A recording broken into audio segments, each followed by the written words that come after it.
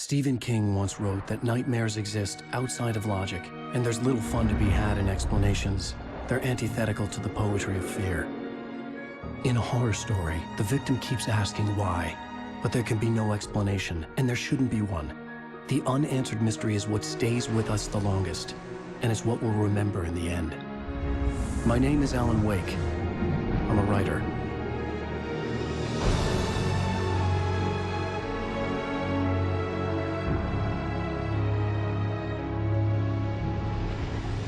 I've always had a vivid imagination, but this dream unsettled me.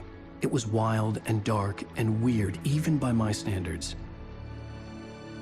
So yes, it began with a dream. Following a typical nightmare pattern, I was late, desperately trying to reach my destination, a lighthouse. For some urgent reason, I couldn't remember.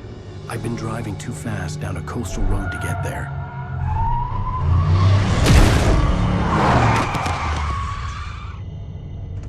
I'd seen the hitchhiker too late.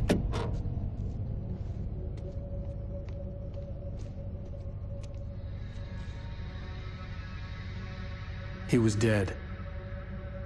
I was convinced they'd put me in jail and I would never see Alice again.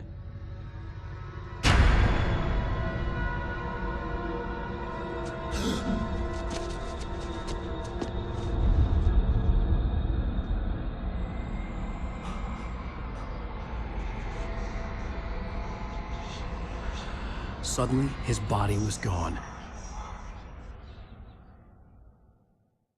I was in shock from the crash. I could hardly stand my feet.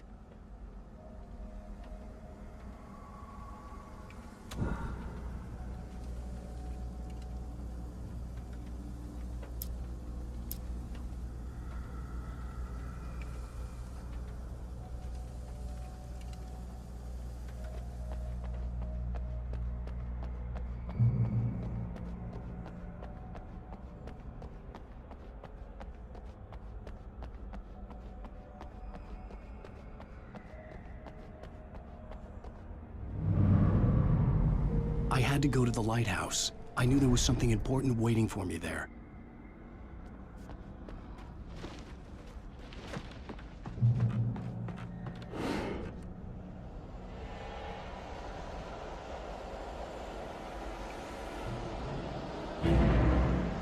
You don't even recognize me, do you, Ryder? You think you're God? You think you can just make up stuff? Play with people's lives and kill them when you think it adds to the drama? You're in this story now, and I'll make you suffer.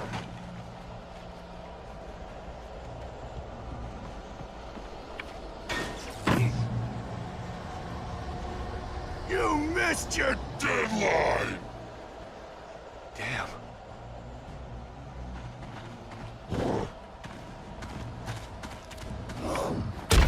You can't stop me!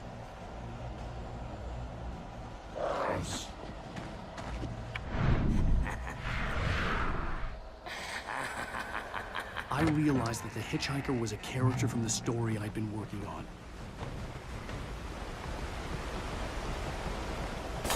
How does it feel to die by the hands of your own creation?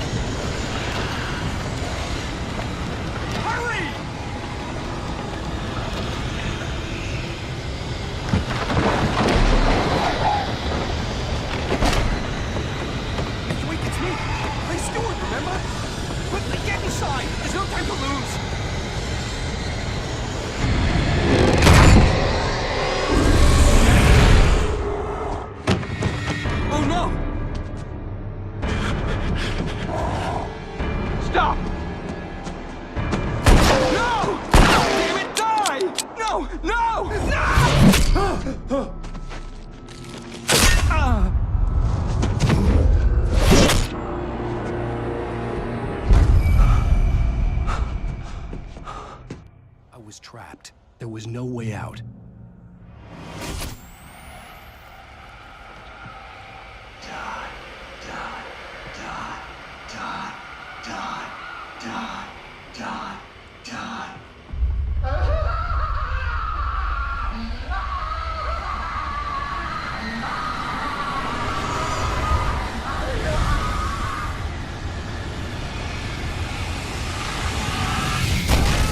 The cabin was a death trap. I had to get out.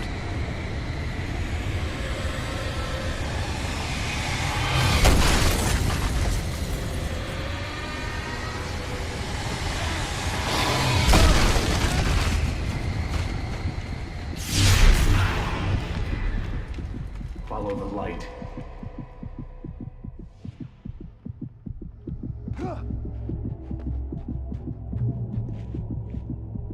You are hurt. You should go into the light. You are only safe there.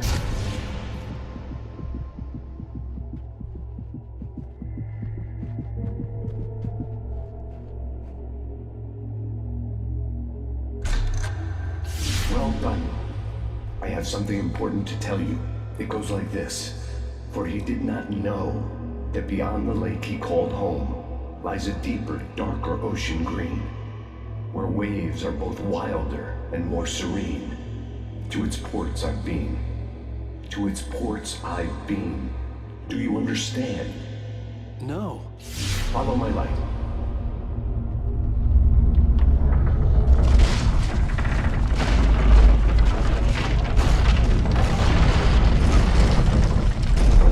I entered your dream to teach you. The darkness is dangerous. It's sleeping now. When it feels you coming, it will wake up. There's no time. I can only show you the most important thing. The hitchhiker has been taken over by the Dark Presence. You can't hurt him now. The darkness protects him from all harm. Only light can drive the darkness away and make him vulnerable again. Here, take the light. Turn your flashlight toward him and burn the darkness away.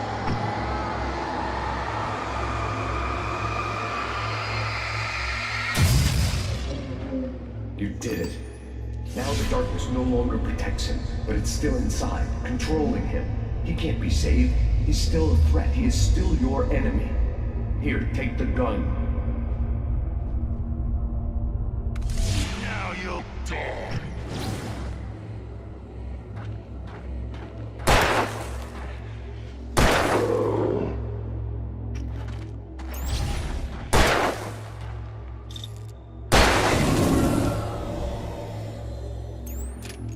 Good. You've done well. Remember what I've taught you. That is all. I will give you back your dream now. In the nightmare, a terrible darkness was taking over the world. The lighthouse was the last safe place on Earth.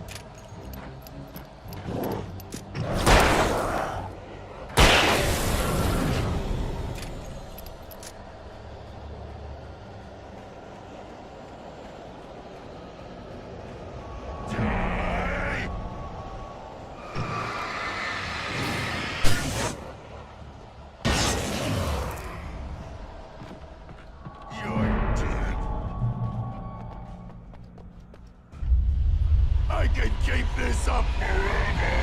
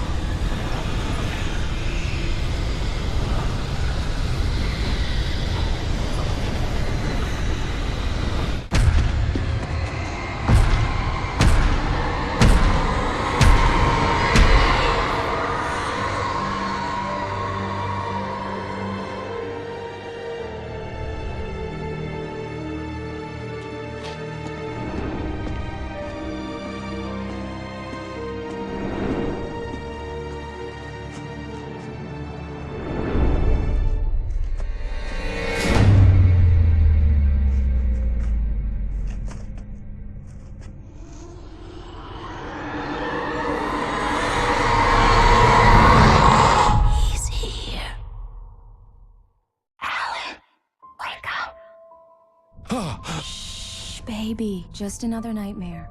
Everything's fine. You dozed off. Right. Anything more than dozed off would be news for everyone. Cheer up, handsome. We're here.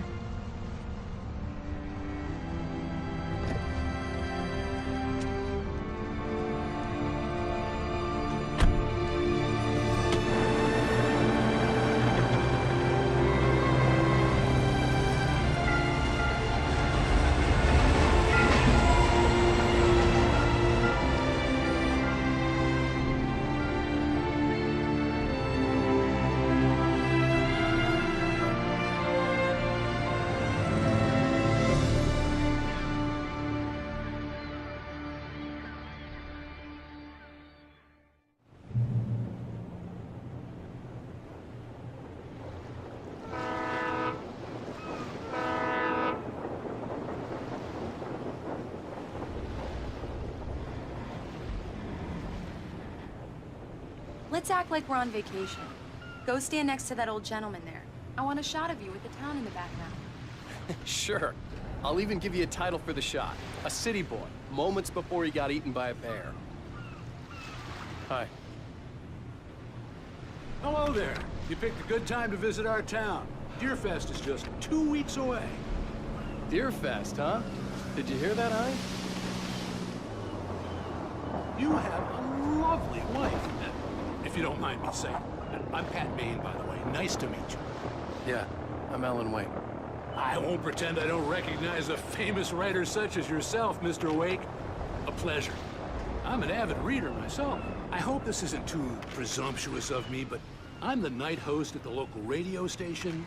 Any chance I could get an interview? Look, Mr. Maine, I'm on vacation. In fact, I'd appreciate it if we could keep my being here just between the two of us. I'm sure you understand. Fair enough. You can trust me to be discreet. Not a hard man to track down if you change your mind, though. I hope you two have a lovely holiday.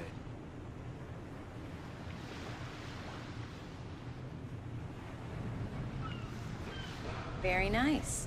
I got a couple of really good ones. And I see you made a friend. That's cute. Right. Yeah? Hey, bestseller. How's my favorite writer? Are you there yet? Barry. Yeah, we just got here. Are the locals giving you trouble?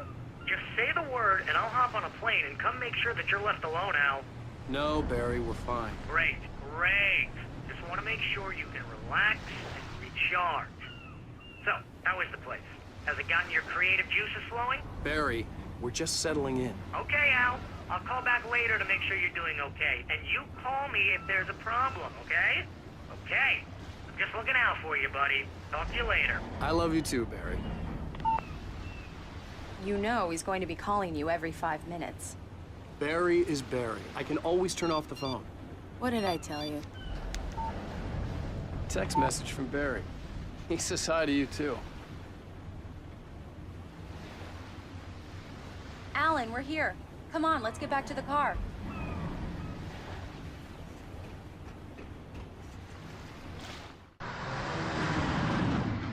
We need to stop at the local diner to get the cabin key from the landlord, a Mr. Carl Stuckey. He's waiting for us. I'll go fill her up while you get the key. I'll pick you up here in, say, 15 minutes? Sure. Alan, thank you for coming here with me. I love you too. Go on. I'll promise to behave.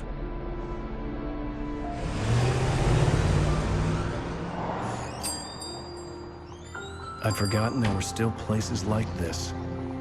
Towns where everybody knew everybody. Welcome to the Oh Dear Diner. Hi, I was wondering if you could help me. I'm looking for... Mr. Wake. Alan Wake. Oh, God! I am your biggest fan. I know people say that all the time, but I really am. I'm glad to hear that. Rose. Rose, I'm looking for Mr. Stuckey. Carl Stuckey? Carl? Oh, of course, Mr. Wake. He must have gone to visit the restroom. He'll be back in a moment. I can't believe it. I've got all your books. I got the cutout from the bookstore when they took it out of the window. And you keep it here. Well, okay. Good for you.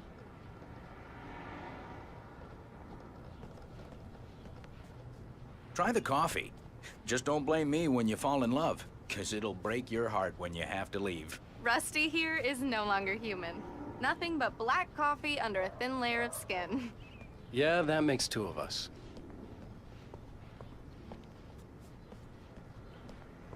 Are you staying long, Mr. Wake? I can't believe it. I'm having a conversation with Alan Do me a Wake. favor, Sonny. I could really use a tune right now. Coconut, number 6 in the jukebox. I'd do it myself, but both of my legs have gone to sleep. Bad circulation. Yeah. Are you serious? Coconut again? You disgust me. Call yourself a rocker. Unbelievable. Ah.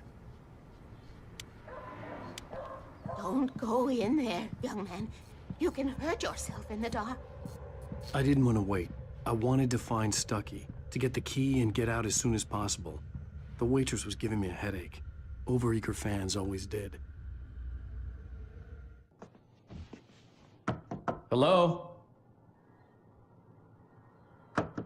Mr. Stuckey? Carl couldn't make it. Unfortunately, he was taken ill. But I have the key for you and instructions on how to get to the lake. Okay. I wish you a good stay in my cabin. I'll come by later to check how you've settled in. And to meet your wife. I insist. Thanks.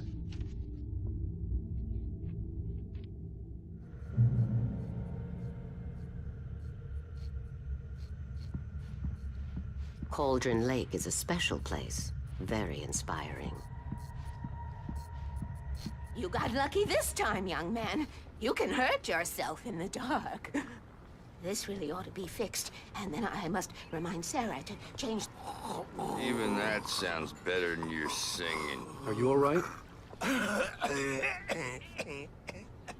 Splendid, splendid. Damn hernia. It swells up like a balloon if I lift anything heavier than a spoon. Yeah, splendid, splendid. It's been a long time, Tom. Good to see you. Hey, The Andersons, they're, local musicians. We're waiting for Dr. Hartman to come pick them up. They wandered off from his clinic at the Cauldron Lake Lodge. Bye, Mr. Wake. Mission accomplished. The key and the directions. My hero. I got some flashlights, just in case. Hey, wait! Mrs. Wake! Your keys!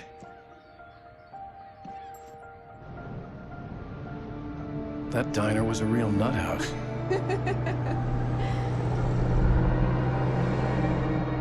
Can you believe this place? This would make a wonderful setting for a book. We're supposed to be on vacation, Alice. I'll figure it out when we get back home. Okay? Okay. We can talk about this later. Pat Maine here on PBFF. I didn't want to talk about it. I wanted to bury my head in sand. Once upon a time, I was a successful writer, but that was a long time ago.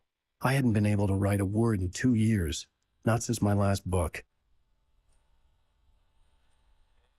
The weather, it's gonna be a clear night, so you folks in the big city might want to look up every once in a while, see those stars winking down at you. It gets pretty dark out here, but they'll light your way.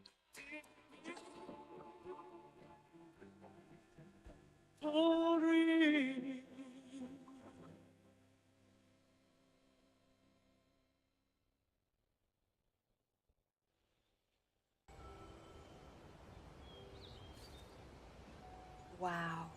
It's gorgeous, Alan. It's something, all right. Don't worry, honey. I'll get you inside safe and sound before it gets dark. And I've got the flashlight. I know. I'm okay. Alice had a phobia. The fear of darkness. I wanted to make sure we were inside with the lights on before sunset.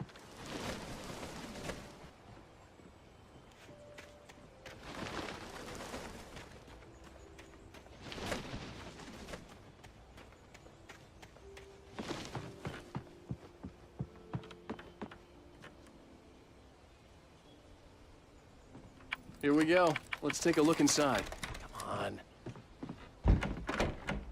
It's dark in there. We need lights. Can you figure out how to get the power on, honey? Hello? Anyone here? A shoebox filled with books by Thomas Zane sat on the shelf. I'd never heard of him before.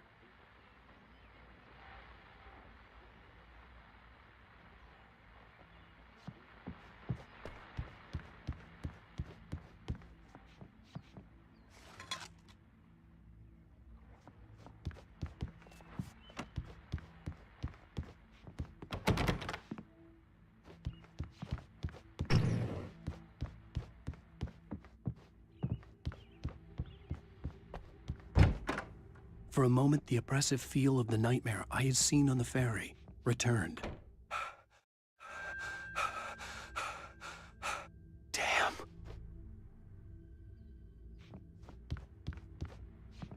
I needed to get the power running in the cabin. There had to be a fuse box or a generator somewhere on the island.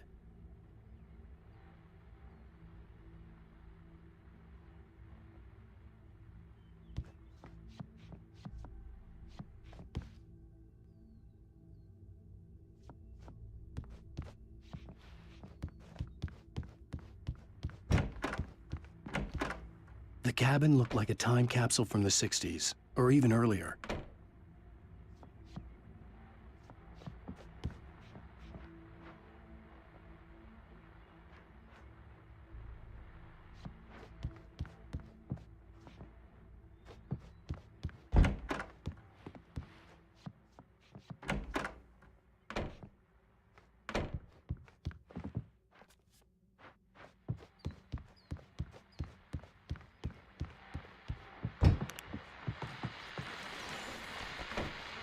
The Deerfest guests have already started to arrive. Just ran into one on the ferry. Famous artist, no less. Let's see if we can rope him into an interview later on. Now, let's go to the phones. Caller, you're on KBF-FM. Hi, Pat. It's Rose. Why, hello, Rose. What's on your mind? I know who that famous artist was. It was Alan Wake, wasn't it? He's my favorite writer. The power cable goes to that shed over there.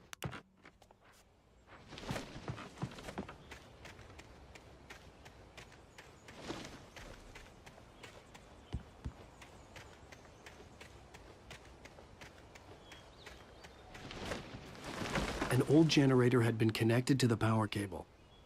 The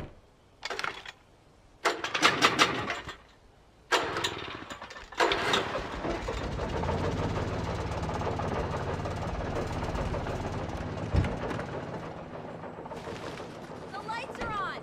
Good work, honey. I'll freshen up a bit and start settling in. Okay, I'll look around a bit. The island Sure had thing. once been the site Have for a fun. love story. Maybe it would be that again.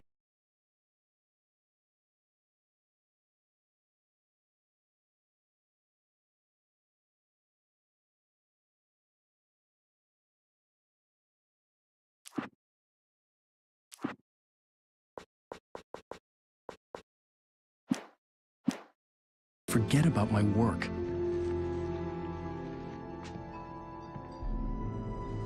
I thought we could be happy here.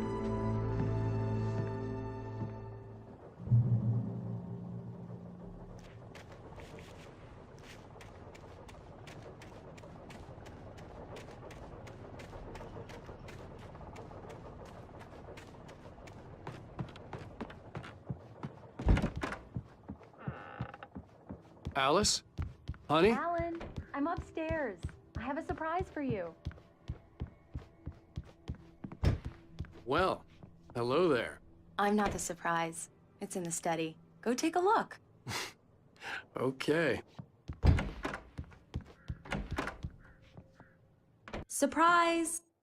Alice? What is this? I guess I have a small confession to make.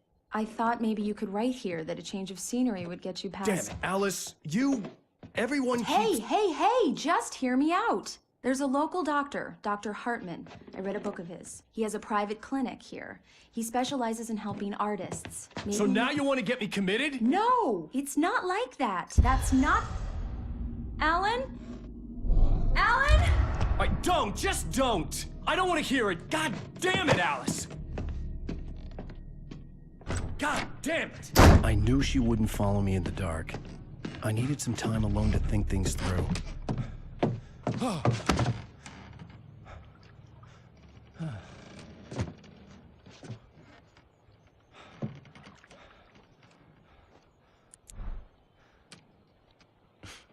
Damn it.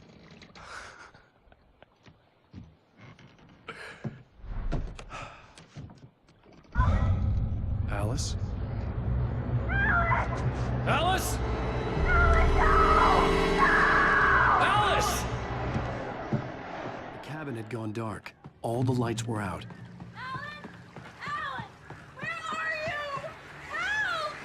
Alice, I'm coming! It's all right, I'm coming!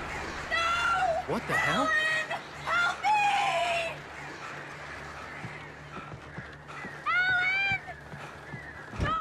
Alice? Alice?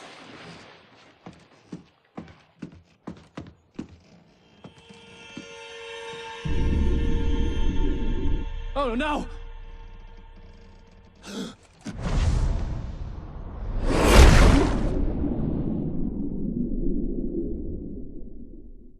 Keep going. Wake up. Alice?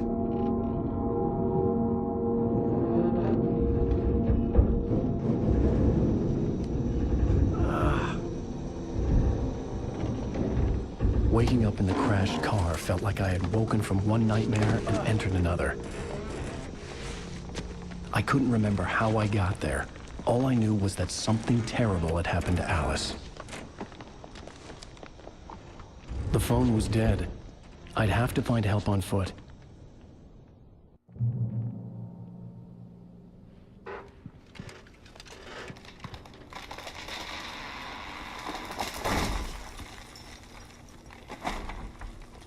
The gas station was my best bet. They'd have a phone I could use. It looked like a long hike through the forest to get there.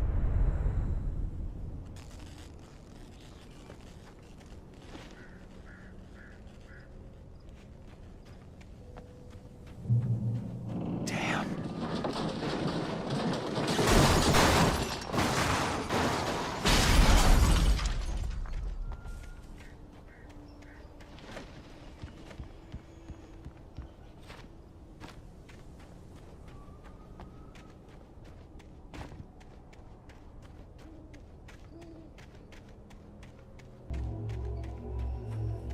Hello?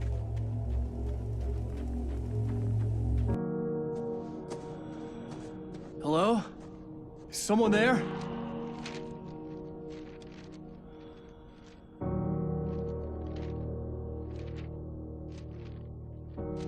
The loose sheets of paper were pages from a manuscript entitled Departure. That was the name I planned to use for the next novel I had never gotten started. I was named the author. I hadn't written it. I couldn't remember writing it. In the scene on the page, the hero was attacked by an axe murderer in the woods at night.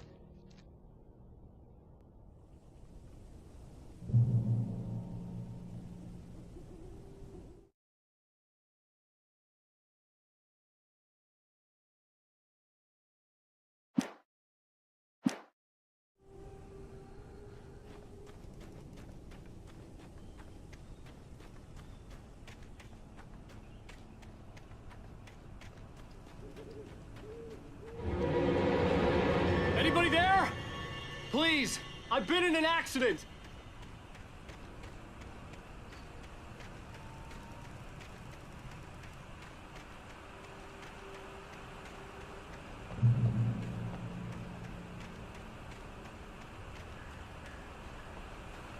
The lights up ahead were a good sign. Maybe I wouldn't have to hike all the way down to the gas station to find a phone.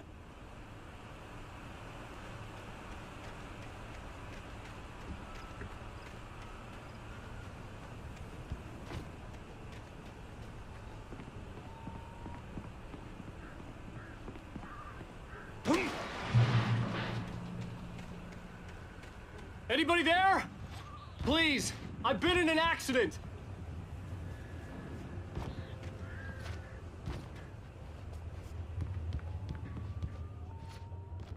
Hey! Hey, you! Phil! There's been an accident! I need help! Listen, I need to... Premium cabins for rent in... Oh, hell. Carl Stuckey. Pleased to meet you. Non-refundable reservation deposit required. Fair and square. Fair and square. Carl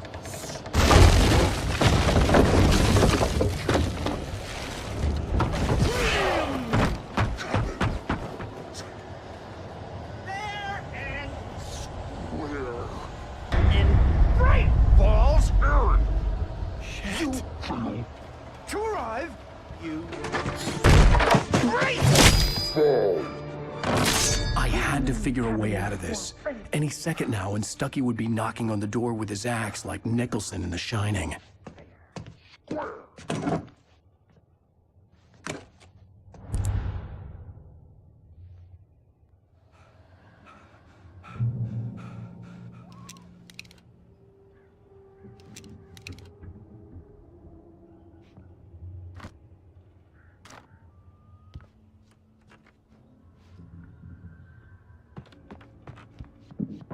During your record, trying walking, it's the latest thing.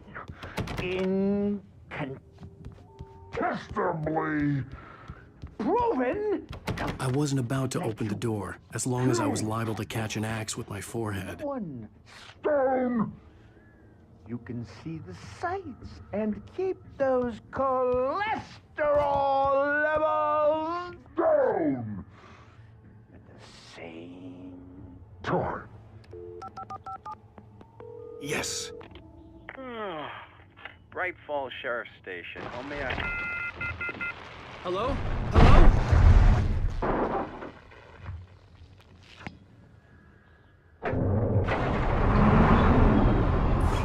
The spat.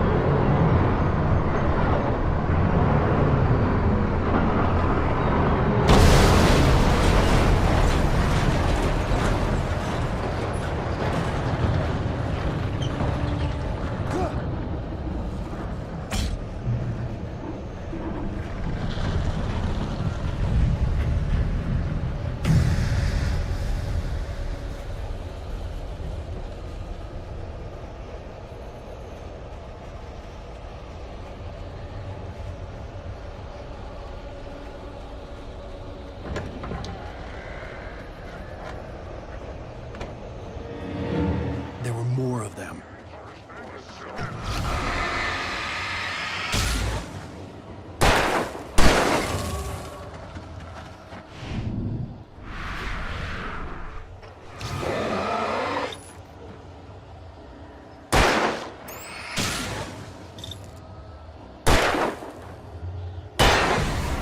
My head pounded with a concussion. I'd never fired a gun outside a shooting range, and now I just killed someone. Or something. There were no bodies. They just disappeared. If I was dreaming, it felt real enough to make me sick.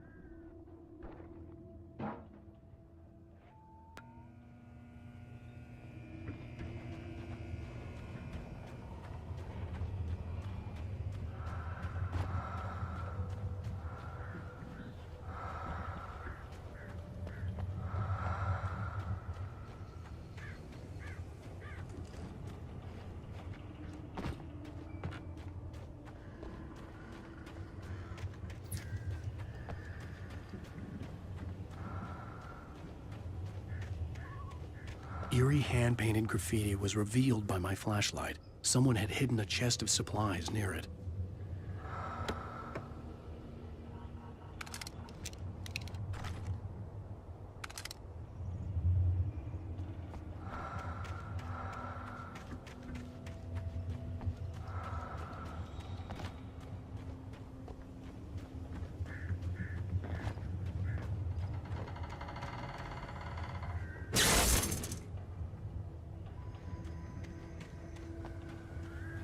The dark forest was the last place I wanted to go, but I had no choice. I had to get to the gas station. It's rabbit season!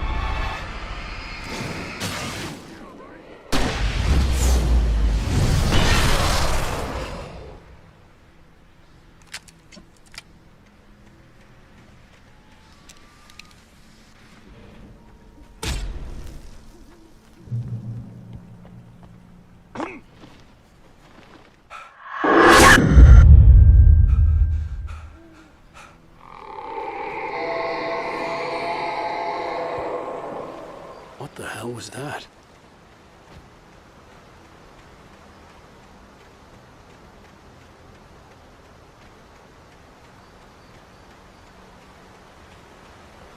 When I saw the river below, something uncoiled itself inside my head. I realized that I'd have to find a way across. I didn't even want to look at the water.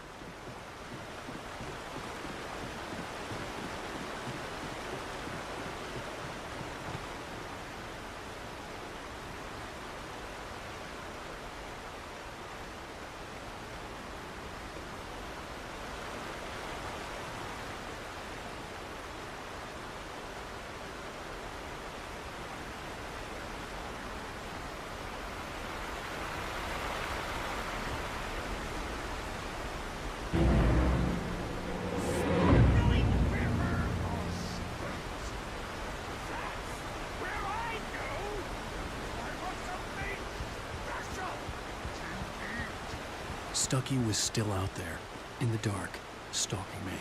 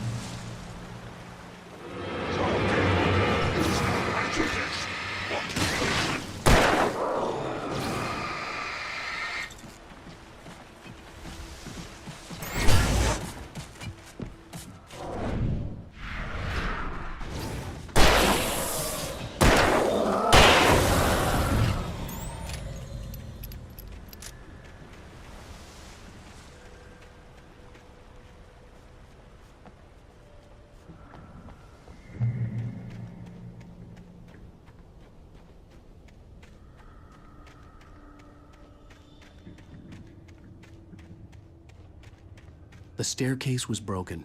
I had to make my way up some other way.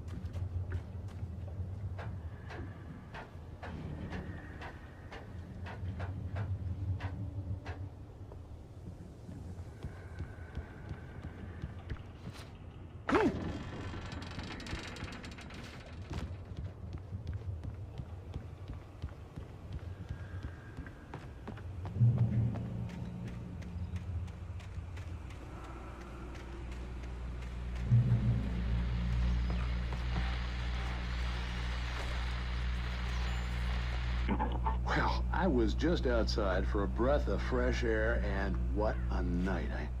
I know most of you are probably in your beds by now, but if you're still up and around, take a moment. Step outside for a spell and breathe in deep. The weather is absolutely still. The sky is crystal clear. It's like the forest is quietly breathing along with you. To listeners know, I'm a night owl, and it's on nights like this.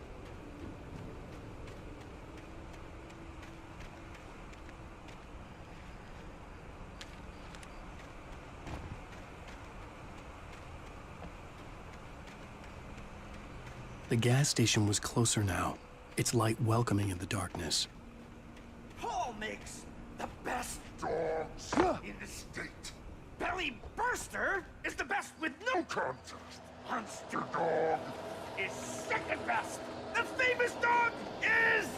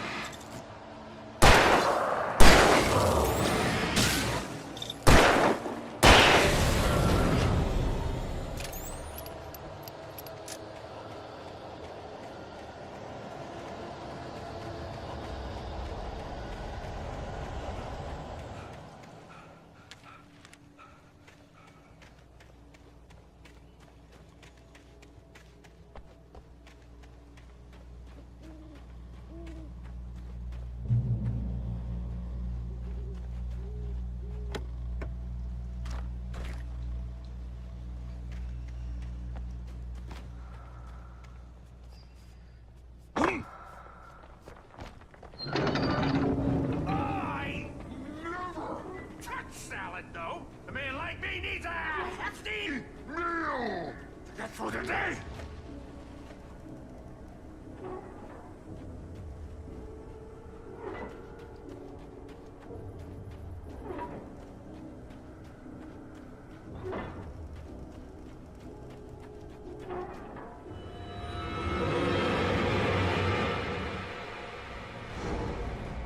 We enjoy the magnificent woods.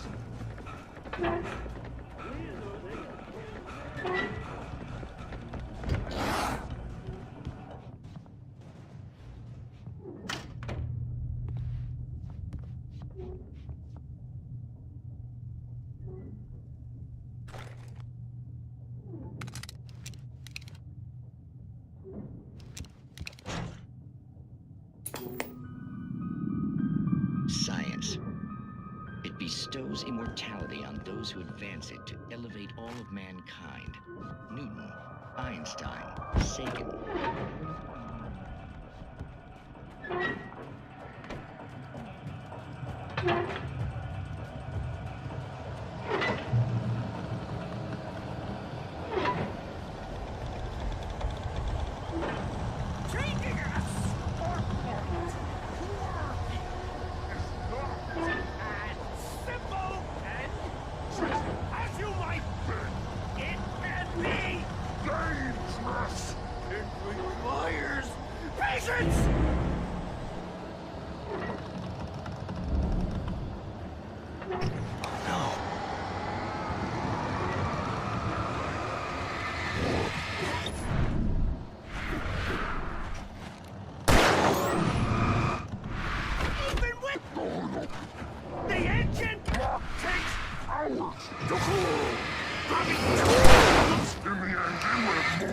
Bounce!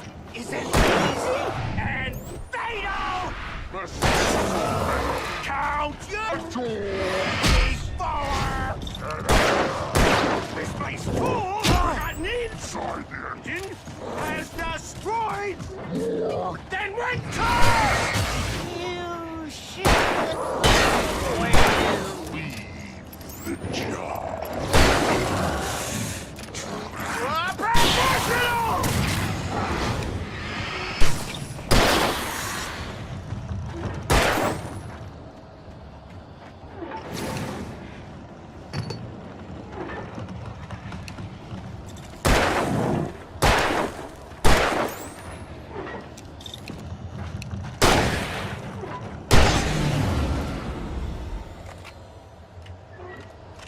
Stucky's body vanished, leaving behind only a lifetime of nightmares to come, assuming I'd reach the lights of the gas station alive.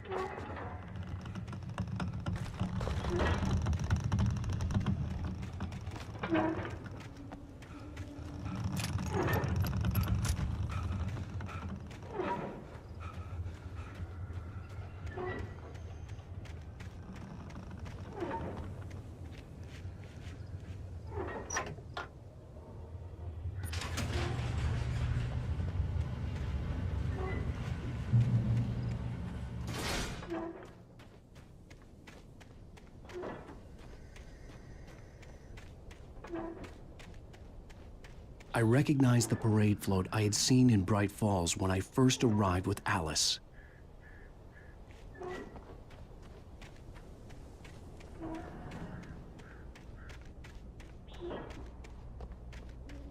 After the insanity I had just experienced in the darkness, the lights of the gas station felt comforting. At least for a moment, the sane world reasserted itself. The garage was a mess. It looked like someone had trashed the place, or that there'd been some kind of fight. I'll write. I'll keep writing. Outside, there's only darkness. Outside the cabin, outside the story, there's only darkness. I can feel her presence in the dark. Just now, I could smell her perfume in the room. I'll reach her, I'll fix it up. I'll bring her back. The story will come true. If I stop, she's lost. I don't believe this. It'd been me on the TV, talking crazy. Was I losing my mind?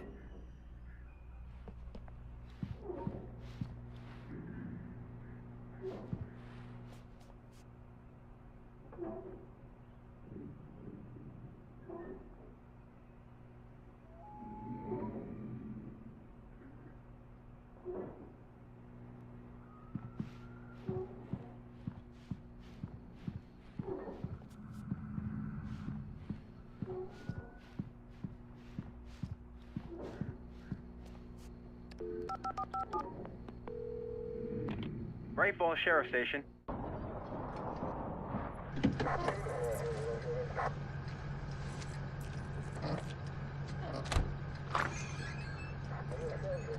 Oh, thank God, Sheriff. Sheriff Sarah Breaker. You are... I'm Alan Wake, but listen. I was in a car crash. My wife, Alice, she's missing. Calm down, Mr. Wake. We were staying in a cabin on the island, on Cauldron Lake. There's no island on Cauldron Lake. Not since the big eruption in the 70s. Please, I can take you there, okay? You look like you've taken a pretty bad knock to the head. Are you okay? Listen. We'll figure this out. Please get in the car. We'll swing by the lake and then we'll go to the station, okay? Mr. Wake, have you seen Stucky, the guy who owns this place? I realized I couldn't tell her what had happened in the forest. She wouldn't have believed me. And then she wouldn't have helped me with Alice.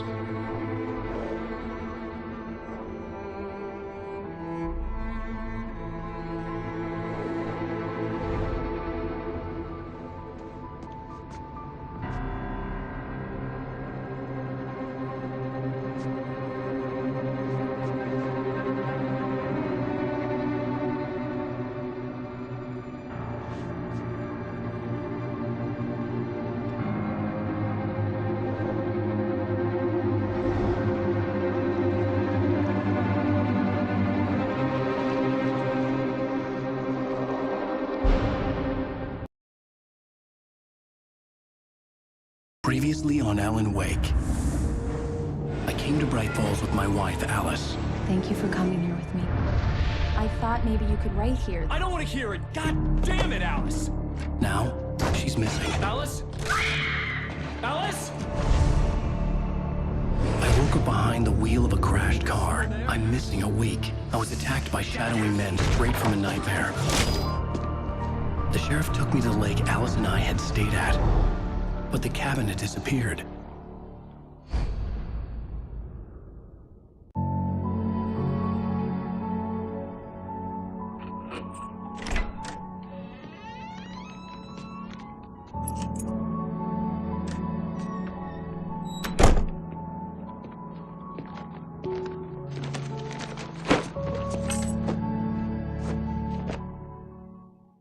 Honey, I'm home.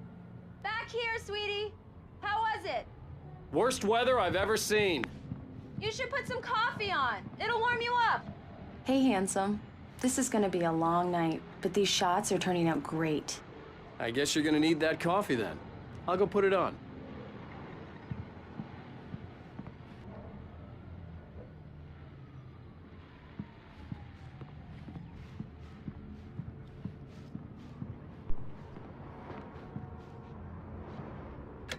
Coffee's on. Great, thanks. I'll need it if I'm gonna finish this by tomorrow.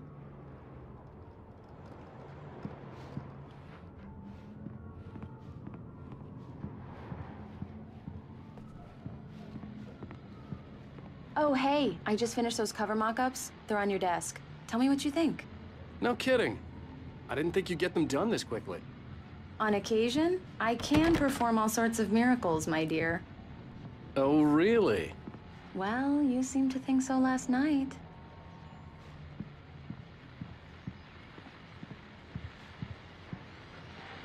These look really good. Oh, sure, until Barry gets his hands on them. Which, by the way, will happen over my dead body. The last time was the last time. Oh, and speaking of Barry, he called. Alan? Alan, please check the fuse box. I'm right here. I'm on it, honey. Please hurry. I'm right here, baby. I'm fine. Just get the lights back on. Now, please. Honey, it's a power outage. I've got the flashlight. Okay. Hi. You okay? I'm sorry. It just really spooked me. Don't worry. We'll just break out the candles. I know it's stupid, but it's just...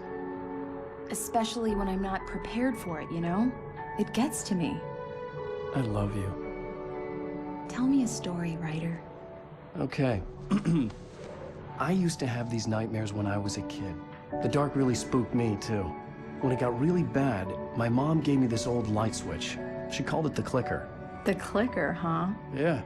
If I ever got scared of the dark, I could just flip the switch and a magic light would scare the monsters away. Oh, sure.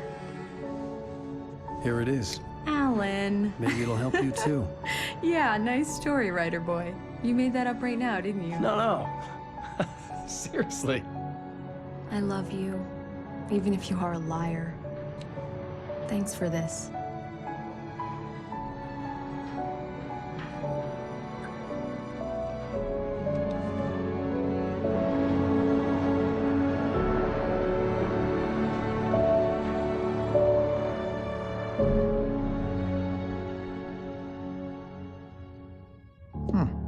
How do you feel, Mr. Wake? Any nausea, disorientation, anything like that? Mr. Wake, how are you feeling? I'm okay. My head's fine. I had to lie about my headache and memory loss. He'd send me to a hospital for tests. I couldn't leave without Alice. Very well. I don't think you have a concussion, but you've obviously been through quite a shock. You should take it easy for a couple of days. Thanks. Well then, Mr. Wake, we're done here. If the pain gets any worse or you experience any other symptoms, you should come see me. I'll let you get on with it then. Sarah, Sheriff Breaker, is waiting for you. She's very good at her job. I'm sure she can locate your wife in no time. Doc Nelson was the image of a small-town doctor. Sheriff Breaker had called him to the station to take a look at the cut in my head.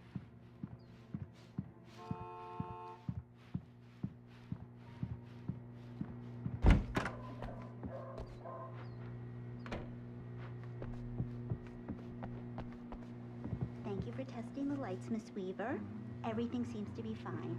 I don't have the luxury of Suppose we'll need change. Come in, Mr. Wake. Your phone's on the desk. The battery was dead. It's charged now. Have you started looking for my wife yet? My men are already on it. Now, can you tell me what happened? I'm not sure. I can't remember. We were arguing. I walked out of the cabin. The cabin on Cauldron Lake? How did you end up at Stucky's gas station? I wanted to tell her what had happened last night, but I couldn't. She'd lock me up. Excuse me. I need to take this. Hello? Alan, please help me. Alice? Stop talking to the law. You'll do exactly what I say if you ever want to see your wife again. Who is this? Go to the back lot. There's a hole in the fence on the left. Look inside the junker. I left a little something there to convince you we're all on the same page here. After you ditch the cops, you're gonna meet me in Elderwood National Park. There's a spot called Lover's Peak. Mr. Wake, can I help you with anything? Don't do nothing stupid, pal. We're watching you. I need to get some air. The sheriff said I could go out back. Hey, of course, Mr. Wake. You can get there through the cell corridor. The light's on! The deputies, they don't understand. They won't listen to me. I need it to be bright. Thank you, man, thank you. Hey, you're all right. You're a good guy. Don't let anybody tell you different. You know, I shouldn't even be in here. The cops, they got it all wrong. See, sure, I beat him up, but I wasn't drunk. I mean, I wasn't drunk at the time. I only got drunk afterward. Okay, listen. You gotta listen carefully now. Here's the kicker. That wasn't Danny. No, sir. It only looked like him. You wanna know who it really was? I'll tell you who it really was. It was a goddamn space alien! I know it sounds like something a drunk would say, but believe me, I wasn't drunk then.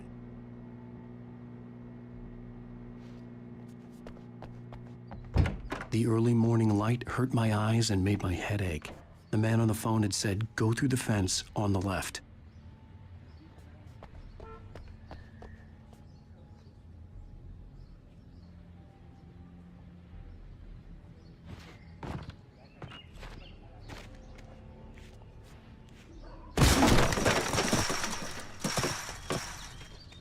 Alice's driver's license had been placed on the front seat. The caller meant business. Barry? Ow! Thank God! Where the hell have you been? I've been trying to reach you for a week, you and Alice. I've been worried sick. I flew out yesterday. I'm here in Bright Falls. Barry, listen to me. I'm at the sheriff's station. Come and get me. I can't talk now. Al, what the hell is going on? I had to get the sheriff to let me go. I needed to get to Elderwood National Park to meet Alice's kidnappers.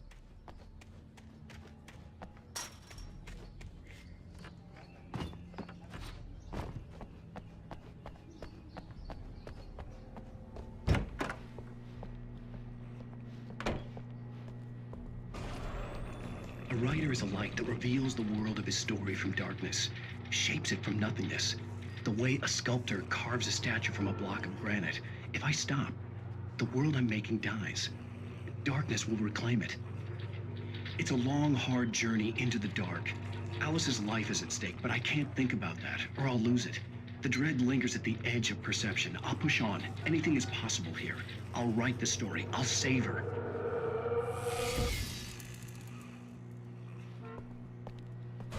Marvelous, Sarah.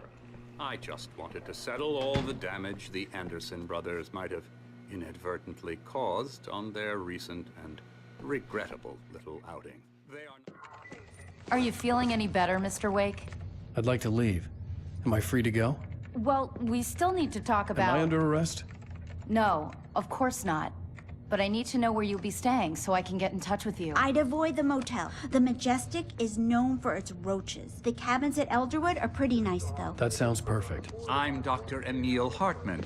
I'd like to invite you to stay at Cauldron Lake Lodge. Did you talk to my wife? I had the pleasure of discussing your situation with her on several occasions. Did you set something up with her? I invited her here. My clinic is a place where... Oh! Hey! Oh, my! Take it easy. Hey, nobody move! Get your hands off of my client! Who are you? I'm Barry Wheeler, his agent. If you have business with Mr. Wake, you talk to me. You yokels won't know what hit you once I sick my lawyers on your asses. No harm done, Sarah. I'm all right. I don't want to press charges. Mr. Wake, my offer still stands. Get me out of here. What the hell was that about, Al? We don't need a replay of that thing with the paparazzi. I thought they were gonna lock you up. I had to talk to someone. I told Barry everything. He thought I was certifiable, but when he heard about the manuscript, I had him. The fact that I'd written something, even if I couldn't remember it, was enough for him. He smelled money. And he believed that Alice had been kidnapped. Anything beyond that was another story. I had a midnight appointment with the kidnapper in a place called Lover's Peak, somewhere in Elderwood National Park. The plan was to rent a cabin. I don't like it, Al. I don't like any of it. It's not good. In fact, it's the absolute opposite of good.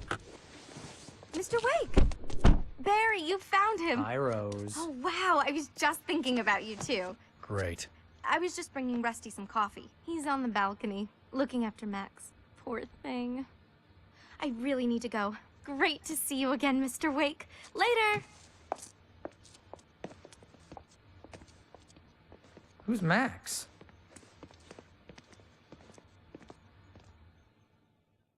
What an airhead.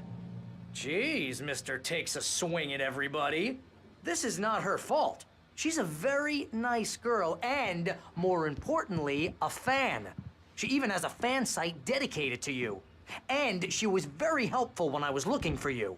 Seriously, Al, what you were saying in the car, just listen to yourself. What, you shot a guy and his body just disappeared? When was the last time you slept? What, are you high? Have you been drinking? No! Look, Barry, I'm missing a week, and someone's got Alice. Do you and understand everything's just... what it sounds like when you say stuff like that? Don't get me wrong, it's a good story, could be a bestseller. But when you start confusing fiction with reality, you're buying yourself a ticket to the funny farm. All right, wait here.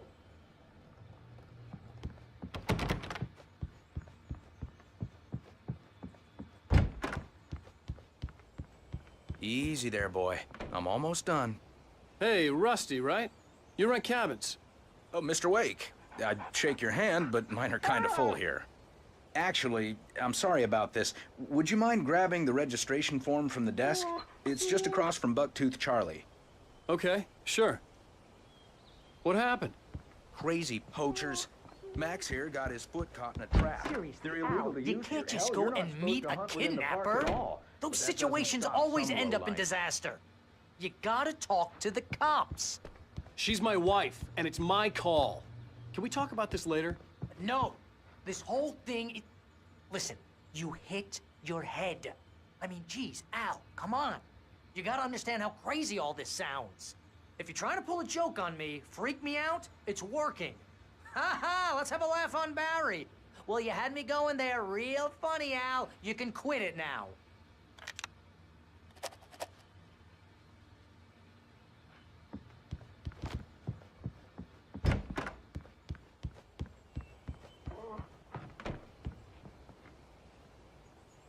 I think this is the form you wanted. And here are the keys. Okay, you're all set, Mr. Wake. Glad to have you staying here. Thanks. Can you tell me how to get to Lover's Peak? Oh, sure. It's at the end of the nature trail. Just follow the paths, you'll get to it eventually. It's an easy walk. Nice spot, too. If you have any trouble finding it, just keep your eyes on the radio mast. It's right below that. Look, Al, you're asking me to believe that you shot a dude who went poof into thin air, a guy who was bulletproof until you pointed a flashlight at him. You hear that from people who end up spending time in padded rooms, strapped to their beds, wearing white shirts with too long tangled up sleeves, and eating a healthy diet of pills. Al, you make cruel jokes about people who believe that kind of stuff. You're the skeptic. You gave me an hour-long lecture on homeopathy last month. What was it? If there's no proof, it's pure bullshit. Period. Guess the laugh's on me then. Al, come on! I mean, okay. Okay, maybe something weird happened to you, okay? Well, thanks for the heartfelt vote of confidence. All I'm saying is you gotta throw me a bone here, bestseller. What would you think if it was me? There's no way you should be going out at midnight with a gun. No one asked you to come here, Barry. Either work with me on this or go straight back to New York. Your choice.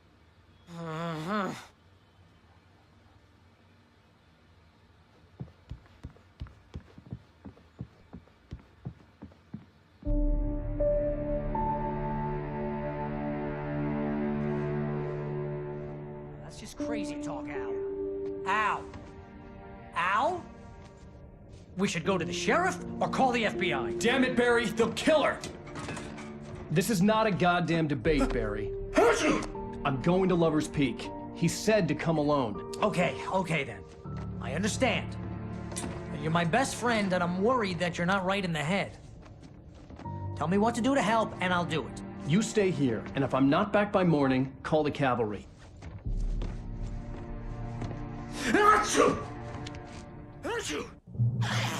Just be careful with the natives, Al. These yokels are dangerous. Everybody hates a tourist, or it'll be Deliverance all over again. Bless you. Oh, this place is trying to kill me. I'll bet there's mold in here, spores, poison ivy, God knows what. This is so not worth a 15% commission.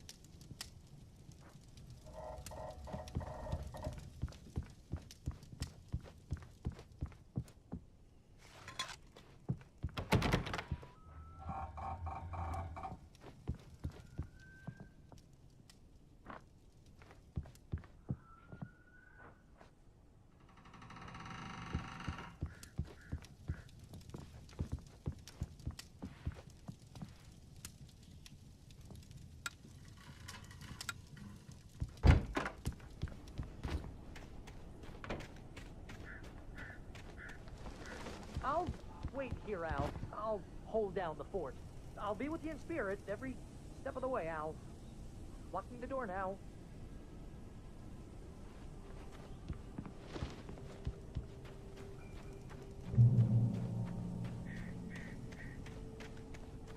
I knew I should have gone to the cops. This wasn't the smartest thing I'd ever done, but I was still angry with Barry for trying to talk me out of it. These people had called me right in the sheriff's station. The cops wouldn't scare them, and they had Alice.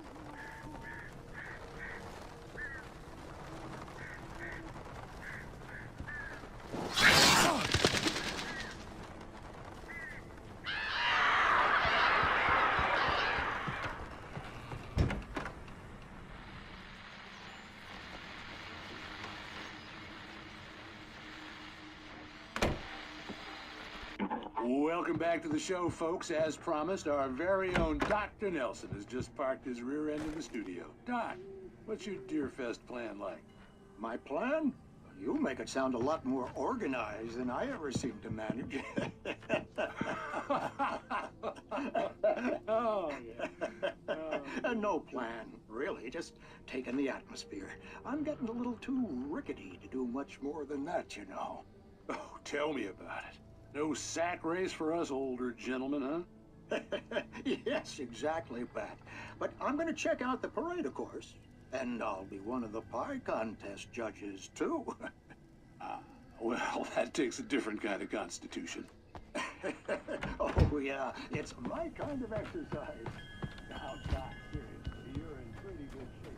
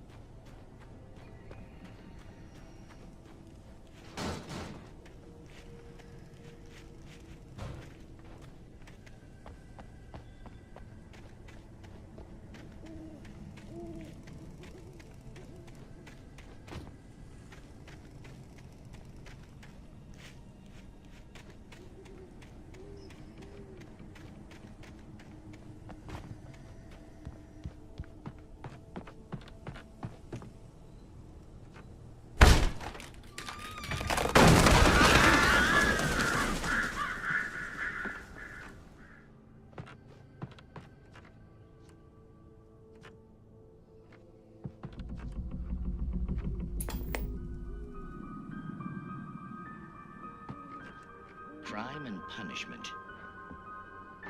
The cancer and cure of civilization. But some crimes are impossible to punish, especially in Night Springs.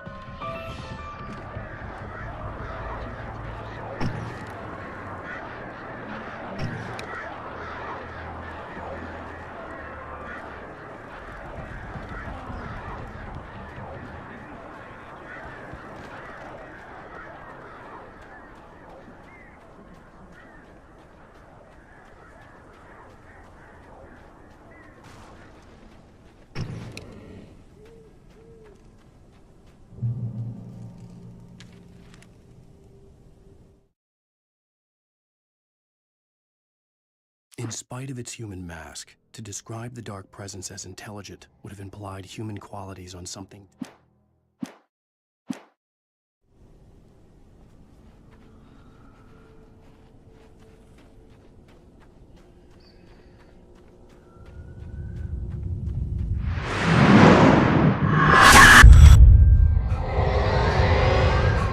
The vision left me weak.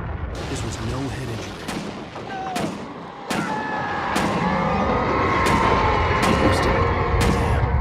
Rusty, hang on! I'm coming! Please, help me! Anybody? Help me!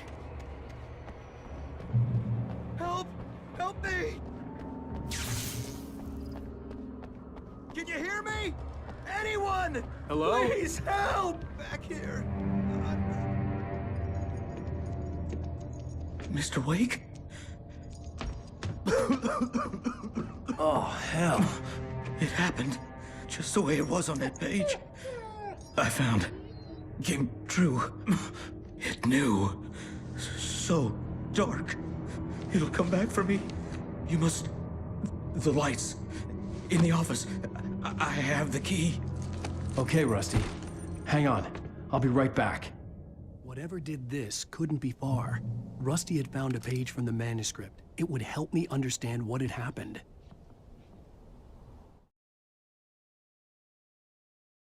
The air in the visitor center was heavy with an awful smell, as if some rotten drowned thing had crawled up from its grave. Rusty kept coughing blood. My eyes were drawn to the twisted shape of his broken leg. The attack had been vicious. Max whined in his cage. Rusty's eyes were wild with fear and terror. He gasped.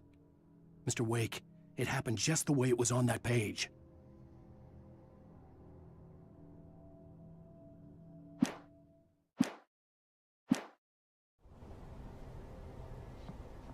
Shh. Good boy.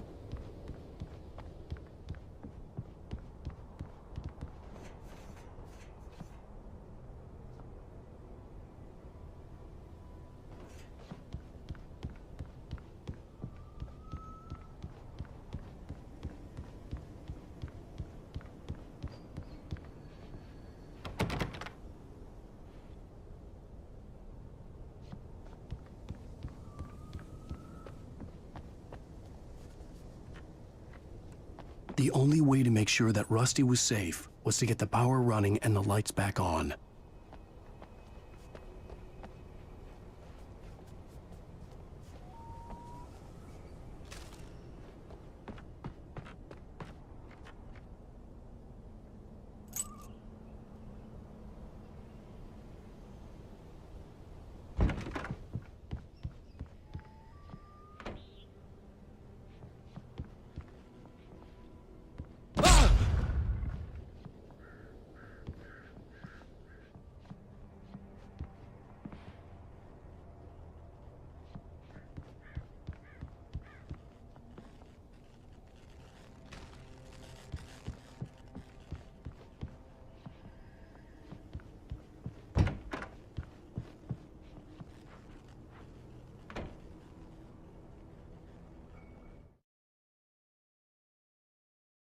The visitor center was sturdy, but the impact turned the front of the building into splinters.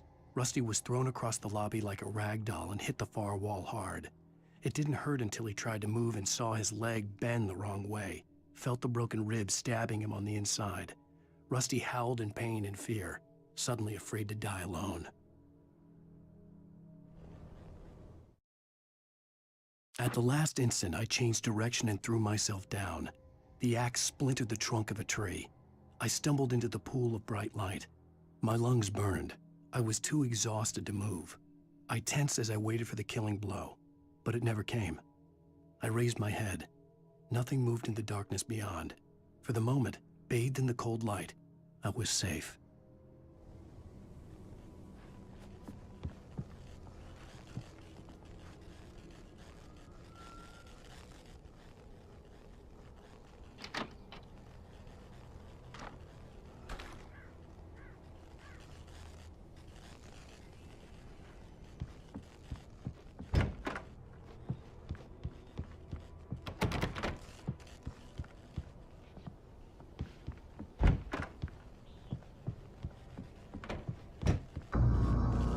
I was too late. Someone had destroyed the circuit breaker. There was no way to get the lights back on.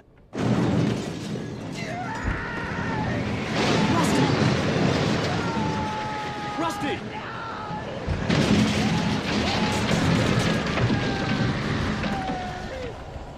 The ground was covered with oily patches that looked like liquid darkness. Hunters need hunting licenses.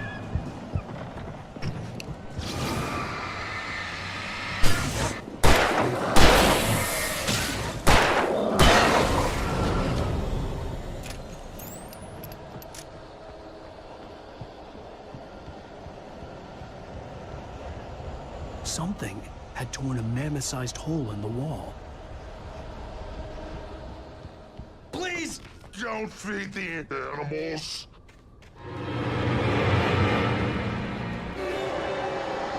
Obey the park ranger's instructions at all times. Fishing. Rusty, no! Purchase of park. Fishing license. Never go closer than 100 yards. To bears and wolves, never approach any other wildlife closer than 25 yards. Pets must be leashed at all times.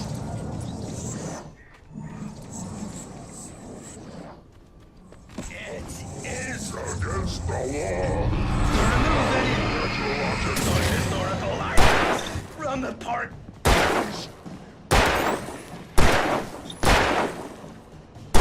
This includes even rocks you may find along the way, or even...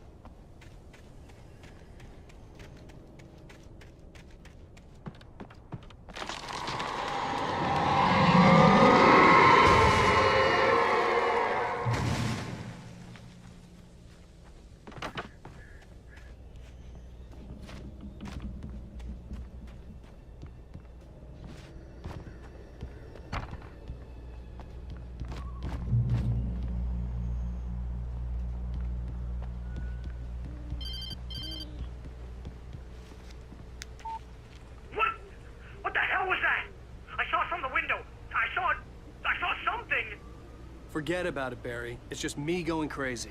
Oh, jeez. Oh, jeez. You're not crazy. I wish you were crazy, but you're not crazy. Ow, be careful. Stay in the cabin. Don't open the door for anyone. I mean it.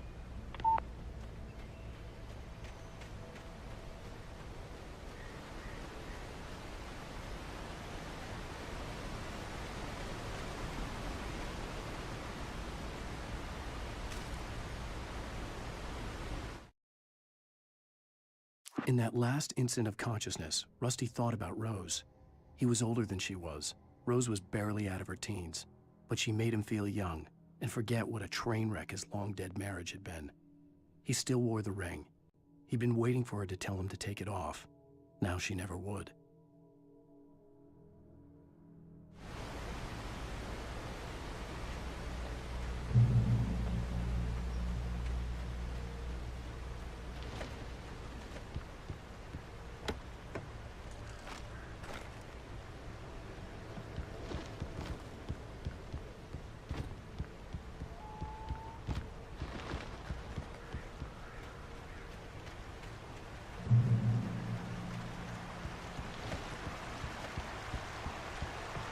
Lover's Peak was at the far end of the nature trail.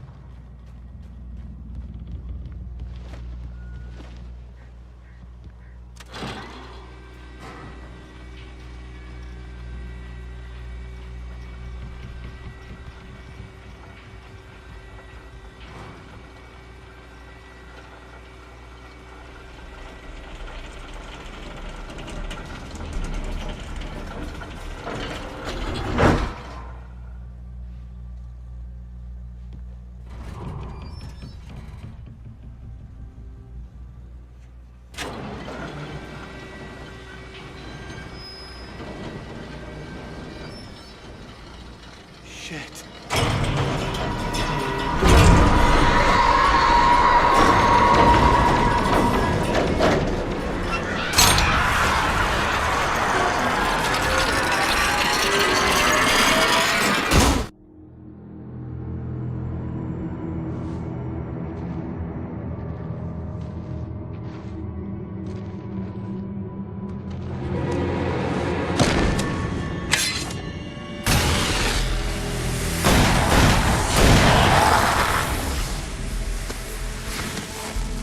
Come on, we gotta get moving. More of them coming.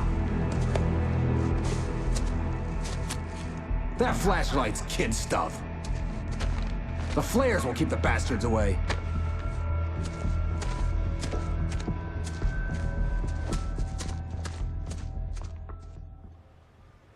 You can see them too? Hell, of course I see them. Come on, we gotta move. Why? Because that's the way the story goes. Yeah, but... Let's move! I lost my gun back there. Oh, I've got a gun. Just keep that light steady on him. It took a moment, but then I recognized him. He'd been on the ferry when I first arrived here with Alice. He knew my name. We were headed in the direction of Lover's Peak. There was no way this was a coincidence. He was the kidnapper. Come on, Wake. You better keep up. You set him up, and I'll knock him down, Wake.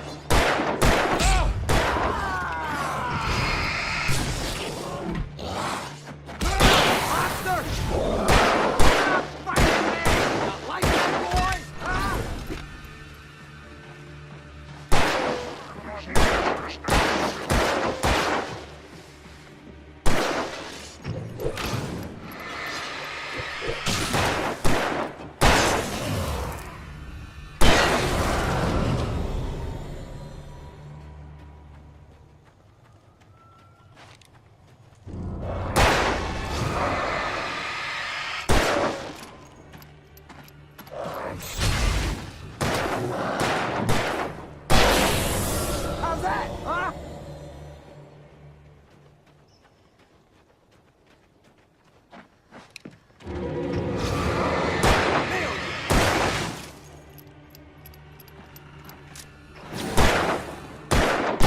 Lover's Peak. Right up these stairs, Wake. Use the flares from the emergency box to hold them off while I get these boards off. Give me the gun. Yeah, no can do, Wake. Are you kidding? Give me the gun! No time for back talk. Pull them off, damn it.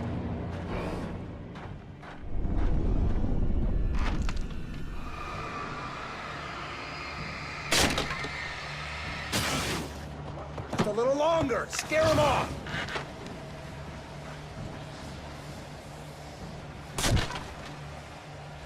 Get some light on those bastards. That'll keep them off us.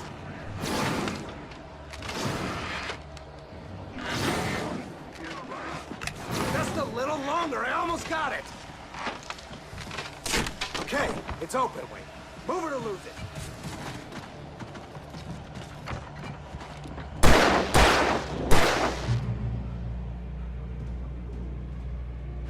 Pow! Bullseye! Oh, you feeling better now, Wake? All cozy and safe. Better get ready. They'll be on us soon.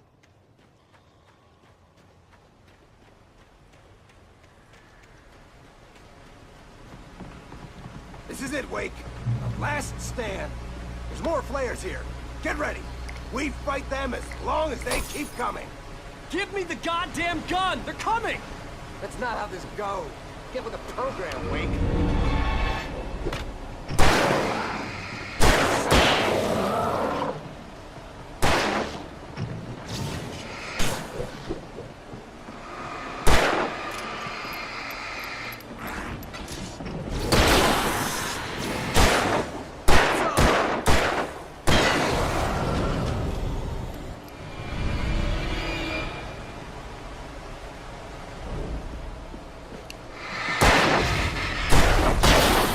Huh?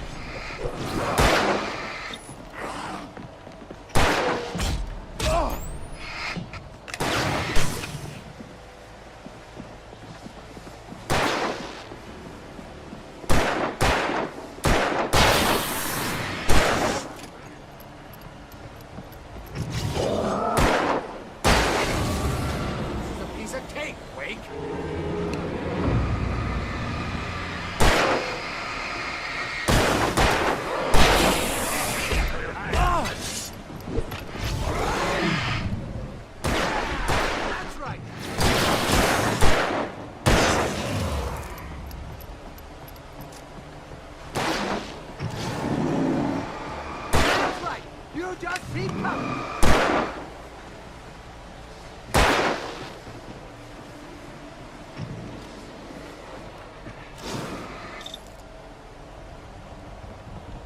Die already, die!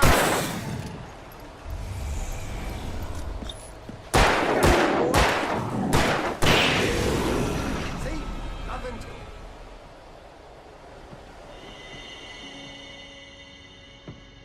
Let's cut the act now. Where's my wife? I knew you were gonna say that. I read it all before. You're a hell of a writer. Congratulations. You're gonna bring about something glorious and terrible once we get you some proper editorial control. What the hell are you talking about? Where's Alice? I want the entire manuscript, or she's gonna suffer bad. You touch her mouth.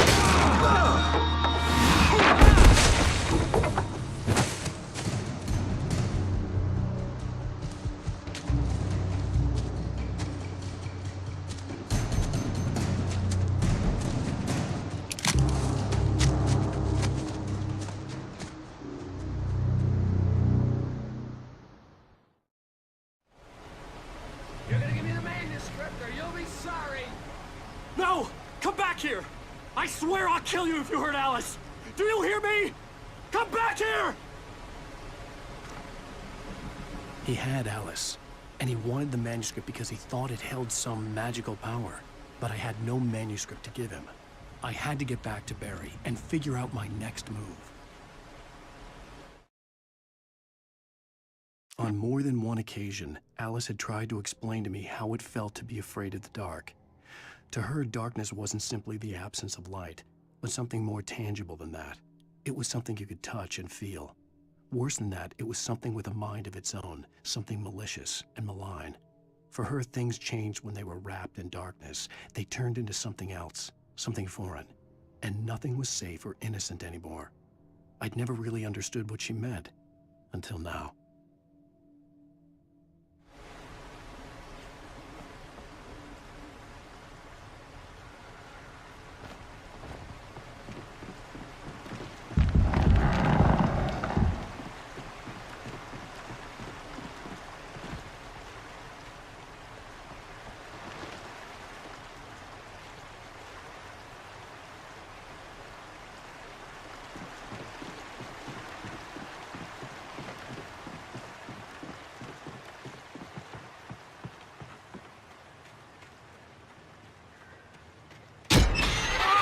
What the hell?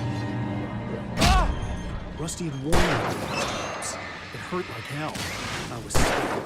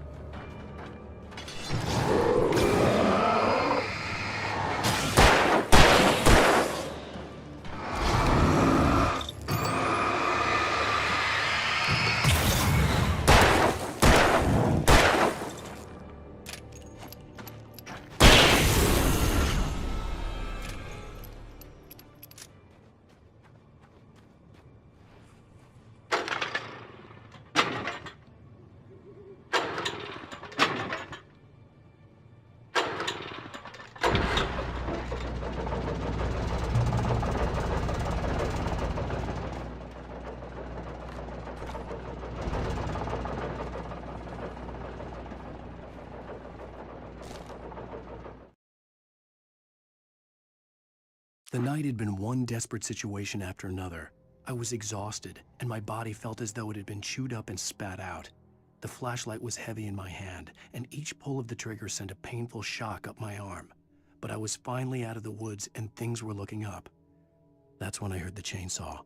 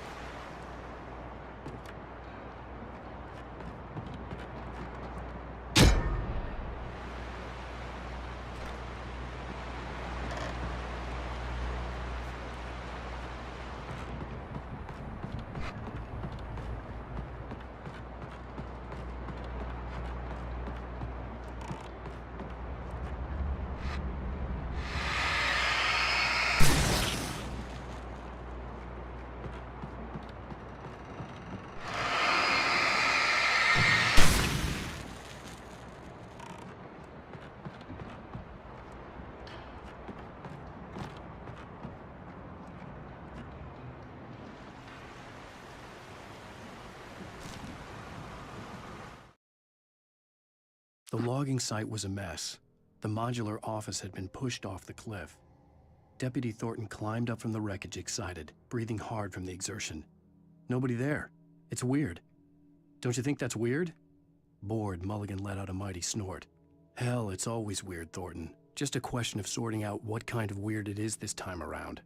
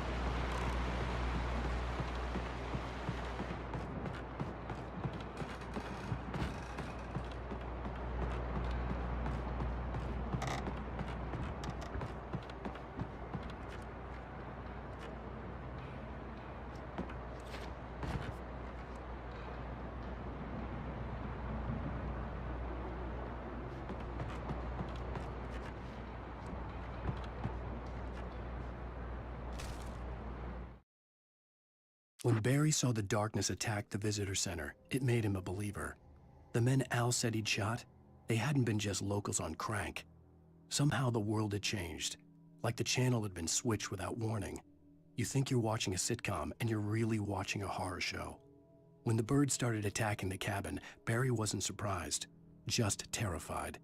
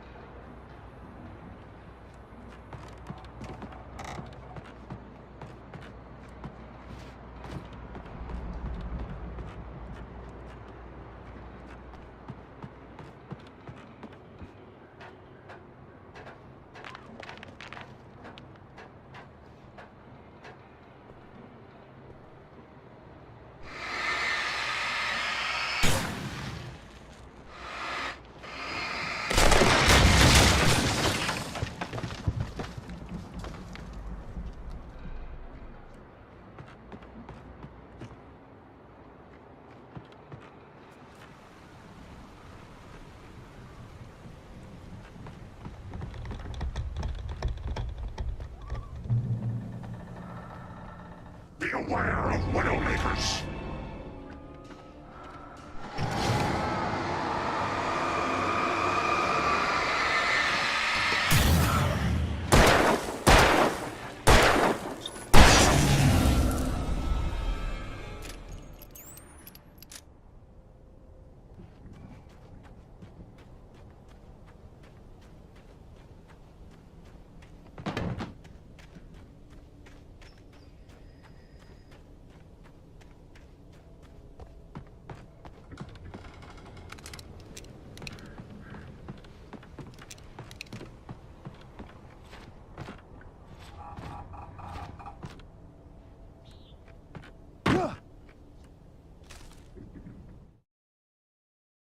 Shadows stirred and the wind picked up as I ran through the forest.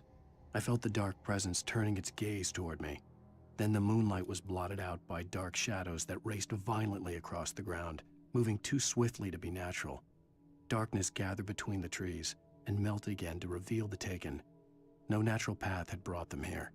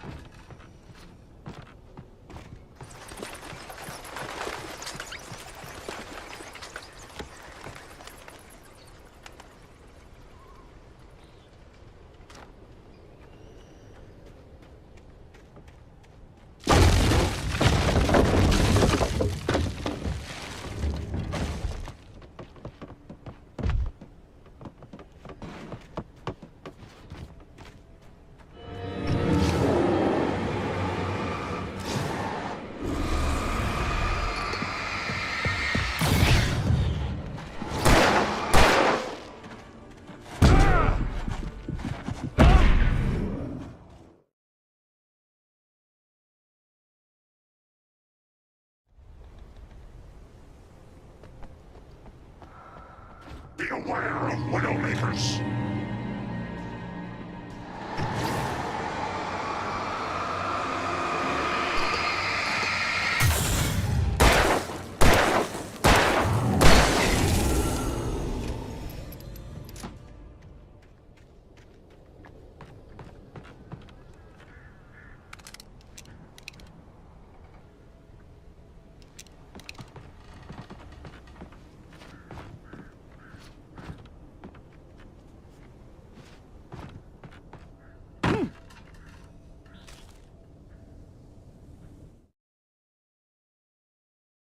Shadows stirred and the wind picked up as I...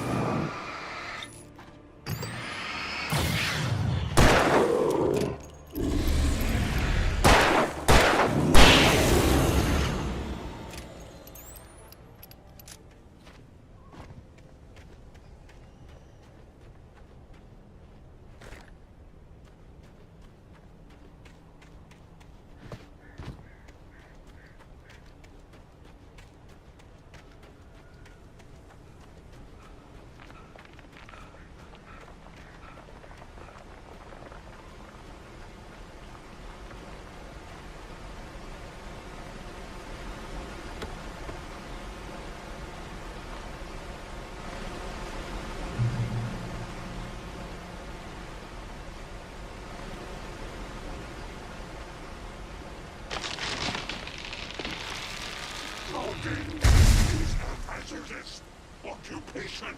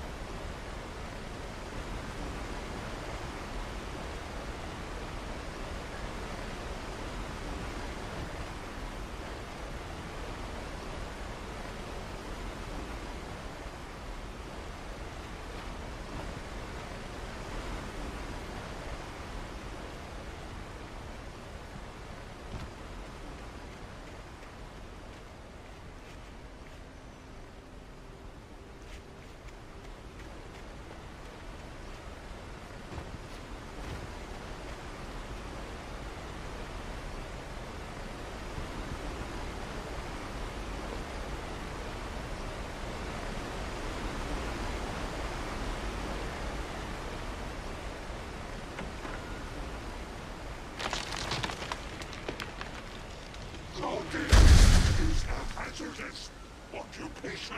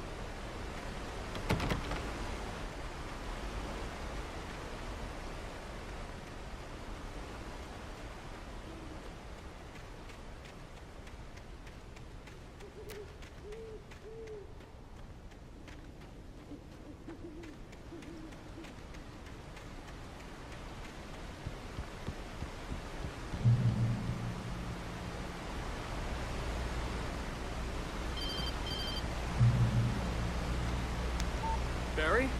Ow! The porch is covered with burns. They've got all Hitchcock on me. Stay out of sight. I'm on my way. Don't open the door. What, am I crazy? Stay hidden. I'll be there soon. Just make sure you keep the lights on.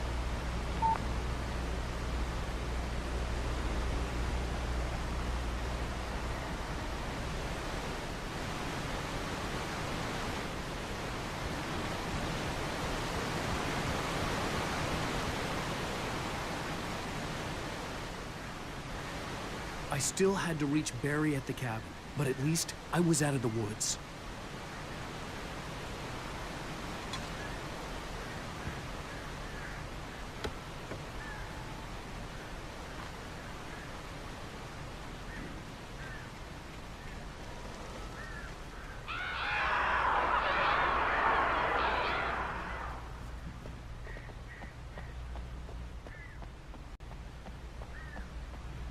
I'd have to get the car from the locked garage. It would get me back to Barry faster, and the headlights were a welcome bonus.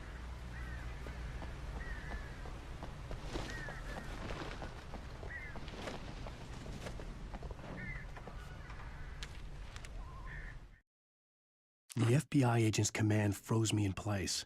I considered surrender. It was all falling apart anyway. I could give in, let someone else deal with it, but it felt all wrong. Call it instinct, his posture, the way he held the gun. He was no friend. Shots ringing in my ears, I leaped for the hole in the fence and stumbled into the darkness beyond.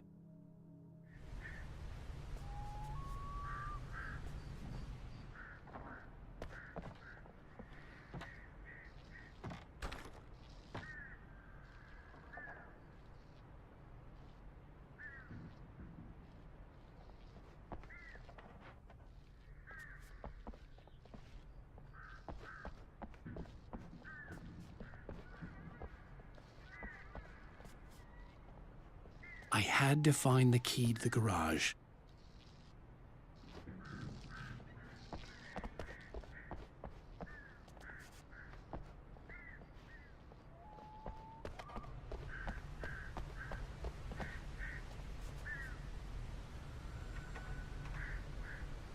I needed the garage key to get to the car.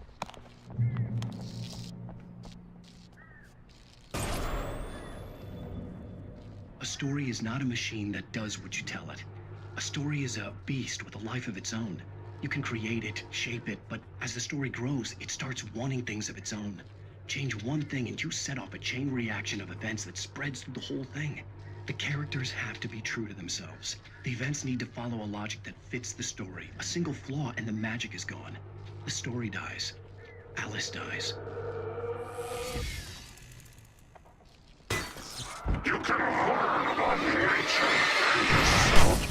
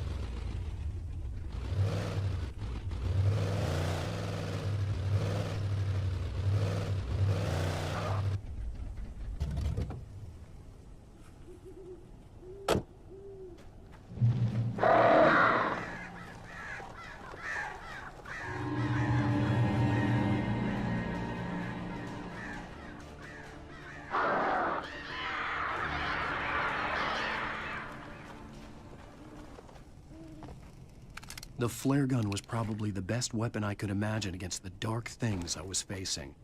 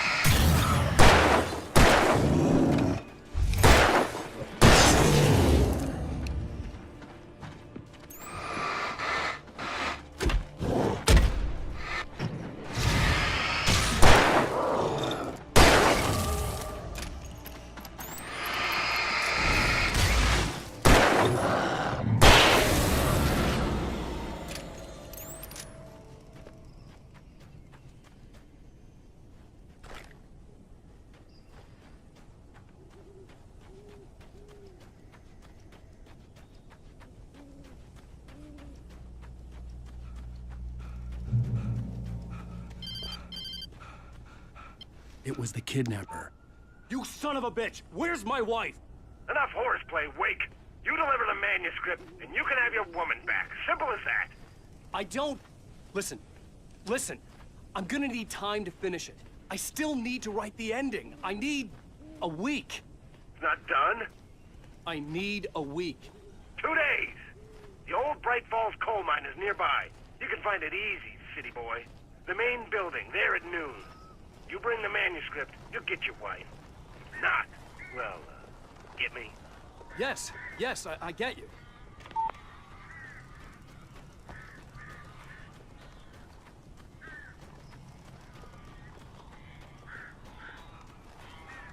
Barry had talked about birds over the phone.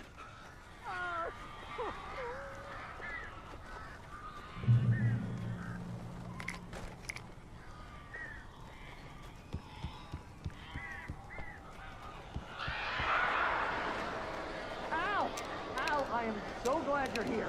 A couple of them got in here before I blocked the chimney. This isn't normal. These birds are weird.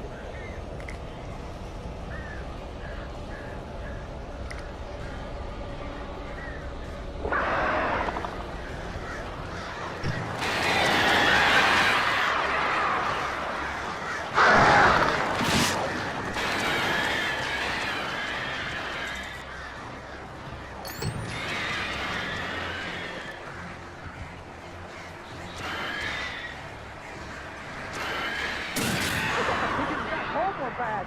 Al, make them go away, please! The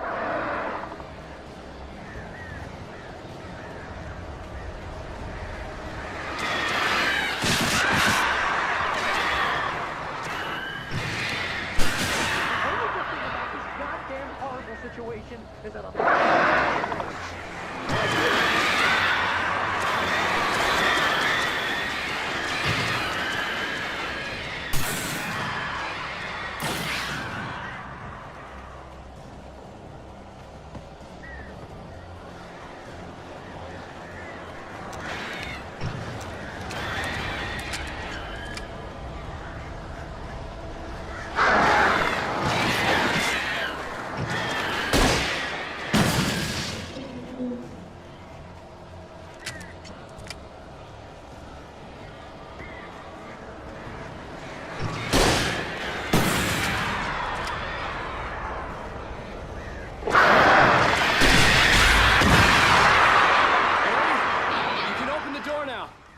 they're gone.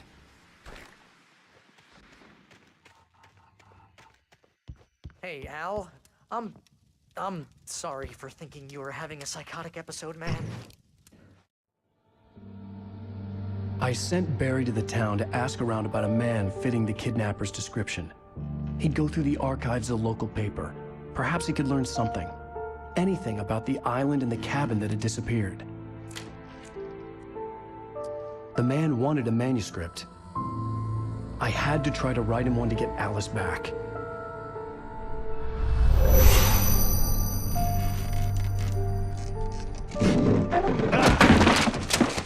For me, the supernatural had always been nothing but a metaphor for the human psyche, a tool to use in writing fiction. Now, it was happening for real, and I couldn't put a single word on paper.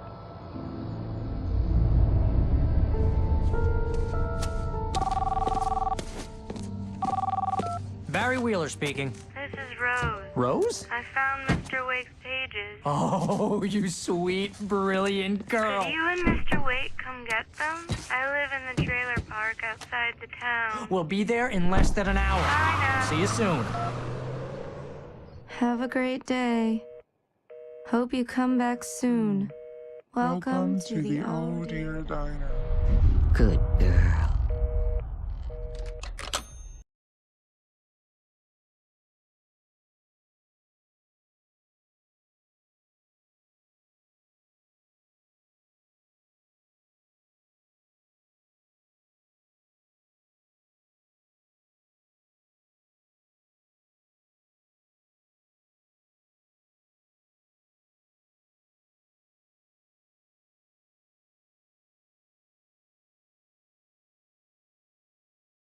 Previously on Alan Wake, Alice has been kidnapped. Alan, please help me. Alice? You'll do exactly what I say if you ever want to see your wife again. I can't tell anyone except my agent Barry. Damn it, Barry, they'll kill her! You're my best friend, and I'm worried that you're not right in the head. The ransom is a manuscript I supposedly wrote that's coming true before my eyes. It happened just the way it was on that page. So dark. I have found only a few scattered pages. I want the entire manuscript. The deadline is in 2 days. I found Mr. Wake's pages.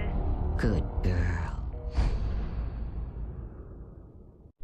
How the hell did she get her hands on the manuscript anyway? I don't know. She's resourceful. I told you were too hard on her. Listen, I found out all sorts of interesting stuff while I was digging around. Yeah. Mr. Wake, it's Sheriff Breaker. We have an FBI agent here, Agent Nightingale. FBI? He's anxious to see you. You'd better come to the station. Okay, I'll be right over, Sheriff. Let's make this quick, huh? Help you folks? Name's Randolph. I'm the manager. We're looking for Rose. Works as a waitress down at the diner? Rose, sure. Nice girl. Who wants to know? I'm Alan Wake. The writer, huh? I heard on the radio you were visiting. Well, I'll show you her trailer. That Rose, she's a nice girl. Always pays her rent on time. As I was saying, Al, I found all sorts of weird stuff from the local newspaper's archives. This place is crazy. Disappearances, mysterious deaths, urban legends come true, and get this, most of this stuff takes place around Cauldron Lake. Well, you ain't wrong, mister. The Indians thought the lake was a doorway to the underworld. I'm the God-fearing type myself. I don't hold with that sort of thing. Yeah, okay. Anyway, there was an island there owned by a guy called Thomas Zane. Now, some of the articles I found about him make him out to be a famous writer, but I ran a bunch of searches, couldn't find a single thing he wrote. Zane was heavily into diving, so much so that the place came to be called Diver's Isle. But the volcano under the lake erupted in 1970, and Zane went down with the island.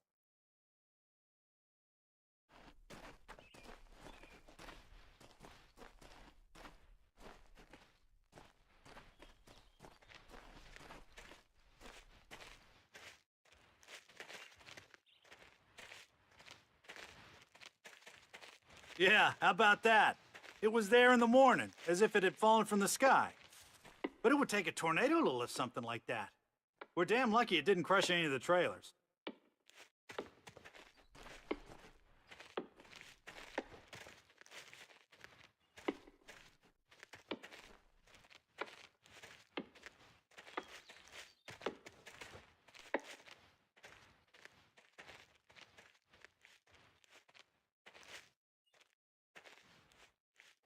It gets better. A local girl, Barbara Jagger, drowned in Cauldron Lake just a week earlier. They were lovers. Sure, Jagger's a local spook story. The Scratching Hag comes for you in the dark. Childish stuff like that. Anyway, Al, I'm just getting to the best part. All of the articles about this stuff were written by Cynthia Weaver.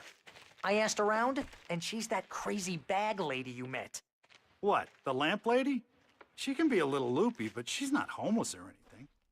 Yeah, anyway, she knew both Jagger and Zane before they both died, and she had some kind of a breakdown.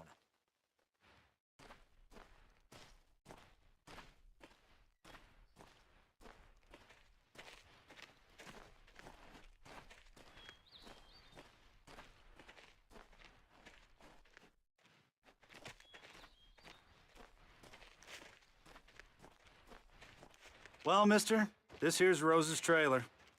You mind me asking what you want with her? We're just here to talk to her, pal.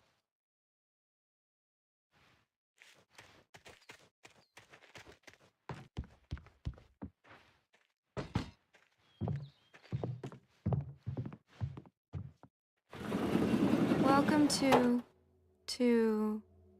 Oh dear, Mr. Wake. I'm so glad you're here. Rose, you have my manuscript? Oh. Oh, yes. Yes. Please, come in. Hey, this is really good. Rose, Yes, my manuscript. I really need it. I understand. I know what you need. A muse to inspire you. Oh, for Barry. She doesn't have anything. Yeah, hey, Al, what's... Oh... Barry! What? What?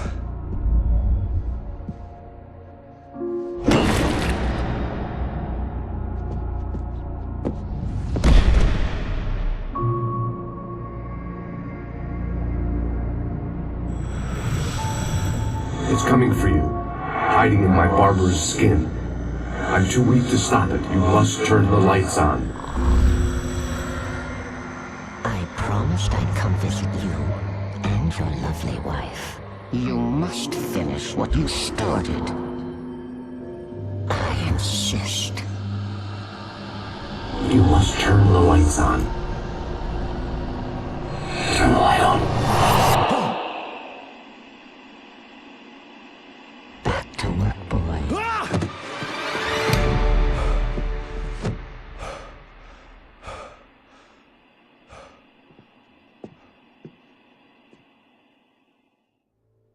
I felt nauseous, hungover. Only anger kept me going. I can't tell reality from dream anymore, but it seems I have an imaginary editor to help me. She's an old woman in a funeral dress. I call her Barbara Jagger. She's very strict. I'm writing faster and faster. My manuscript is being heavily revised. The edits are getting very aggressive, and each day there's less of me and more of her. I hate it, but I know she's right. She promises me I can save Alice this way. She knows more of this than I do. About the complex incantation I'm attempting. About this place. She's worked with another writer under similar circumstances, Thomas Zane. The genre of the story seems to be shifting. It's turning into a horror story. I'm getting close. I can feel it.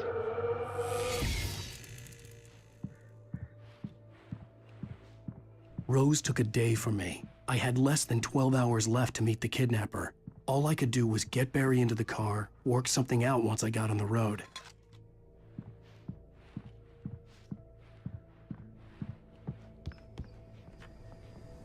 My gun and flashlight were gone. I'd have to find a way to get Barry into the car as quickly as possible. There was no time to waste.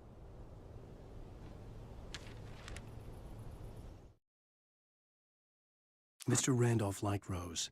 That little smile she had. How she was still sweet when life had tried so hard to make her bitter. It wasn't any of his business what she did in her trailer. But those strangers, the writer and his smart-ass sidekick, looked like trouble. And they'd been in there for hours, way past her normal bedtime. He reached for the phone and called the sheriff's station.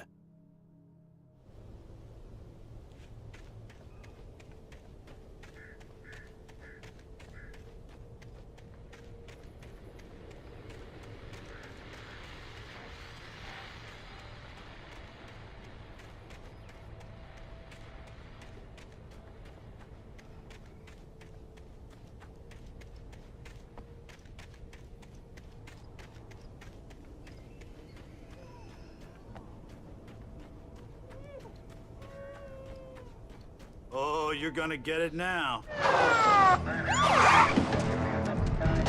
God knows what you've done to that poor girl. This is Agent Nightingale, FBI! Get him up, Hemingway! You're under arrest! You move a muscle, I'll unload right in your goddamn face! Stay right where you are, Spillane!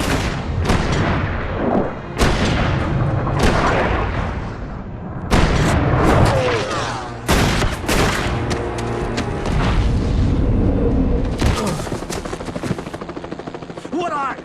I'm standing right here, you goddamn maniac!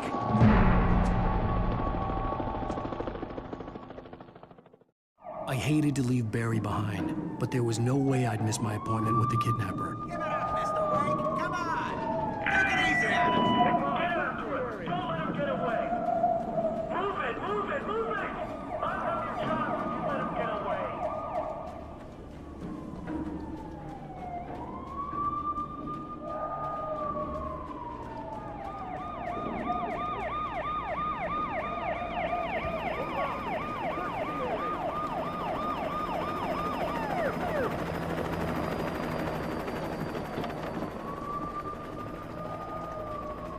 There! There he goes! Okay, men, keep your eyes peeled. He's gonna try to make it through here. Where is he?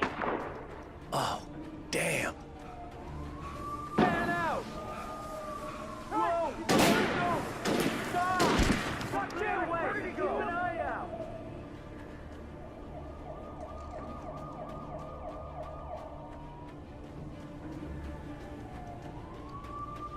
God damn it! Where did he go? He slipped away. Keep an eye out.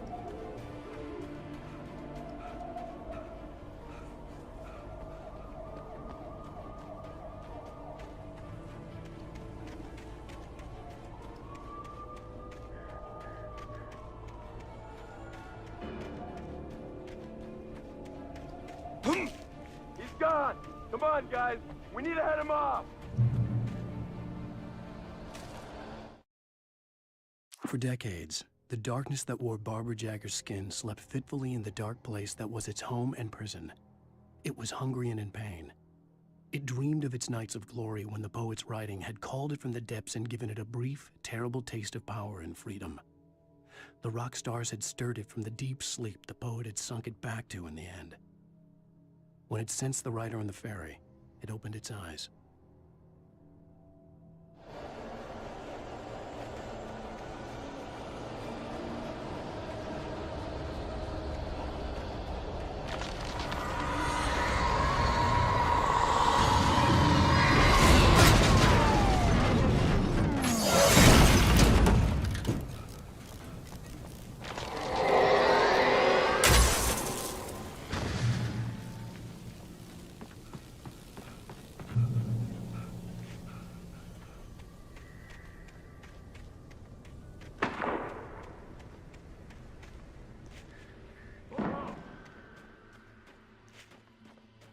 Search the area.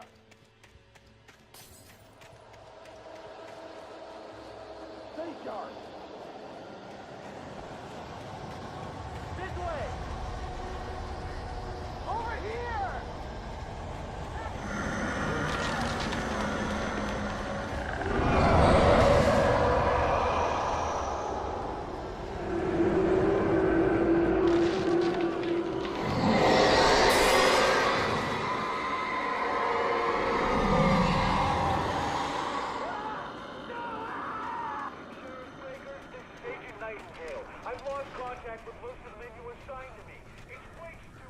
This horror was everywhere I went, circling me. The cops didn't stand a chance. They were after a writer, not a monster.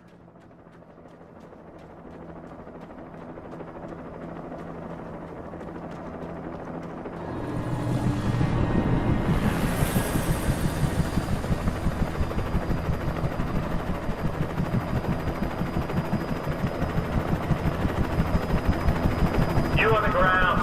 Hold it right there. There's nowhere to run. Freeze!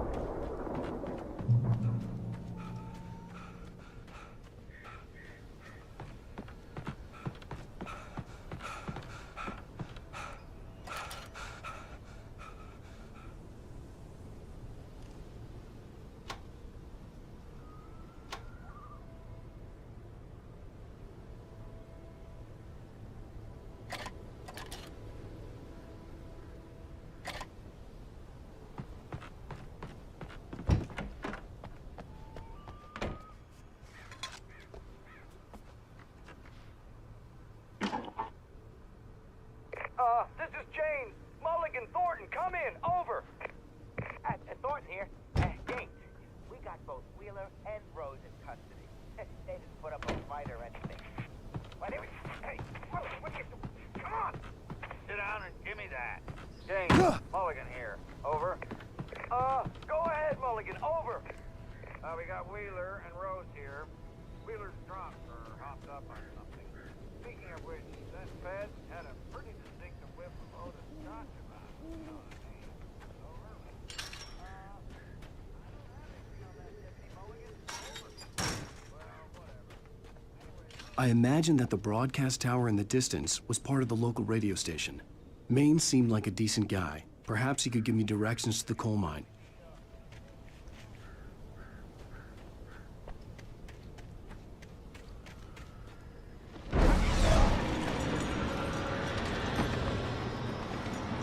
Unnatural shadows clung to the gate. The darkness that was after me was trying to stop me. I wouldn't get through without a light. There was no power to the searchlight.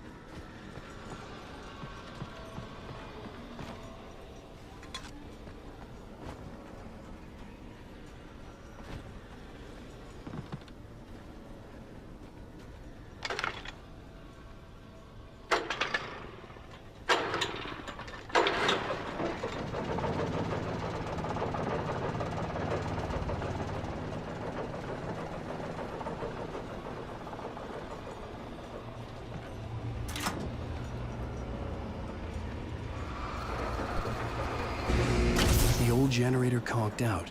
I'd have to see if I could fix it and try again.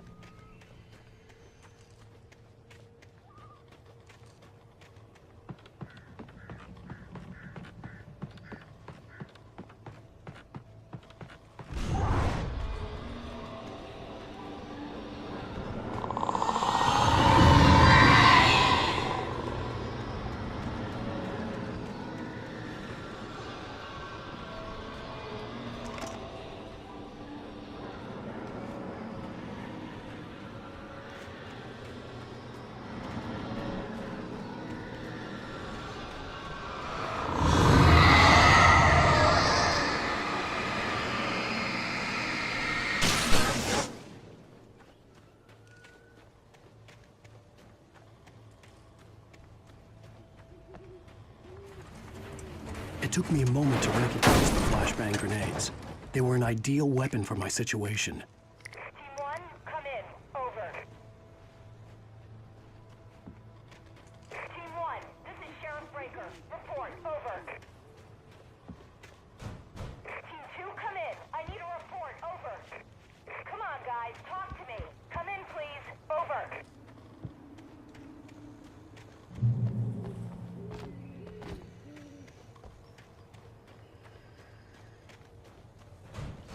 You have the right.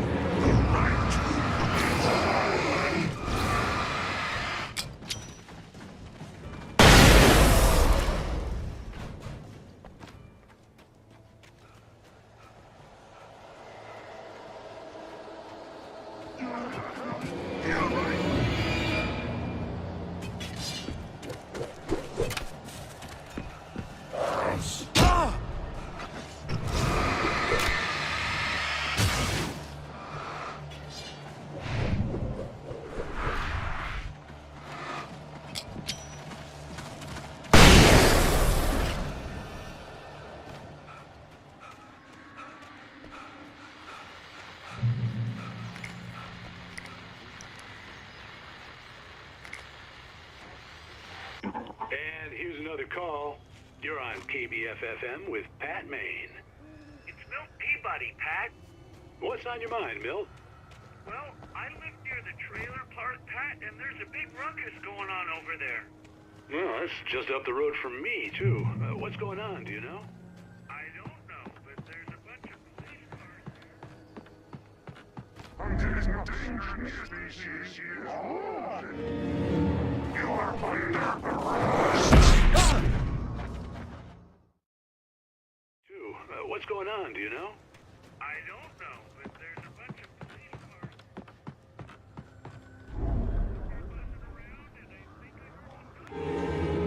You are under arrest.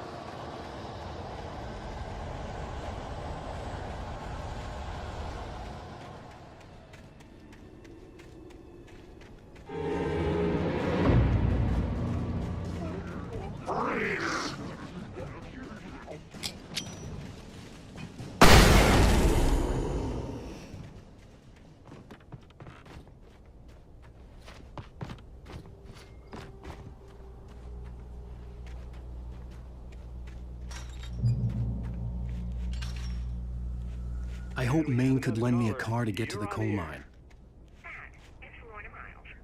Oh, why, hello, Lorna. What do you have for us? Well, I just don't see why the cops bother with the train car.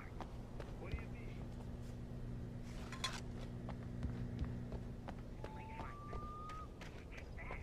The sheriff should be helping us normal citizens instead of wasting resources on those people. Well... Let the trash sort themselves out. I'm sorry, but my granddaddy settled in Bright Falls in 1911. Well, thank you very much for that compassionate viewpoint, Lorna. Oh, here's a little surprise. The famous writer Alan Wake just walked in, folks. I'm going to see if I can talk him into an interview. Come on in, Mr. Wake. Oh, I'm so glad you could find the time to do this, Mr. Wake. Nowhere to run now, Dan Brown. You back away from me. Don't hurt. Whoa. Everyone calm down. Put the gun down. We're all friends here, right? Cool your jets, Nightingale. We got him. What the hell's the matter with you? There's a civilian in there.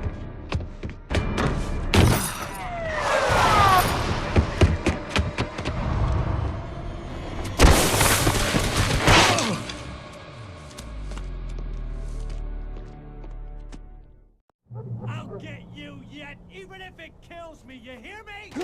You hear me, H.P. Lovecraft? I had fallen off so many cliffs it was ridiculous. That's what you get for naming a book The Sudden Stop.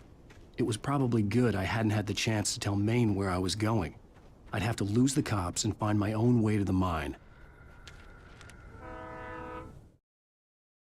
Nightingale stared through the broken studio window into the dark woods.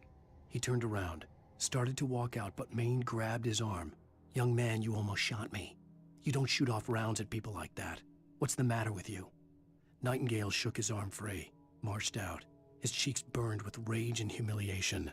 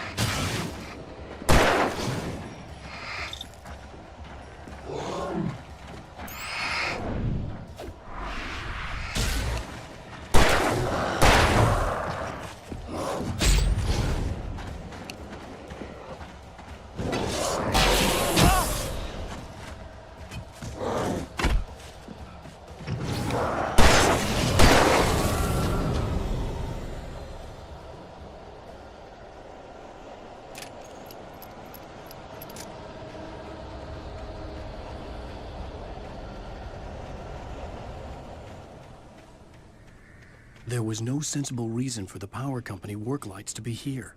It was almost as if they'd been left for someone like me to use.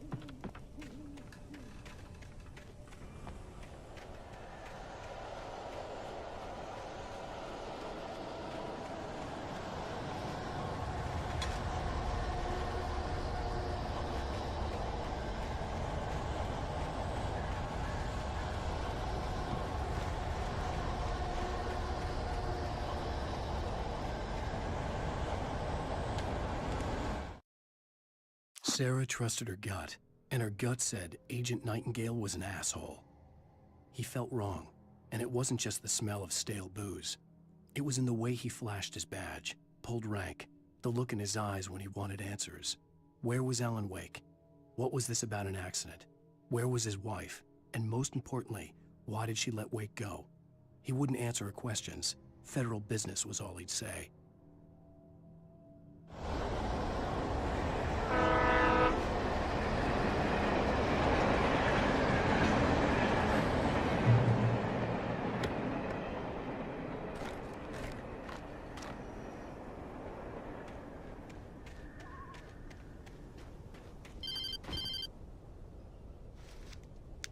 Hello? The most stubborn man I've ever met. Alice? Alice? Alan, I'm so afraid. Keeps me in the dark. Please help me. I look at you, Alan, and it's not you. Something else. Looking out from behind your eyes. Alice, I'm here. I'm so alone here. It's all gonna go to hell. You need to be careful. Cooperate. The connection had been terrible, but that wasn't the only thing that hadn't been right with the call. She sounded wrong somehow, but she had called me.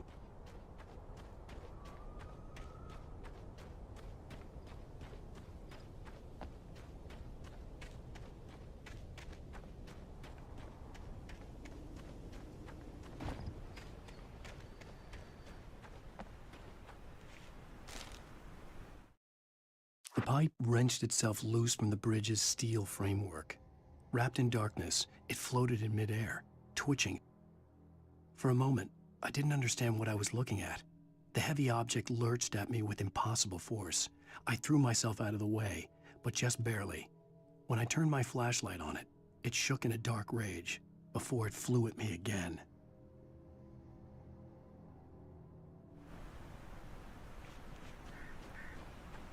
I could see a railway bridge up ahead, and a warehouse of some sort on the opposite shore. I hoped I could find a car from there.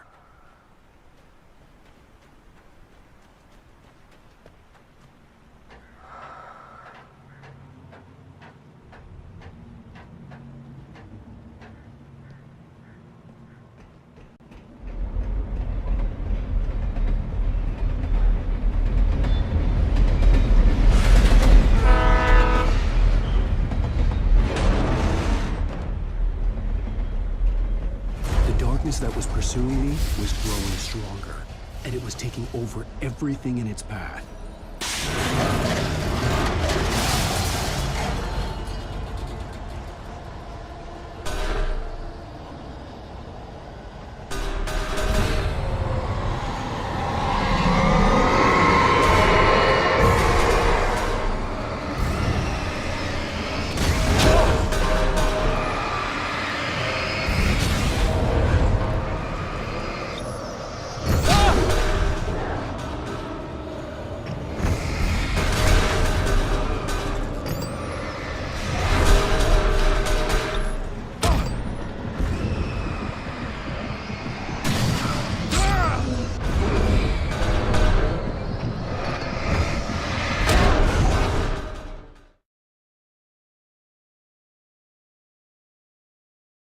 on the opposite shore.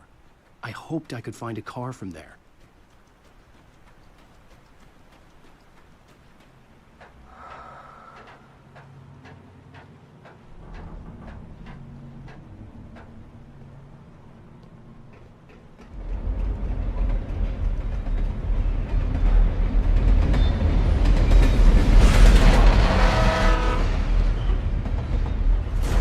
That was pursuing me was growing stronger, and it was taking over every beat.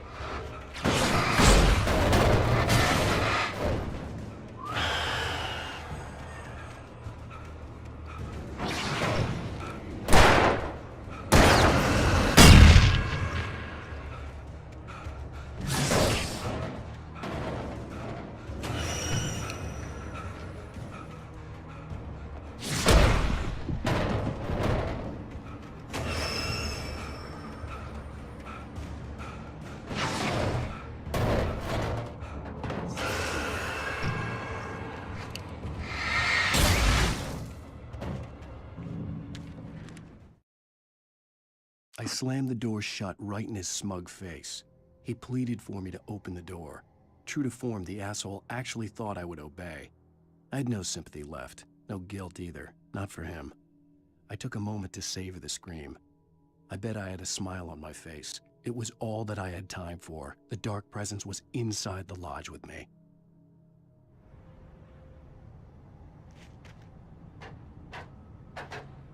As a teenager, just starting to get interested in writing, Stephen King had been a source of inspiration to me. I thought about all the inanimate objects that had come to life in his books. No one is safe in a good horror story. Certainly not the protagonist. That's what makes them fun. This was anything but. The darkness could possess anything, and it was getting closer.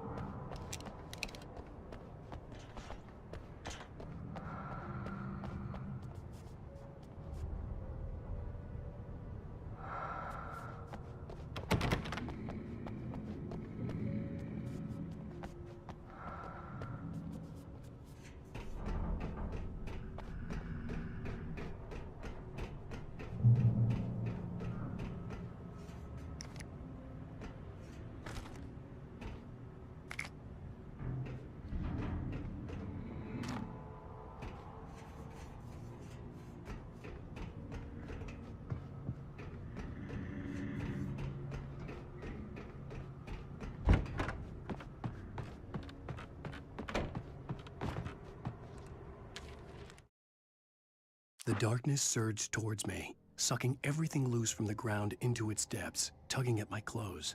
I saw the flare the kidnapper had dropped and threw myself towards it just as I felt my feet leave the ground. The darkness embraced me with the force of a tornado. Somehow I managed to light the flare. The darkness roared and cast me away. I fell toward the dark waters of the lake far below.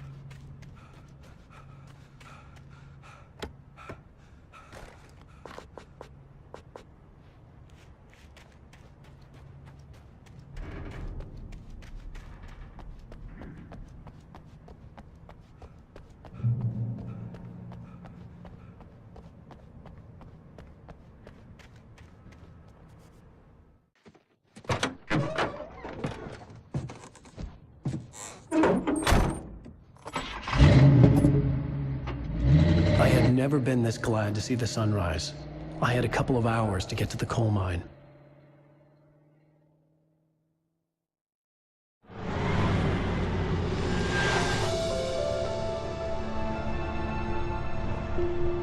The coal mine wasn't far now.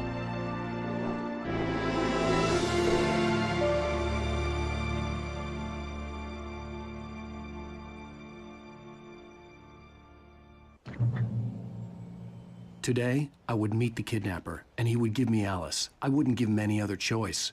A drowning man will clutch at a straw. Little by little, without realizing it, I'd come to believe that the story in the manuscript was coming true. The current of its narrative had taken me deeper and deeper into dark waters. Alice had been taken from me. Barry was probably in jail. I was a fugitive from the FBI. The whole world taken over by the Dark Presence was trying to destroy me. It all felt real, but it matched a textbook case of insanity.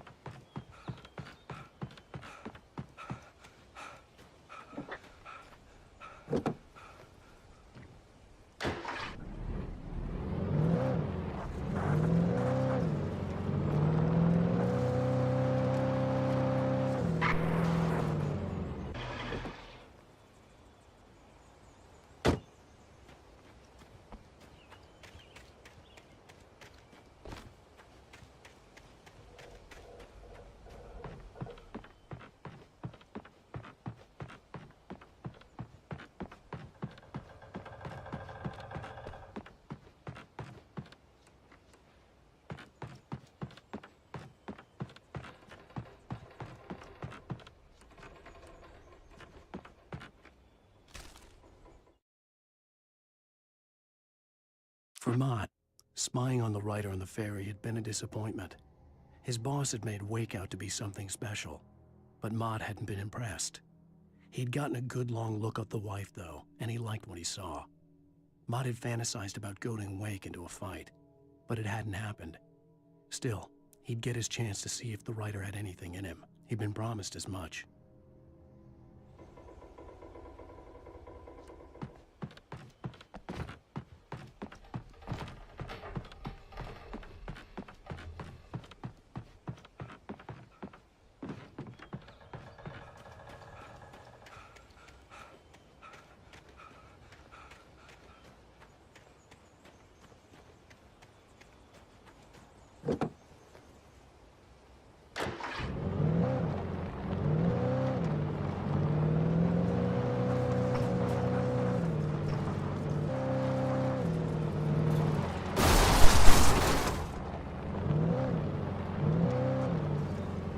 I was early. I was supposed to meet the kidnapper at noon in the main building. The coal mine was quiet. It was a museum now.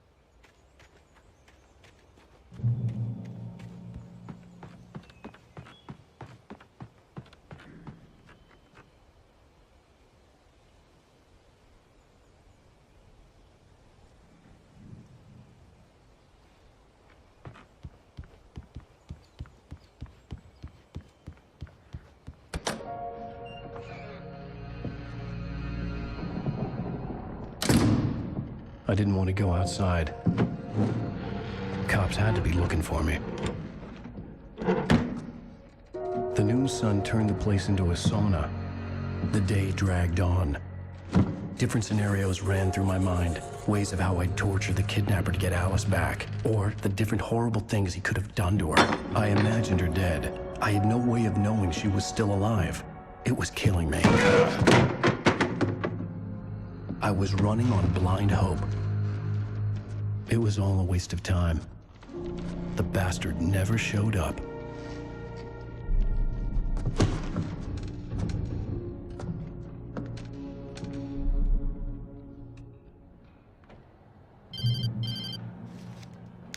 Wake! Where the hell are you? Change of plans. You know where Mirror Peak is? It's a big mountain north of where you are. You follow the path from the mine, you can't miss it. There's a lookout point there. I'll be waiting. I'm through being jerked around by You you. want to see your wife alive? Because if you do, you better watch what you say to me. Do we understand each other? I want to talk to Alice. Yeah, and I want the manuscript. Don't keep me waiting, Wake. Hello? Hello? Ah! I'm gonna kill him. I had to get to Mirror Peak.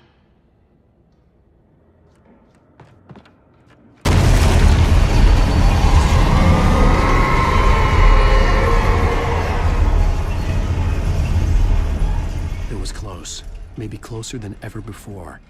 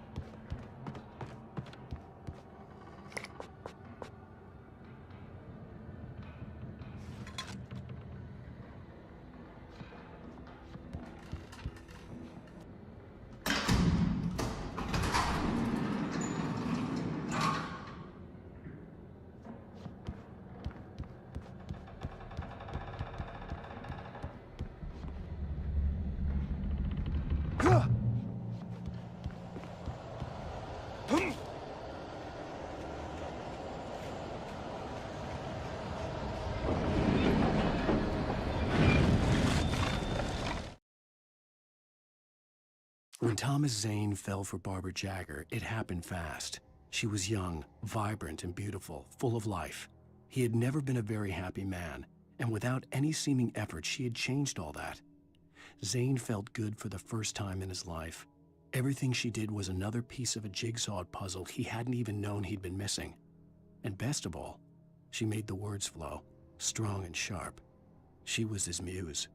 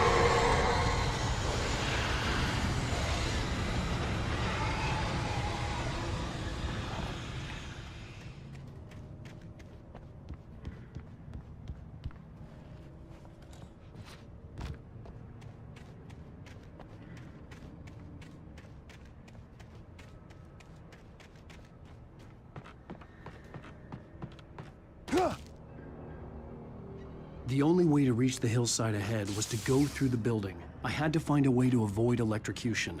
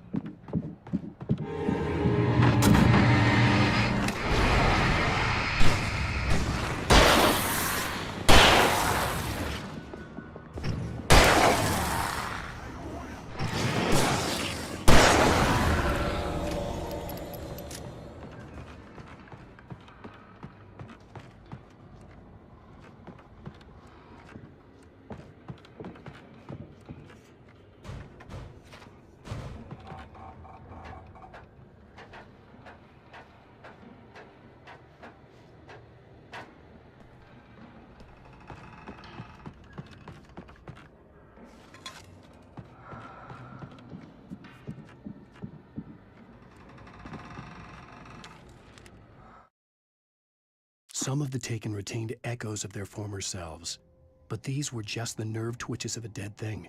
Nothing remained but a shell covered and filled with darkness. In most cases, these puppets were enough for the purposes of the Dark Presence. But for anything more elaborate, as with the writer, it was different. It needed his mind. And so rather than taking him over completely, it merely touched him.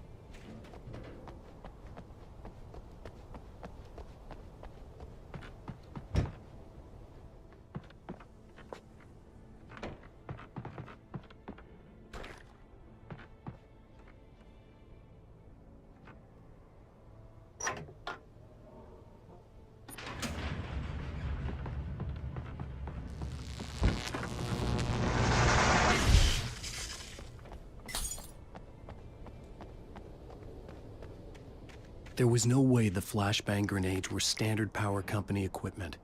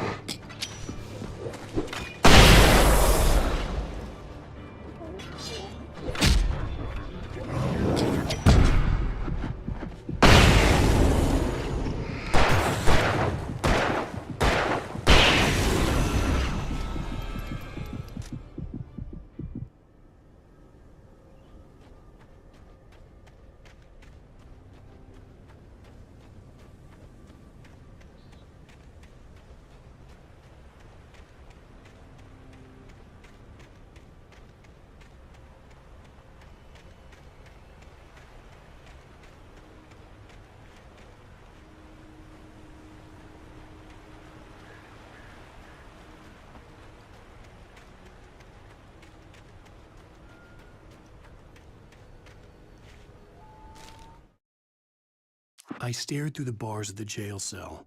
Barry stood behind me, swaying on his feet, looking as ill as I felt. Agent Nightingale stood on the other side of the bars with Sheriff Breaker. Nightingale had a stack of manuscript pages in his hand. He seemed unhinged as he gloated. "Well, I've got you now, Raymond Chandler. It's all here. All the evidence, including conspiracy to murder a federal agent."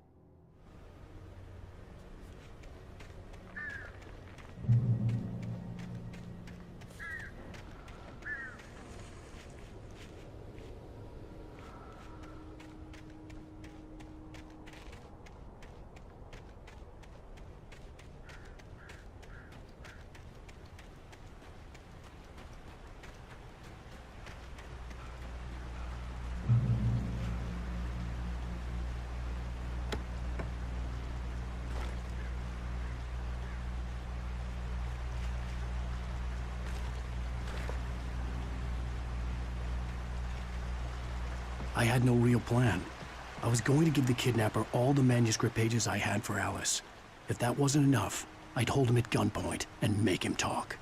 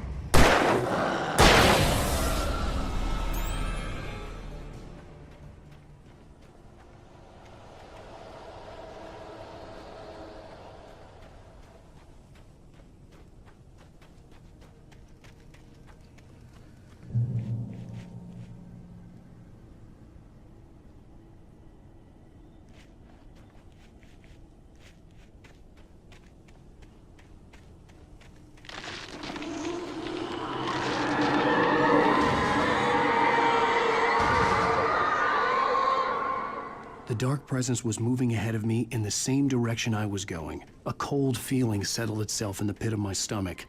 Was it going for Alice?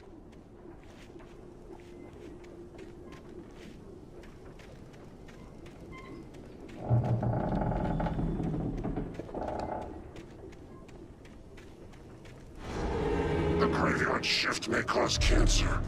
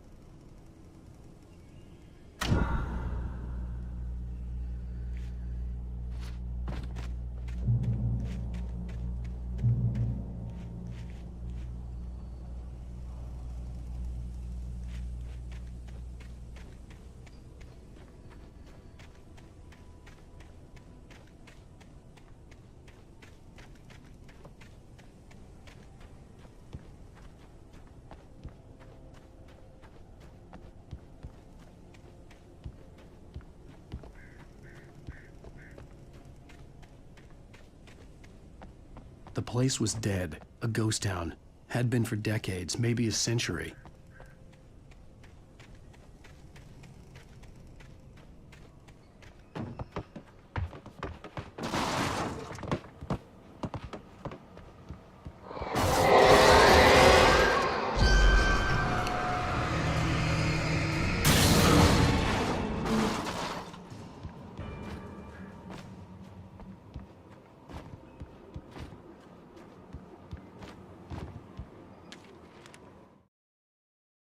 Things were never as simple in real life as in fiction. I had lost count of the times I had wished there'd be a clear reason for my writer's block. Something to fight, something to lash out on. There wasn't. I was filled with doubt. I was nothing like the hero in my books. Alex Casey had gone through his life with single-minded determination, never wavering from his goal. Even now, I was angry at myself, angry at Alice, angry at Barry. I was fumbling and I had no plan.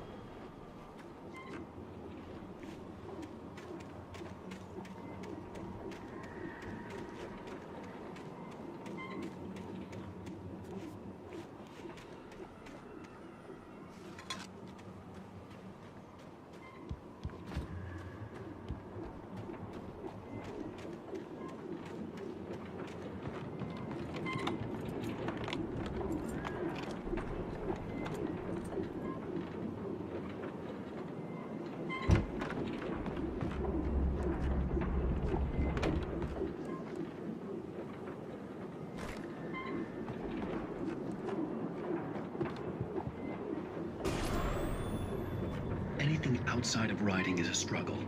I feel ill. I managed to make my way downstairs. There's a shoebox filled with books and papers by Thomas Zane. It's very hard to focus, but I managed to read some of it. He's a poet, and a good one. He writes of muses and creators summoning fabulous things from a magic lake, using his powers to shape the world of a realm of gods and dreams and demons, dark things that wait for a chance to slip through, wearing the flesh of men as disguise. Zane writes about himself, his girlfriend being taken over by a dark presence, about growing scared of the lake. Zane believes it's a mirror to the gaping void of darkness above, where some Lovecraftian presence lurks. I crawl back upstairs. I'll borrow these things for my story. They ring true. They fit.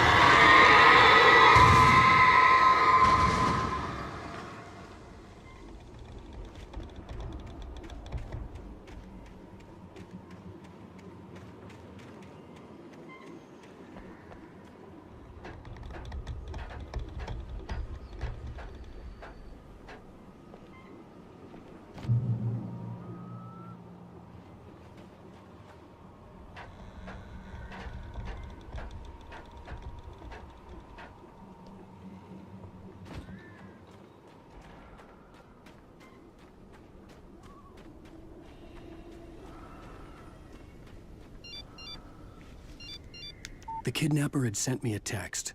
The message was full of spelling errors and insults. It was telling me to hurry up.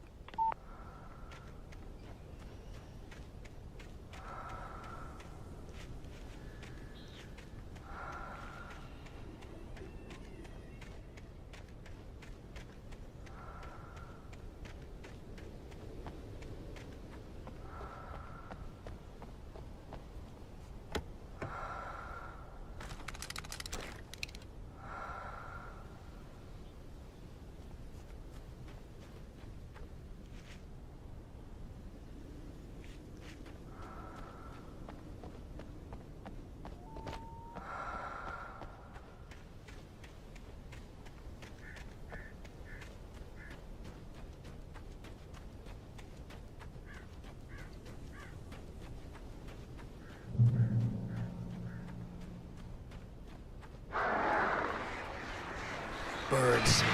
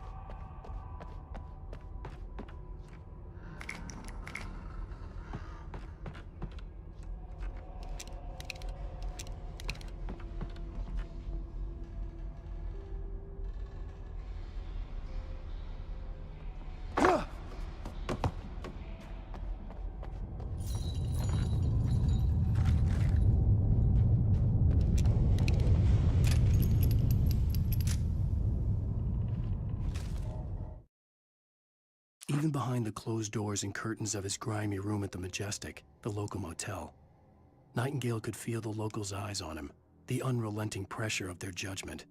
He forced it out of his mind. For all he knew, they could all be under Wake's spell already. You do what you have to do to get the job done. He took comfort from the bottle in his hand. Please, he thought, just let me get through this.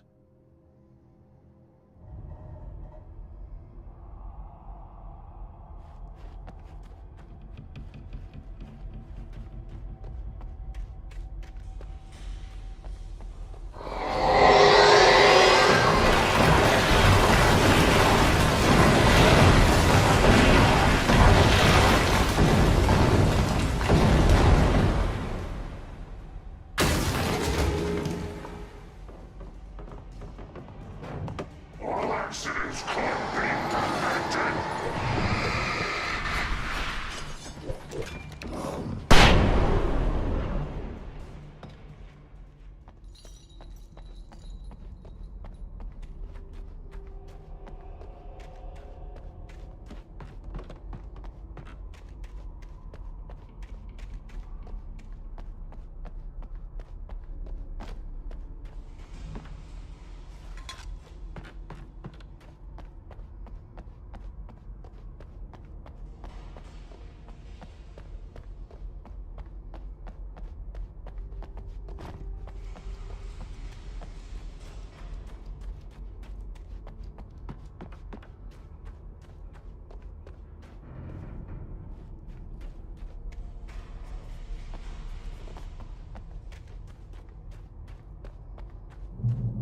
I'd have to make my way up this mine shaft in order to go on.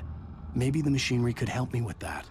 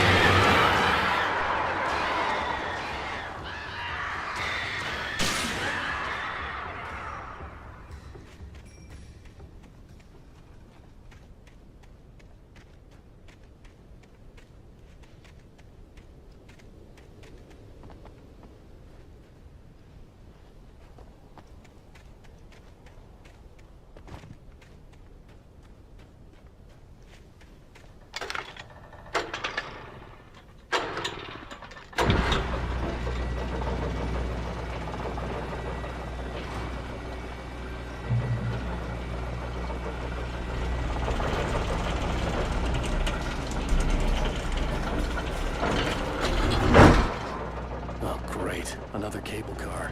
Just great.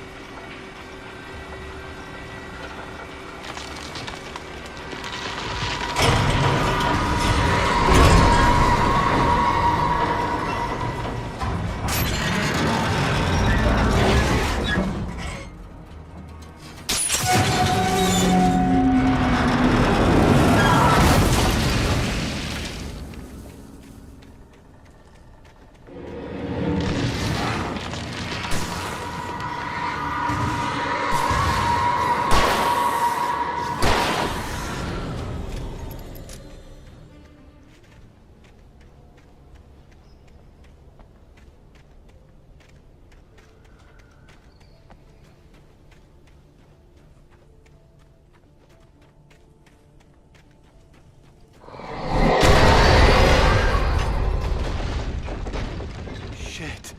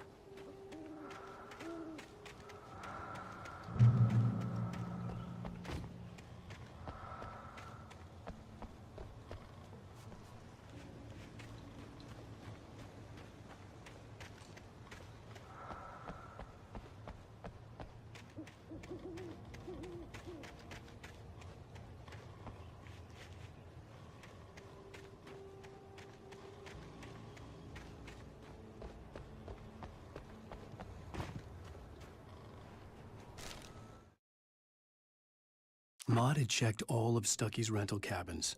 There had been no sign of the Wakes. It was dark when he'd found their car parked at the end of the road by Cauldron Lake. It made no sense. They must have taken a wrong turn, but there was no sign of them, and the car had been there for hours already. Frustrated, Mott stood on the rotten ruin of the footbridge that had once led to Diver's Isle before it sank beneath the waves years ago. The boss wouldn't be happy.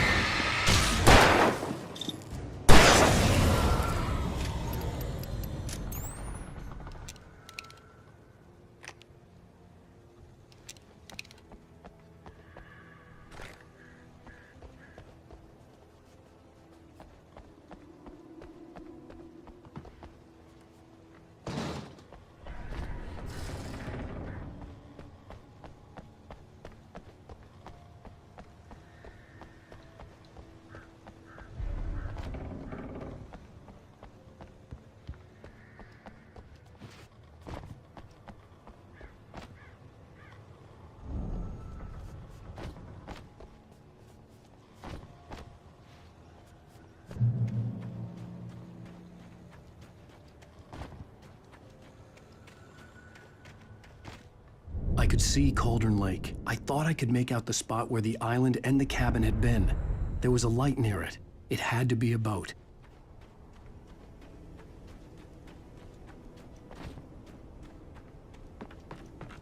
I was close now. I had to get there fast. I dreaded what I would find. I tried to hold on to Alice, but her form melted away. I was losing control. Dr. Hartman stood in her place. I wanted to hit him, but my arms were jelly. He smiled. It was a reassuring smile, and I hated him for it. I had to give you a sedative. Don't fight it. You went through another rough period. Right now, it's very important that you stay calm. We don't want you to have another episode. You're a patient at my clinic. Have been for a while now.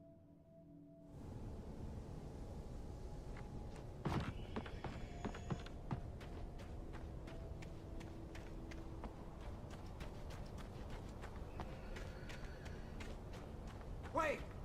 Are you? Wait! Hey, I'm here! I'm coming! No! Get away! I'm sorry. Please, lady. The boss didn't know who he was messing with. I didn't know. I swear, I didn't know. We don't have his wife. We don't know where she is. She's probably drowned. We just said we had her to make him play ball, you see?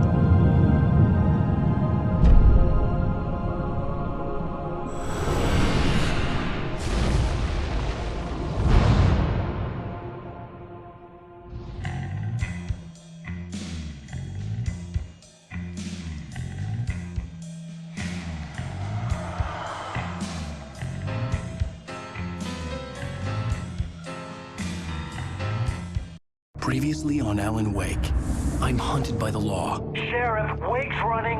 I'm giving chase. Are you seriously telling me that Ryder just took out my deputies? A thriller I supposedly wrote is coming true. The genre of the story seems to be shifting. It's turning into a horror story. I was told that Alice had been kidnapped, but that was a lie. We don't have his wife.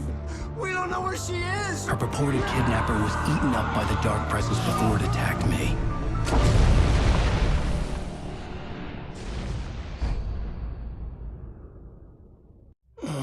Alan, shh, baby. It was just a nightmare. Alice. There you go, Alan. Hartman. I fell. I had to give you a sedative. Don't fight it. You went through another rough period. What? Right now, it's very important that you stay calm. We don't want you to have another episode. You're a patient at my clinic. Have been for a while now. The shock of your wife's death triggered a mental illness. No, you're lying. You're suffering from various symptoms of undifferentiated schizophrenia. Bastard. It's okay, Alan. Just let go.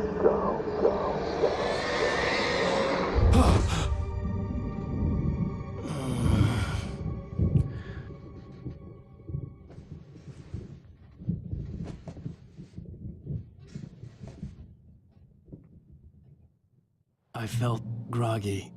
Whatever Hartman had bumped in me was making me numb. I felt like this was happening to someone else. Someone I was watching on television. I couldn't think. Couldn't focus. There were only empty sheets of paper here. No manuscript pages.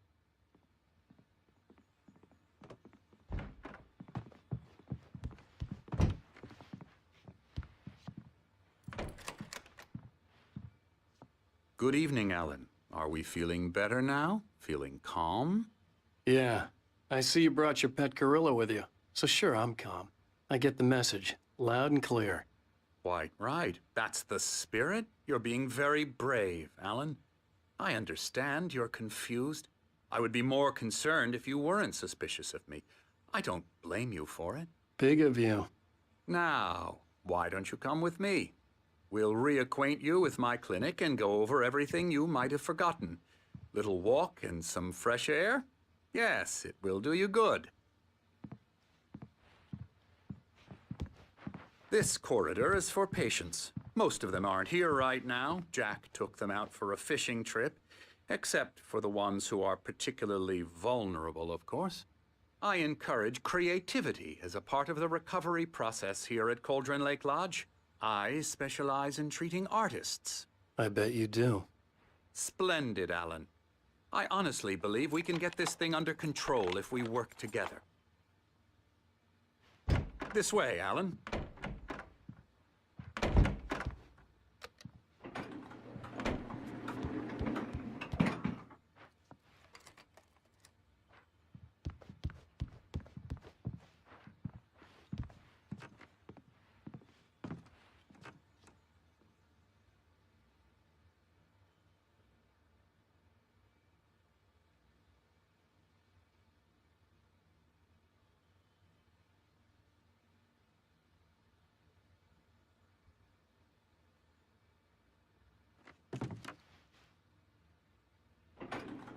Now, Alan, from past experience with you, I know I need to get right into the heart of the matter as quickly as I can after an episode.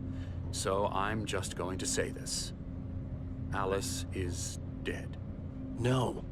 You're in a very vulnerable state until you understand and accept this. Alice drowned, and you couldn't face that. You're suffering from hallucinations, paranoid delusions, unusual thinking, an obsession about light and darkness, a feeling that everything revolves around you, your thoughts and dreams. Your mind has constructed an elaborate fantasy scenario in which your writings are affecting reality. She has been kidnapped and supernatural forces of darkness are trying to stop you. We go this way, Alan. I wasn't ready for another shot, so I went along with it. He had to be lying.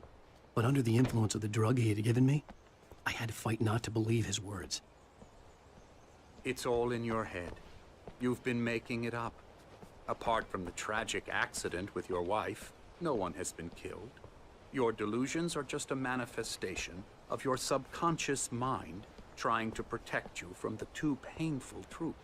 Unless we fight the fantasy, it will return. I know the instinct is to resist me, but think about it. Doesn't this make far more sense than the insane supernatural conspiracy you have concocted in your mind? You're a skeptic by nature, Alan. We both know this. Everything can be explained logically.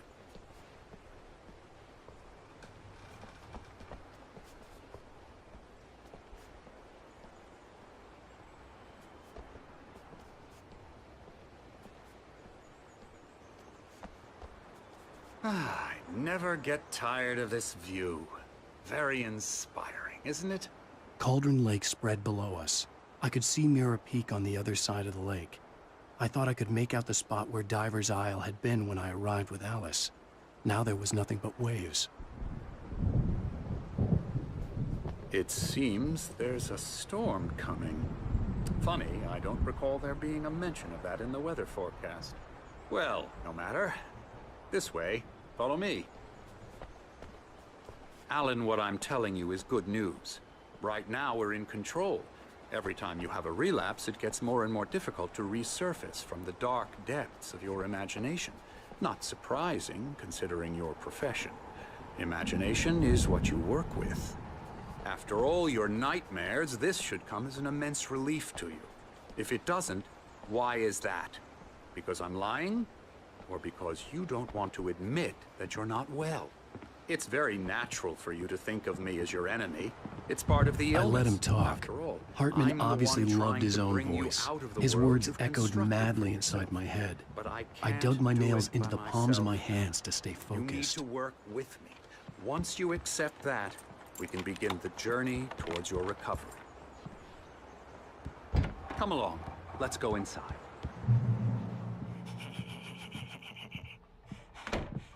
Here's the entrance to the office wing. That's for staff only. You were impressed by my trophies when you first arrived here. I do love to hunt.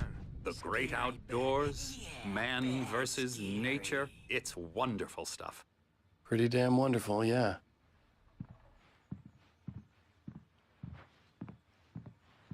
Scary, scary, scary.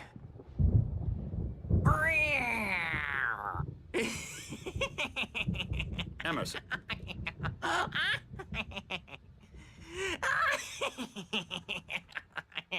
I'm a real bad dream, mister. You should be afraid of me. Don't want to run into me in the night, that's for sure. Please, Emerson. Mr. Wake is confused enough as it is. Yeah, you'd like me to go away so you won't be scared. But you can't just decide what kind of dream you have or when you have it. Emerson. Okay. Sorry. Boo. That's Emerson. We're actually making some progress with him, I'm happy to say. He works on video games. Ooh, yeah. It's trash, of course, but it does I'll get involve him to some the head. small creative effort, which makes him receptive to my therapeutic methods. No kidding.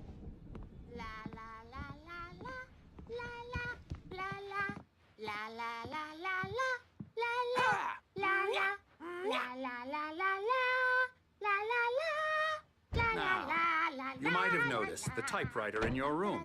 You've been writing as a part of the therapy. As soon as you feel up to it, you should continue.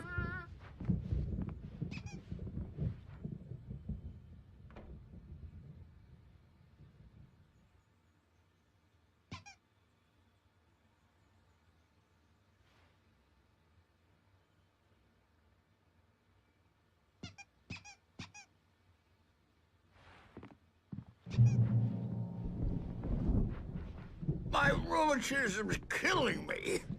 There's a storm coming. Oh, what a storm. I hope it wipes this place off the face of the earth. And these two are the Anderson brothers, Odin and Tor. They had how should I put this? A heavy metal band in the 70s and 80s called Old Gods of Asgard. They even adopted new first names to complete the image of Viking gods. After the band broke up, they lived on a farm nearby. They are, well, in advanced stages of dementia. They're well cared for, TLC and all that. There's nothing more that can be done. I'm afraid that the rock and roll lifestyle has left its mark. No, that won't do. I'm so sorry to cut this short for now, Alan. The power has been acting up. I'd better go check on it. We'll continue this soon. Meanwhile, when you feel up to it, return to your room and try to write. It really is for the best. Don't you think? I'd like to bash his head in with a hammer. Oh, he'd love to fish out our secrets, but he has no clue. He's not crazy enough. Not crazy like us, Sonny. Yeah! Being crazy's a requirement, Sonny. Who else could understand the world when it's like this? It takes crazy to know crazy. That's the sanest thing I've heard in a while. Say, you're all right, Tom. Hey, we like him, don't we, bro? He's got to go to the farm. The Anderson farm. Valhalla! We wrote it all down, lest we forget. A crash course. All you need to know to get your head right. You need to find the message. Here, Sonny, here's something for you. Gave me a rash, but I kept it safe from these bastards. My head was clearing up, or according to Hartman, I was sinking back into the fantasy. I was convinced he was lying to me about everything. Crazy or not, the Andersons made more sense. Tom, you got any booze on you? Yeah, no. We Sorry, have a guys. stash of the special stuff at the farm. Our own formula. Local ingredients. Medicine clears your head right up. Makes you remember like moonbeams on the brain. Oh, I just noticed. Leather patches on the elbows? That's not very rock and roll. Tom just lost is all. Baba Yaga got to him too, the damn witch. She used us all. Taken from all of us. Took my thunder, the witch. And my ravens. What were they? Memory and thought, the hag. She took something from you too, didn't she? That's what she does. We're better off. This place, the lake, it gives you power. If you're a creator, an artist, Haga. Nightmare shifted in their sleep in the darkness of the lake. Yeah, that's the one. She makes sure it comes out twisted and wrong. Just ask the lamp lady. She knows what happened to that other writer. She's been using you, boy. And you let her. You went and opened the door for her, didn't you? Now, it was already open a crack. And whose fault is that? We're morally corrupt, disease-ridden, old and stupid. Doesn't mean he had to open it all the way, goddammit.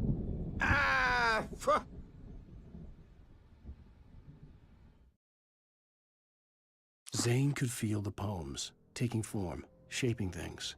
As he experimented, he imagined he could almost feel the power surging through the keys of the typewriter. It exhilarated him. But there was fear, too. If not for his young assistant, Emil, he would have given it up.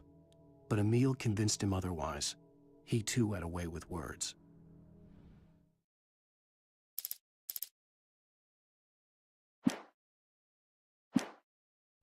So tired. Built the farm close to the lake. A place of power. We had parties there, man. You should go there and have a party.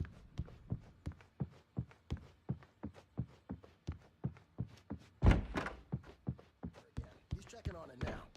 Yeah, good thing he's not overreacting or anything. Well, he's the boss. I may need a hand here later on, Birch. The storm's bound to make you-know-who jumpy. You know how they get. Gotcha.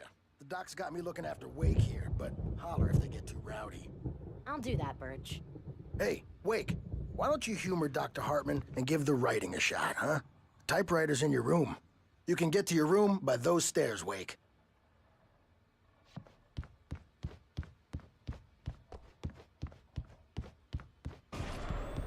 Something's wrong. I'm not myself. It's hard to think that there's a shadow inside my head. I can only focus on writing. Everything else is a blur. I'm trapped in this cabin. Have been for days, but it's always dark outside. My editor is real. I saw her again. She's not human. It's not human. A dark presence is wearing the old woman's face. She was covered in clinging shadows. There's a hole in her chest where her heart should be. I think I've made a horrible mistake. I don't think I'm any closer to saving Alice. It's been lying to me, using me to get the story it wants, and the story will come true.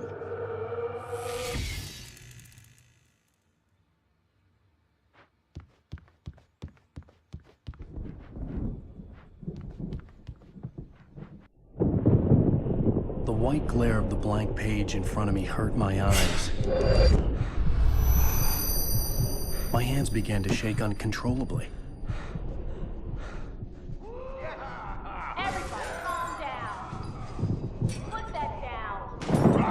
Bert, I need help. Hey, Wake, you stay here. I'm gonna go see what's up. You just keep doing what you're doing. Be cool, okay?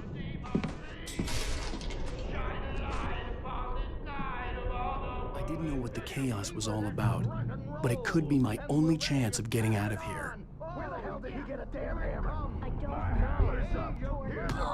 Poke from Mjolnir, witch! Oh, Afraid of the crazy brothers, are ya? Not so weak now, are we?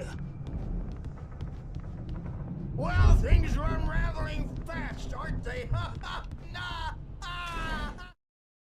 Hartman kept talking, giving Barry the grand tour, clearly proud of the place. He went on and on about his hunting trophies, and Barry was impressed. But he was here on business. He raised his voice, cut through the monologue. "Hey, Hartman, where's Al?" Hartman stopped in mid-sentence, annoyed at the interruption. He nodded at the hulking orderly standing nearby. The man smiled and clapped a practiced hand on Barry's shoulder.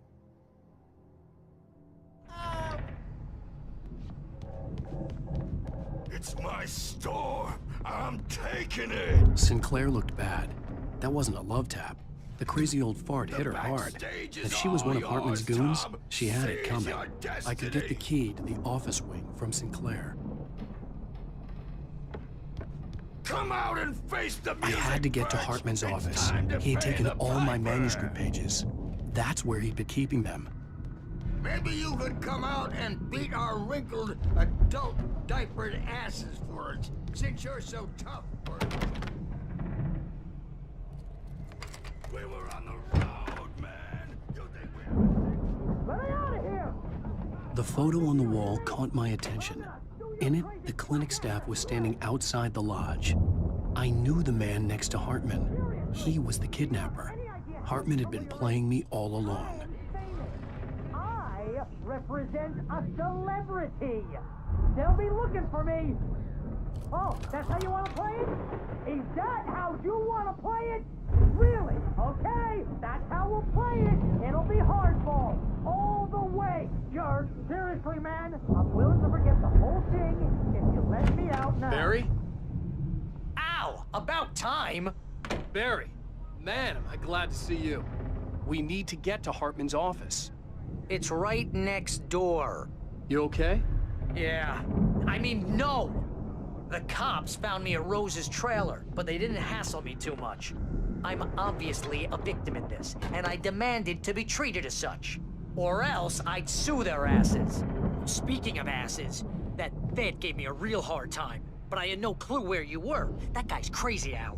But he let me go, and then I get a call from Hartman, that son of a bitch, who tells me you're here and I should come pick you up, but when I got here, 2 goons clobbered me and stuck me in there. What's with the cutout? I stole it from the diner to piss off Rose after what she did to us. That'll teach her. Yeah, that's a harsh punishment. Come on, pal, we gotta get going.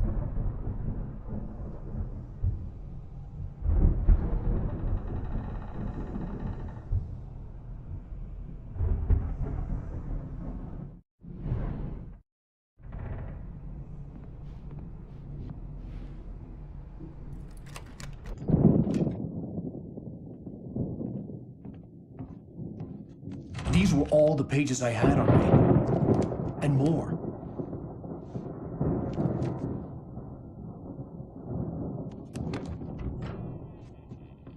Alan, please. You're sliding back into the... Tell me one more lie and I'll shoot you in the face. Ah, well, it was worth a shot. Really, Wake, come on. Let's work together on this. You have no idea... Hartman, shut up! Barry, get out of here. I'll catch up with you. Get a car. Oh, Al, let's just... Go! Wake, listen to me. This is a mistake. Don't you see? Together we can create something absolutely wonderful. With your ability and mine.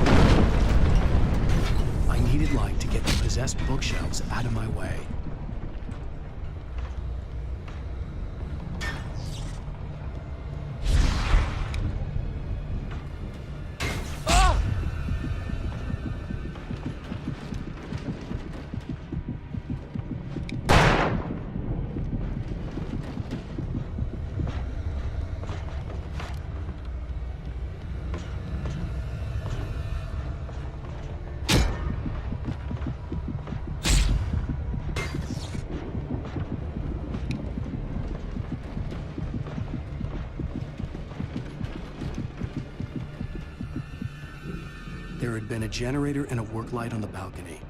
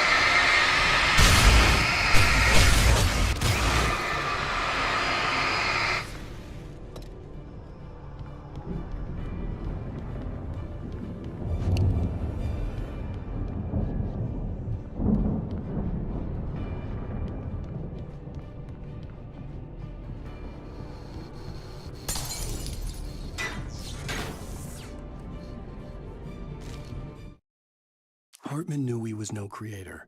He had no ambitions on that front. And he certainly didn't want to end up like every artist he had worked with here, damaged in ways that were hard to describe, or worse. It was enough for Hartman to maintain creative control and provide direction, to be a producer. That was what most of these people were in need of anyway. Of course, suitable subjects were few and far in between.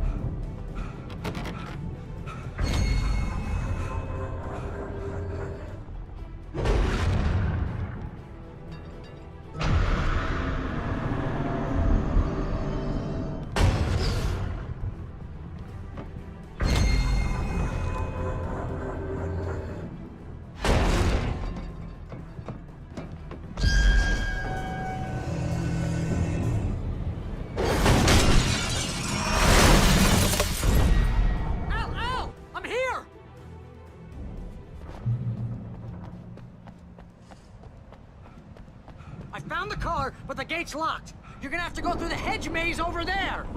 Barry, I don't have a light. Take this, Al. Oh, God! Look at the house, Al! Look out!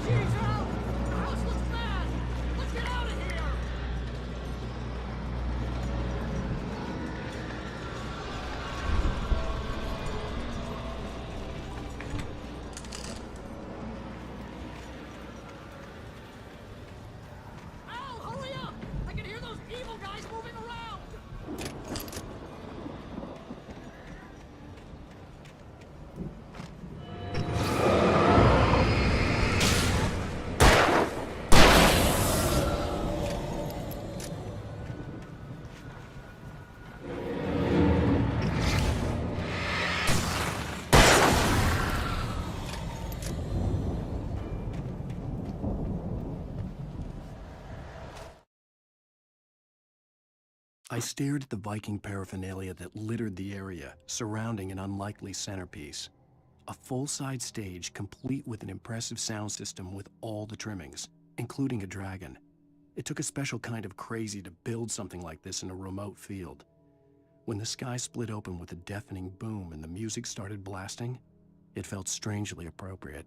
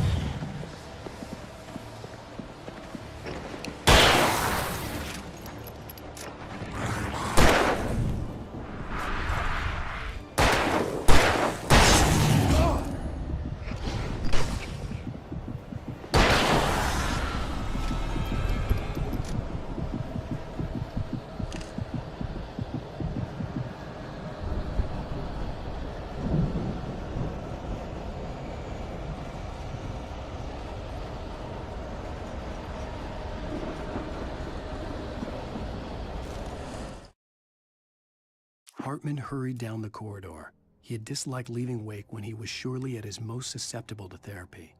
But this was not an ordinary storm. Wake had been writing, and he had woken something up in the depths of the lake. Now, it was coming for him. Hartman had naturally prepared for a situation like this. The idiot brothers would keep Wake distracted while Hartman double-checked everything, just to be sure.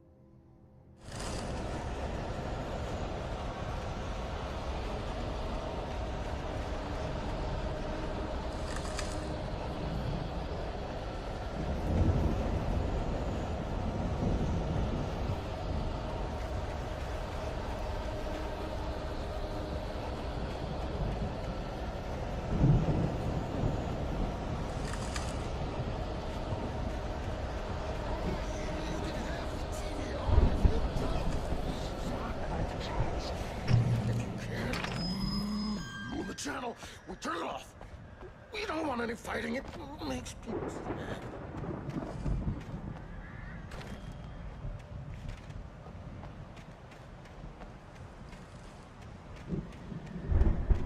You get 2 pills in the morning, and then you'll be nice and calm. You get 3 pills in the evening. Sleep like a baby!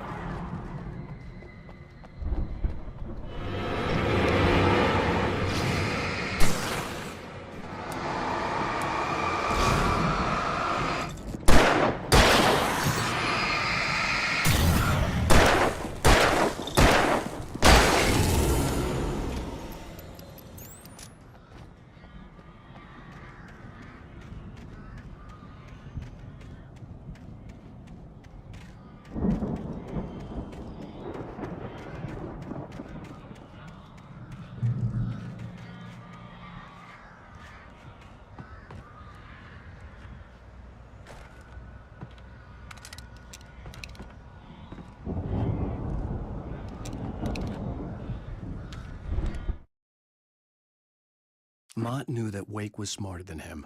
Wake had more money, a beautiful wife, everything. And Hartman said Wake was important. That made him better than Mott. But Mott was calling the shots now. He'd expected Wake to whimper and grovel, but instead, he seemed willing to fight. Mott knew he'd gotten under Wake's skin. If only Mott actually had his wife. The thought made him shiver.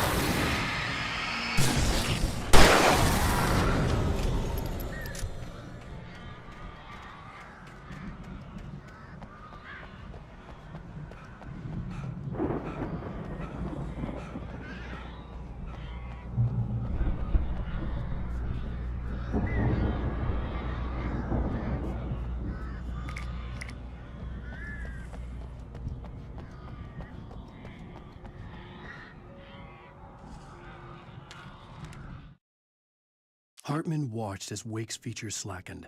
The man was bullheaded, no doubt.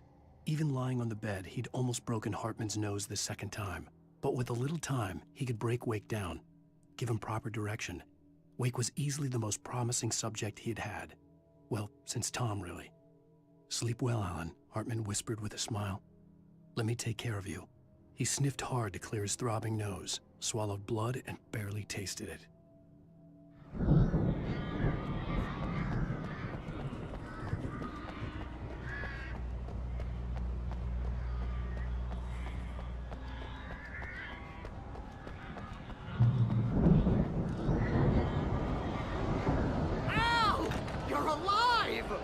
Let's get out of here. Can you open this gate? Maybe. Barry. Well, I slammed it shut when the nasty showed up, and the key fits kind of loose in the lock, so, Barry! I'll find it! Don't worry about it!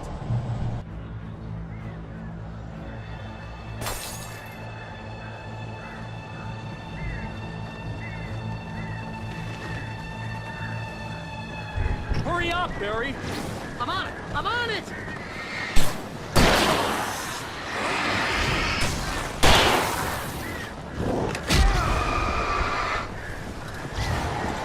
It's gotta be here! Just hang on now!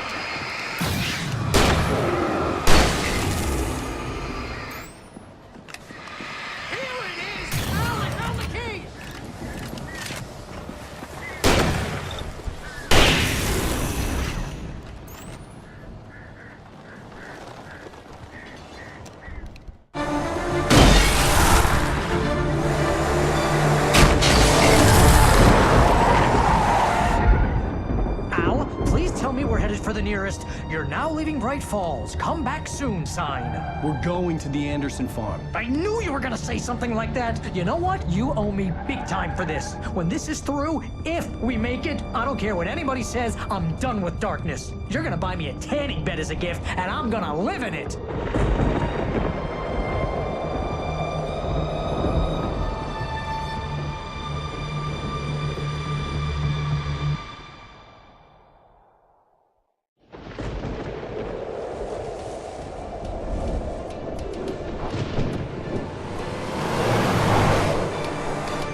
I'm crazy, but that's fine, Barry. Oh, you got that right, Al. You're barking mad. You are by far the craziest... But maybe that's inevitable when you deal with crazy stuff like this. It helps. This is happening, Barry. Alice, they never had Alice. She's trapped in the darkness at the bottom of the lake, but she's not dead. Al, how can you know that? I know, Barry. I can... Al, No, listen. I can bring her back. I can find her. There's something special about this place. The lake, it does something to the works of art created here. It makes them come true.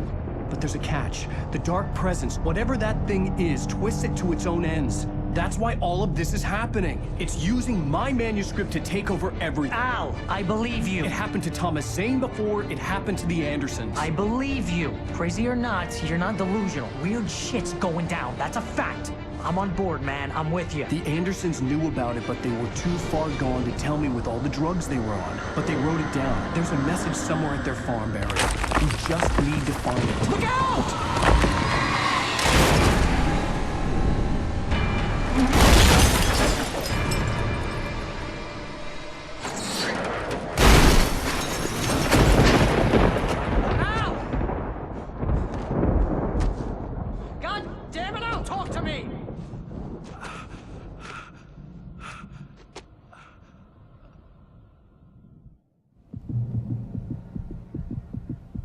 I had lost my gun in the crash.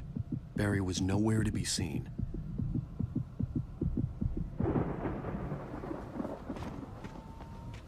Barry! Barry! Oh, man, you're okay! Jeez, it's good to hear your voice! I was trying to get out of the car, but the ground gave way. Man, what a drop! And don't worry, your cutout is fine. Forget that! Are you okay?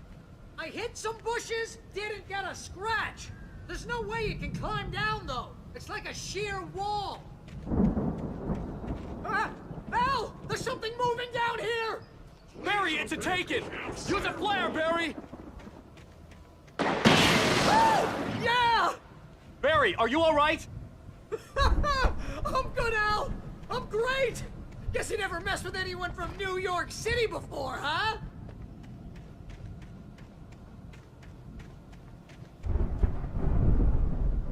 You're gonna have to find your way around to the farm, Al! I'll be waiting! Barry, just wait for me, okay? Al! I'm not staying here! It's suicide! I'm going to the farm! I'm gonna go ahead and secure the area. You can catch up. Don't worry about it. I'm on the case. Now he's Rambo. This would turn into a disaster if I didn't catch up with Barry.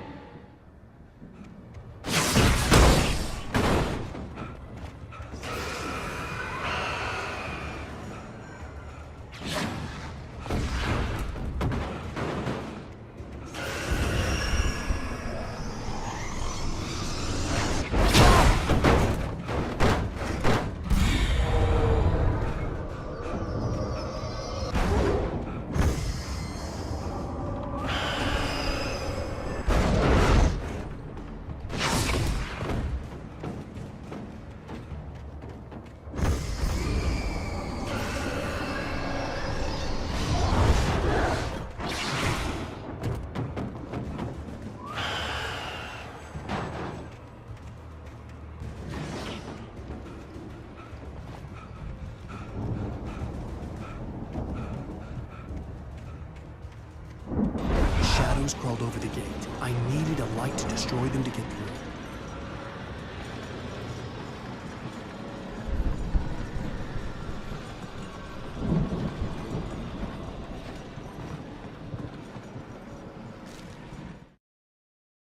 Agent Nightingale stared at the passed-out rider.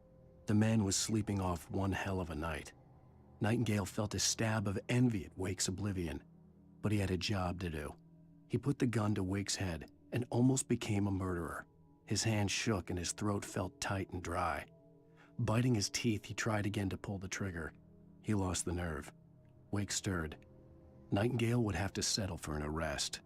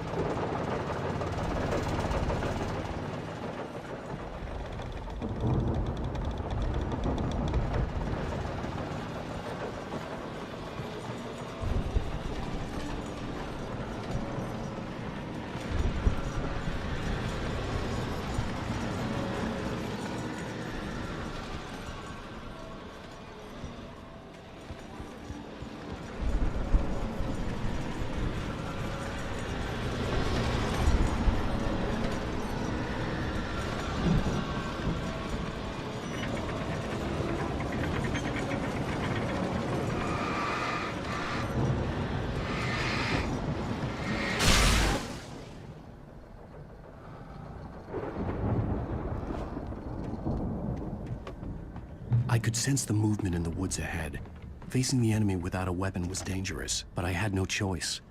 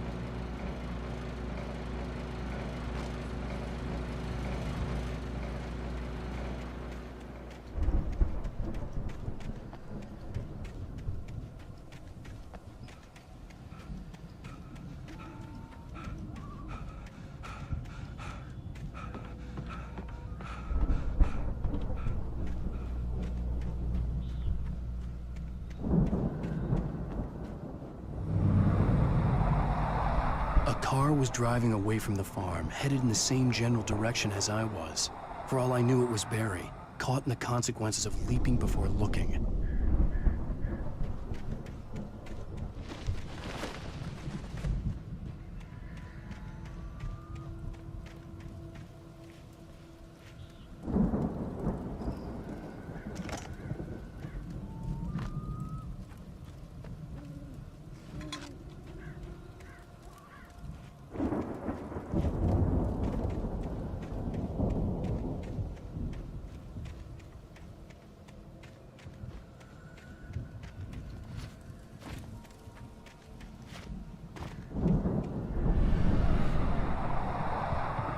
The car was heading for the cabin up ahead.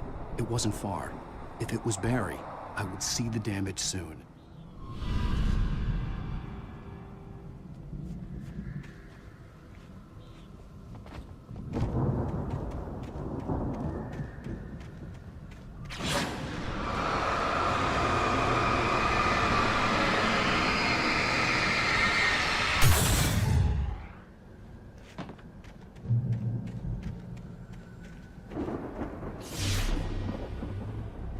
I'm trying to deliver each page to the right time and place. I'm trying to show you how the story goes. I had seen glimpses of the light before. I had seen it in my dream. It was a strange spaceman or a diver in a bulky suit. He was the one who'd been placing the pages on my path.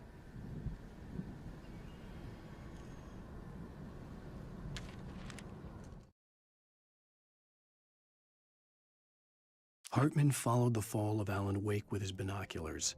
When the rider hit the water, he ordered Jack to take the boat to him. The spot was easy to see in the dark, even with all the extra lights in the boat. The flare floated and kept burning even in the water. Jack turned the radio louder as the engine sputtered.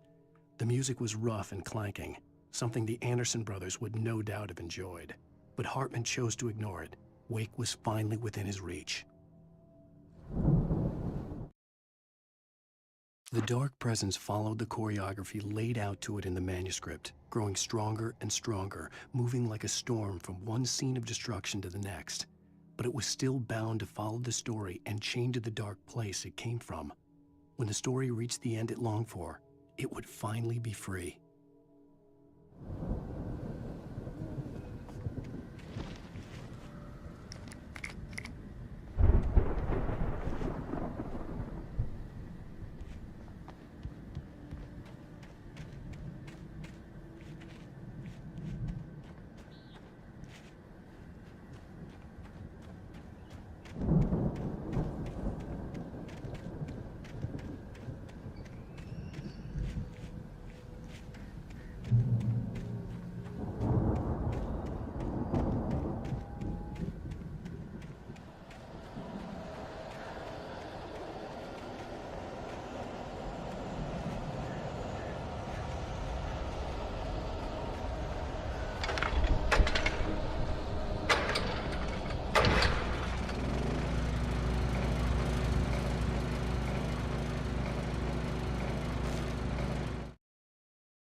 The storm raged on as the Anderson brothers walked unsteadily away from the clinic with the other patients in tow, knowing that this time they wouldn't return. The darkness around them seethed with horrors, but Tor and Odin were unafraid. Their eyes glinted with guile. They knew every secret path, and there was blood on their hands. They had fought these shades before. Someone had left a gun behind. Now I had a fighting chance of reaching the farm.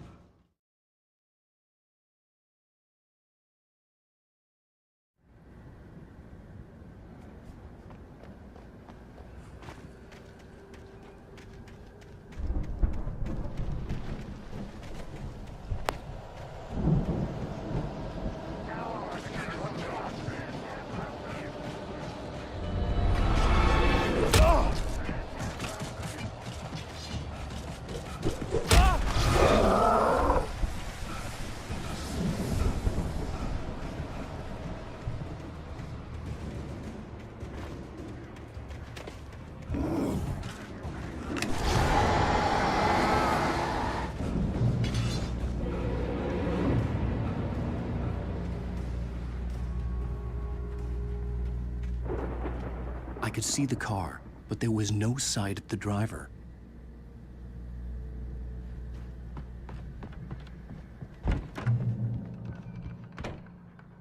Hello?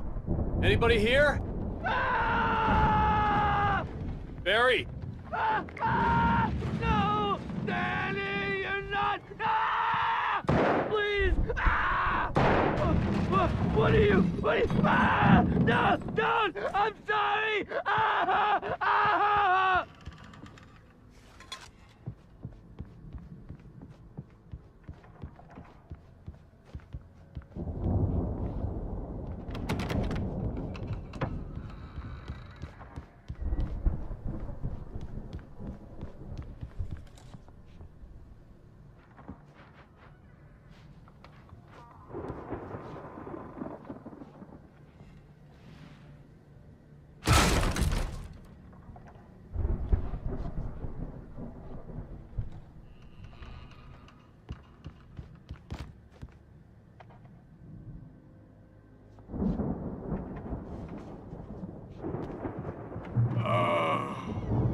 I know you.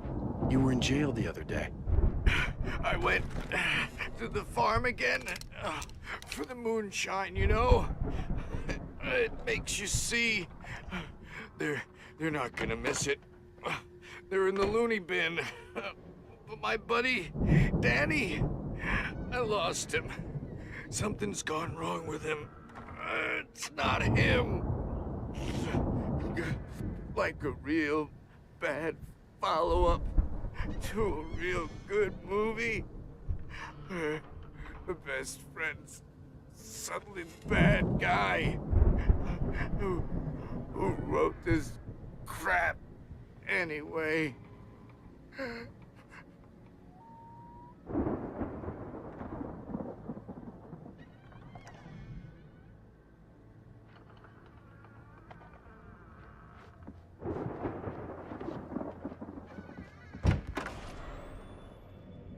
I've run through every possible course in my head. If I continue like the Dark Presence wants me to, the story I'm writing won't save Alice. It's a horror story, and it's going to kill her, and me, and everybody in this town. No one will survive. Darkness will consume everything. This is what it's wanted all along. It will be free, unstoppable. It used Alice to get to me, dangled her in front of me to keep me going. It was never going to release her. I'm going to change this. I'll escape. I've written myself into the story. I'm now the protagonist. This feels like a terrible risk, but it's the only way to save Alice. I'll be bound by the events of the story just as much as anyone else who's been woven into it. The story must stay true for this to work. There have to be victims along the way, near escapes, cliffhangers. In a horror story, it can't be certain that the hero will succeed or even survive. He almost has to die. I'll write my own escape into the story next. I need help. Zane's going to be the one who'll help me. I'll make it happen.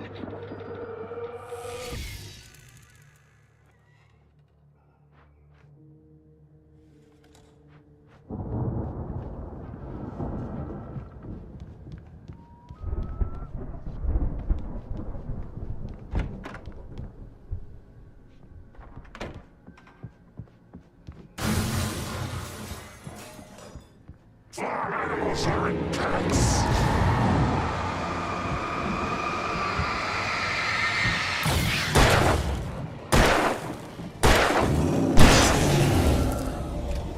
Let me guess.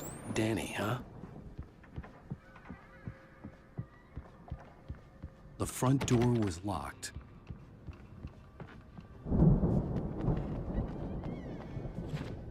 The farm was still a good distance away.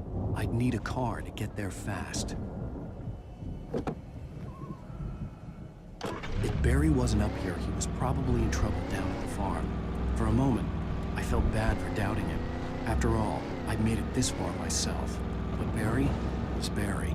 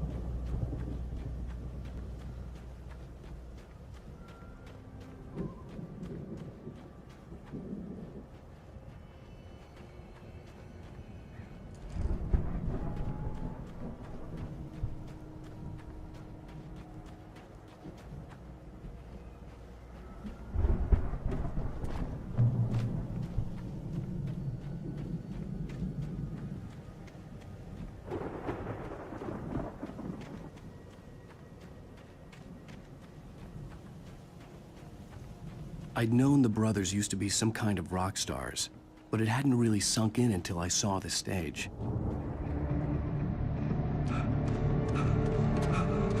Al! Run! Incoming! There's too many of them!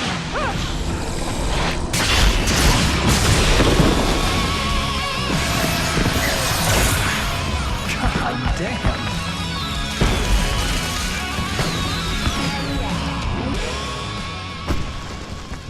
I'm so glad you decided to go it alone, Mr. Bronson. Shut up and shoot! Al! We have to fight them off! I can set off more of the fireworks from here and help you out! Hey, Al! Did you notice there's a lot of ammo and stuff around? This place is stocked! Al! Hold on! I'll try to get the stage lights on!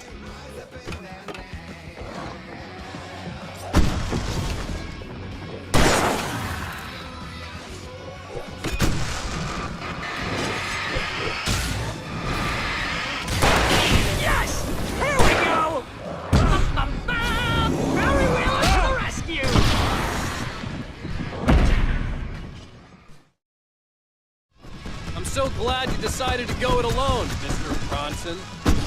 Shut up and shoot! Al! We have to fight them off! I can set off more of the fireworks from here and help you out! Hey, Al! Did you notice there's a lot of ammo and stuff around? This place is stocked!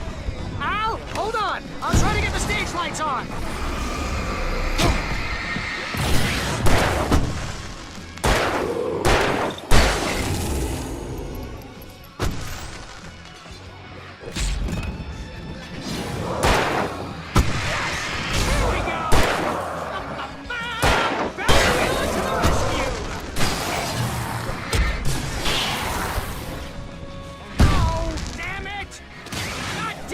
Century wiring! Hang on out! I'll get them working again, I promise!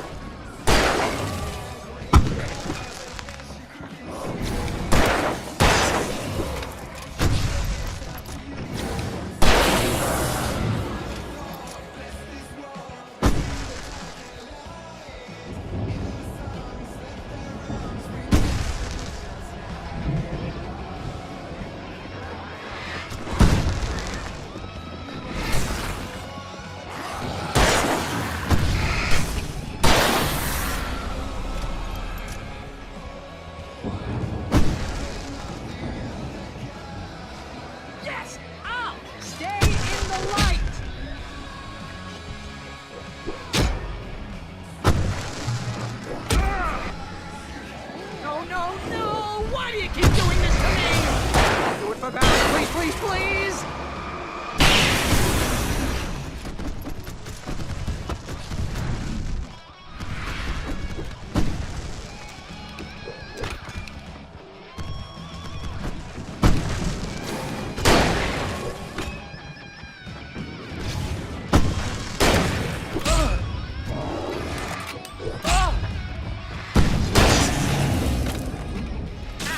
Don't let me die here.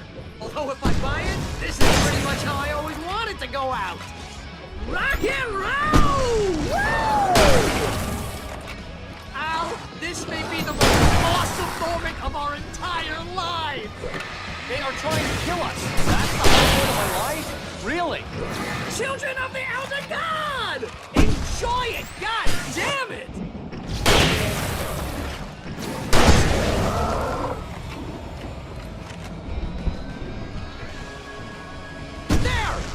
Back in the game, yes!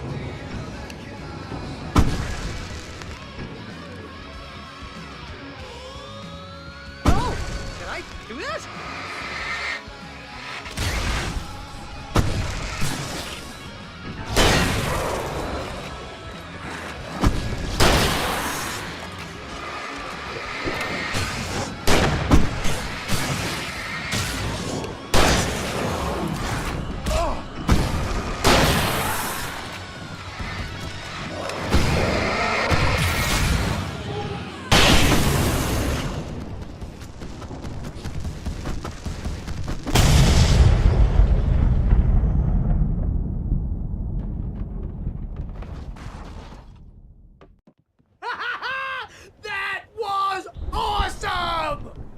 Bright Falls, rock and roll capital of America.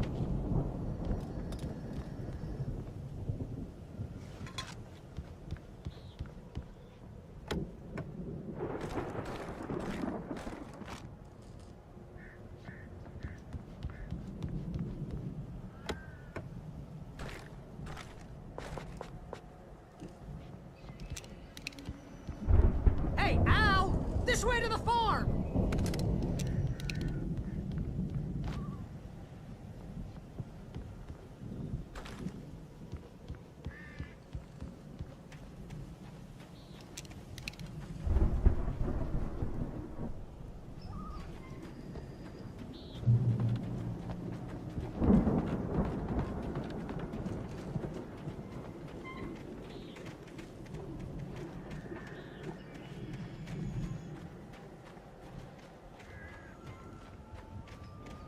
See, bestseller? No reason to worry. Your cutout's good as new, right where I left it. I'll come back for it once we have the place secured. Yeah, that's been my biggest worry all this time. We need to get this thing moved out of the way. This is as far as I got before they ambushed me.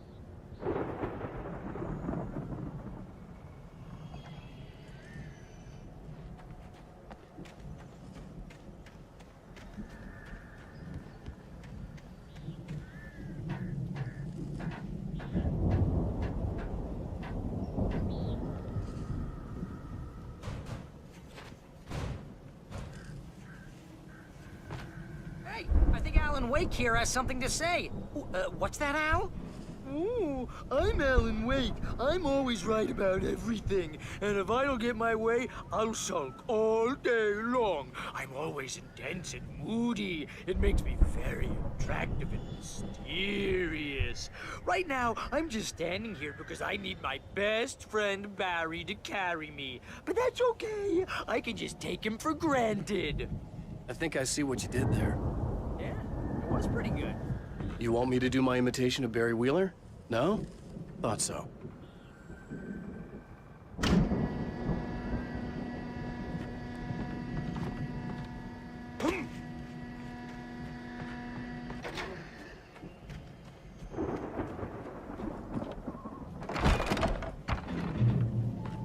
Wow! You look at that thing, Al? They really went all out with this Viking crap, didn't they? Look at all this stuff. They must have done okay for themselves, so how come I never heard of these guys before? And this from the guy who learned about Ozzy Osbourne through reality TV?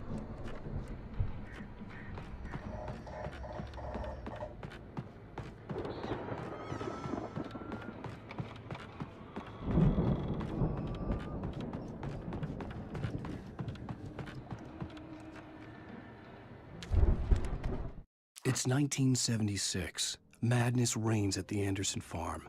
Contrary to all logic, the headiest ingredient of their moonshine is unfiltered water from Cauldron Lake.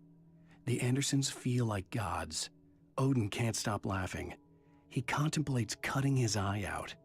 Tor runs across the field, naked, shrieking, hammer in his hand, trying to catch lightning. Their songs have power. Something ancient is stirring in the depths, coming back.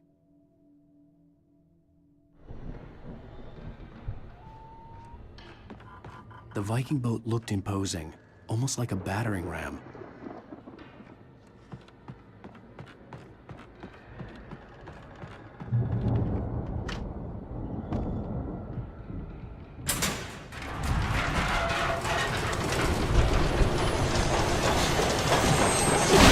Oh, good going, Al!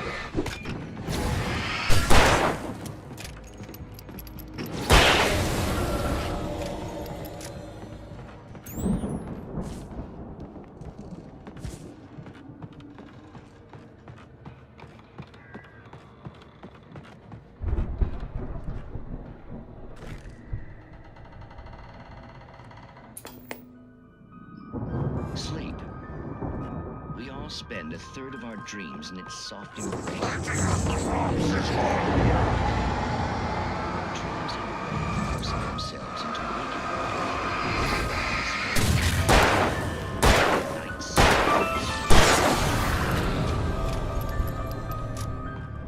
tonight's episode. The Dream of Dreams. I think we can make it through here, Al! That's by someone else.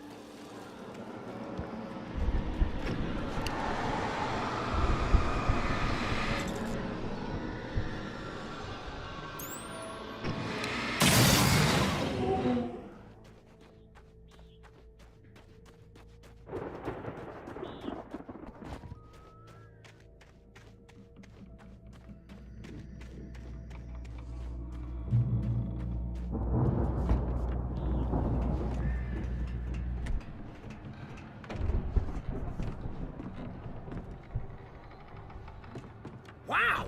Those geezers had quite a production going on. Ooh, you know what, Al? If we make it through this alive, I'm gonna start representing them. Yep, sell this stuff online, maybe get a reality show going, release a new single. Good luck with that, pal. Hey, you find us a way out of here, okay? I'm gonna take a closer look at this stuff. The door was barred from the other side. I'd have to find another way.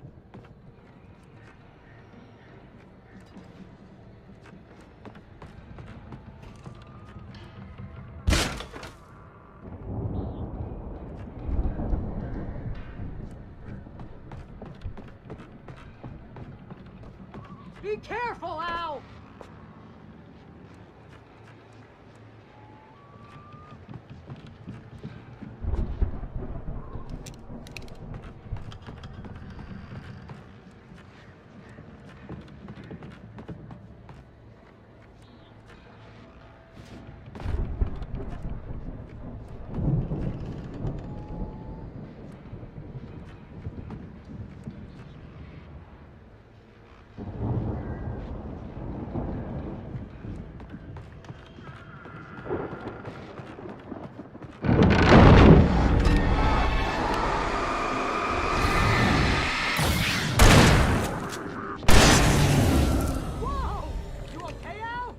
I'm good. Keep your eyes open, okay?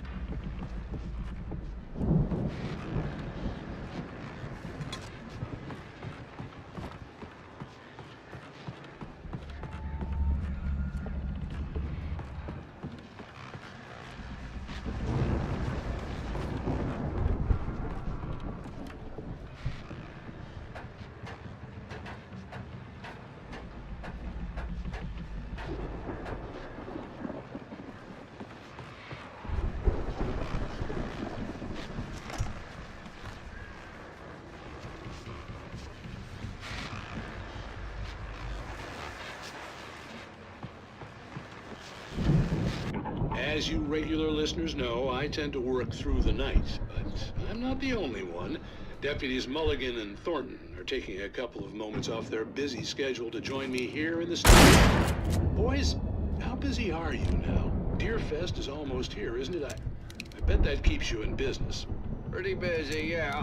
Actually, Pat, we've been real busy with other stuff, which concerns an ongoing investigation. We can't talk about that, Thornton. I wasn't gonna say anything. We're just saying we got, you know, other irons to fry. And how would you compare your workload to theirs? Things have seemed relatively peaceful to me. You tend to get a little wild this time of year. Oh, it's wild, Pat. It's pretty wild. There's been all sorts of trouble this year. Vandalism, fighting, public disturbances. A lot of people missing, too. I could see the building that had to be the Andersons' home on the other side of the field. It wasn't far now. I wasn't worried about trusting the ramblings of two burned-out geriatric wrecks. They had the goods.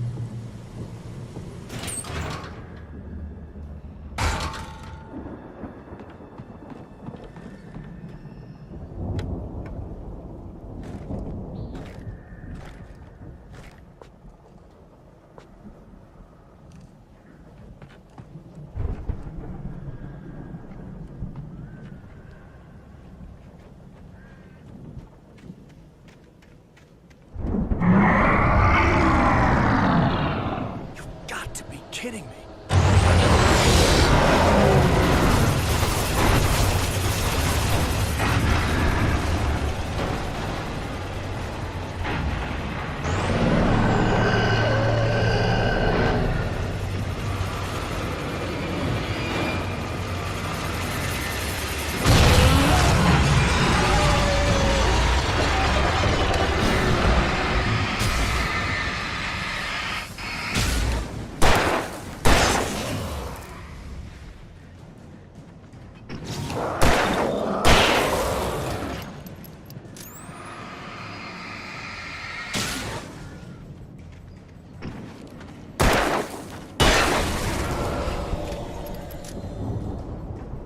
There are 65 billion counterfeit things in the world.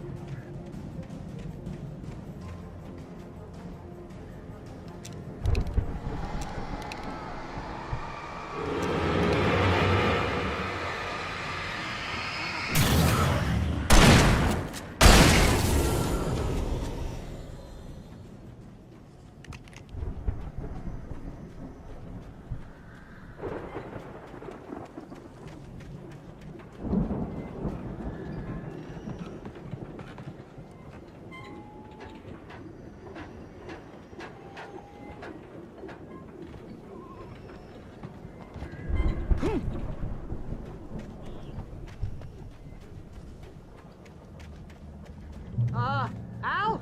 Is that you out there, buddy? Yeah, it's me. Hang on.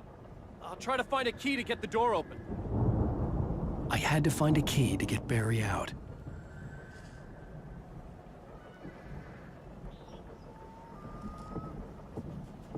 Hey, watch the holdup! Come on, this place is all dusty. You know I got my allergies.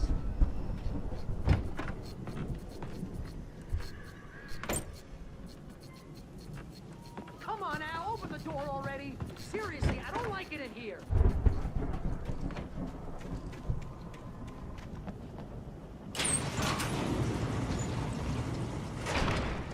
Hey, let's go, man.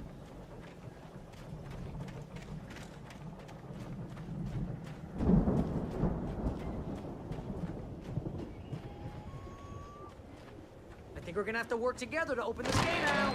Looks pretty heavy. Hey, I think that's the farm on the other side of the field. We're almost there. This farm is a crazy place for crazy people. We should feel right at home then.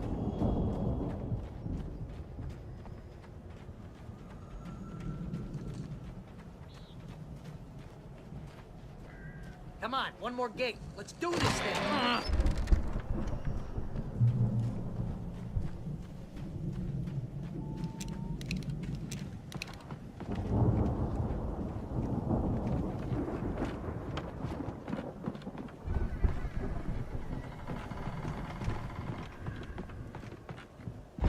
The lights are out. I guess we better check the fuse box. You know, this place looks kind of lived in. I thought the Andersons were on the booby hatch. Yeah, I don't think they keep too close an eye on them at the clinic. They seem to slip away a lot so they can get wasted. No kidding! Those guys sound awesome. Again, Alice's screams rang in the stillness of the night. I saw myself run toward the cabin, flashlight in my hand. I followed my past self. I was an out-of-body observer, a time traveler in a crazy drunken dream. This was the beginning, The night Alice had disappeared, the mystery of what had happened during the missing week was about to reveal itself.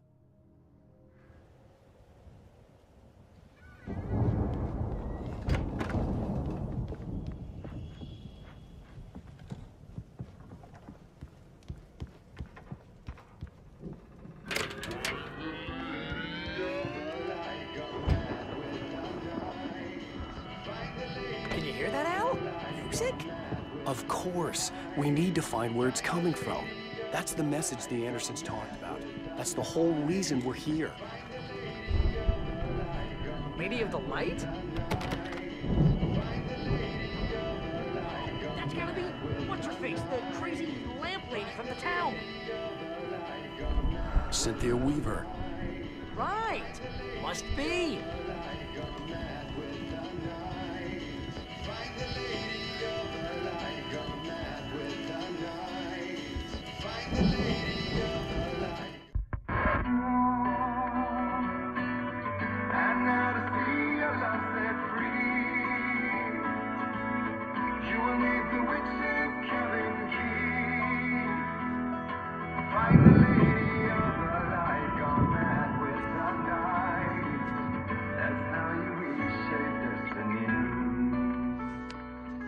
Okay. We need to find Cynthia Weaver. We'll stay here for the night and head back to town as soon as it gets light.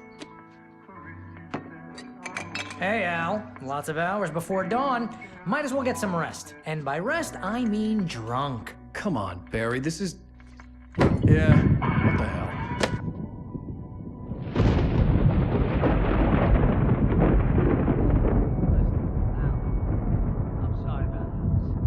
Seriously, because I know we don't get along, but we're gonna find her, right? And even though you're a crazy bastard, I'm gonna stick by you, no matter what, ever, Al. Sure, like a brother. I'm a writer, God damn it. Correct.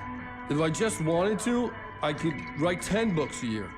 And they'd be the best books that year. No, you couldn't. That's right, I couldn't. But I could, because I'm a writer. What? What do they put in this stuff? I feel like my brain is coming out of my nose. I'm gonna get the recipe off those coots and be a booze millionaire. I just miss her, Barry. I just want her here with me. I know, Al. I know. It's gonna be okay. We're gonna make it okay.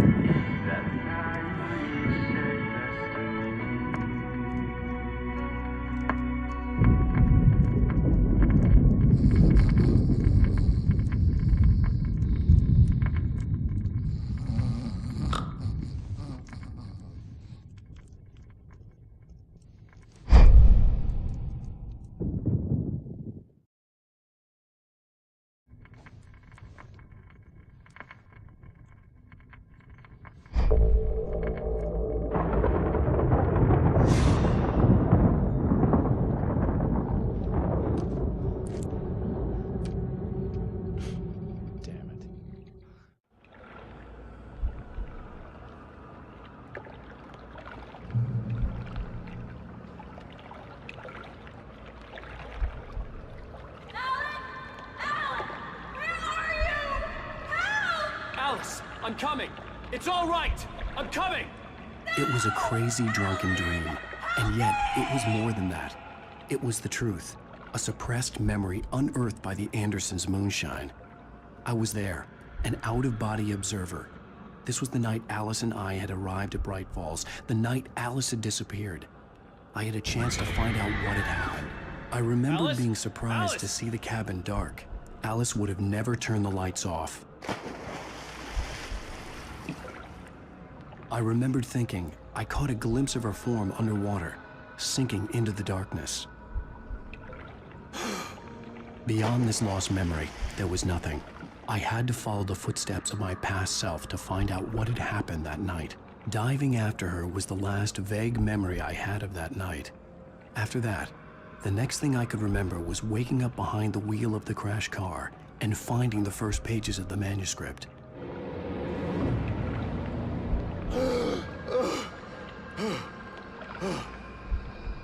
I couldn't find her in all that blackness. I must have thought she drowned.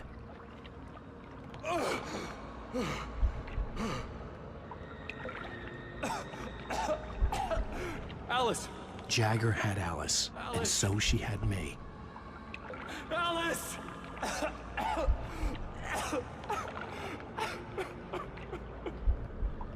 I'd been easy prey. Look at the cabin. Is there someone in the window? Alice? Maybe she didn't drown after all. Maybe she's inside. Alice! Yes.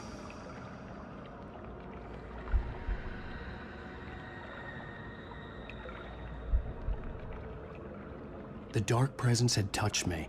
She had dug her nails into my brain and used me, made me her puppet.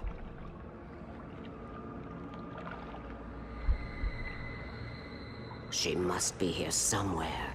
Maybe upstairs in the study. Alice! Yes, that's where she is. You can apologize. Alice! You'll laugh at the whole thing together and put it behind you. Alice? She's not here. You were foolish to think so. No, she's dead. She drowned. No, no, no! It's your fault your wife is dead. You are guilty. All she wanted was to help you right. You killed her. Oh, hush. There's still hope. Cauldron Lake is a special place. Here, you have the power to change things. She wanted you to write. I will tell you what to do.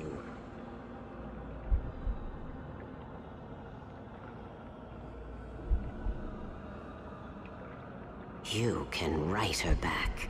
The story will come true, and all will be well again. She had Alice, and the manuscript was the ransom for her.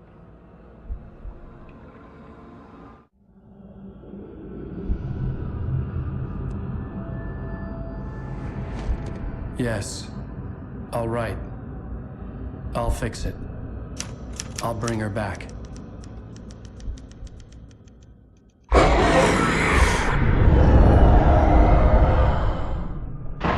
No. I wrote it. I remembered it all now. In the dark, I'd written for days, a week, almost a complete manuscript of a novel entitled Departure.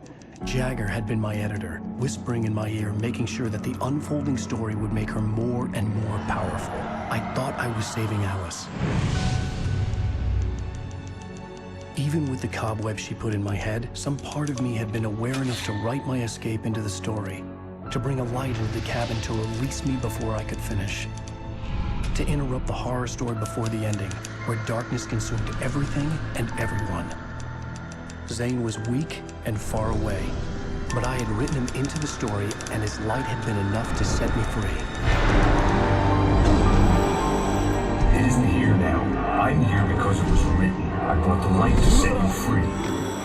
You must hurry. It will know I'm here. It will be back soon. It stole the skin of my Barbara a long time ago. She looks so old.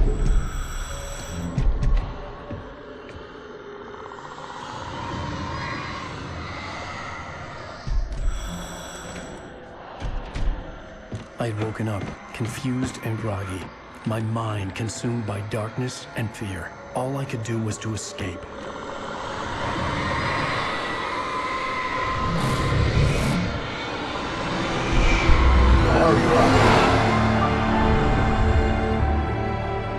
The week spent in the cabin had taken its toll.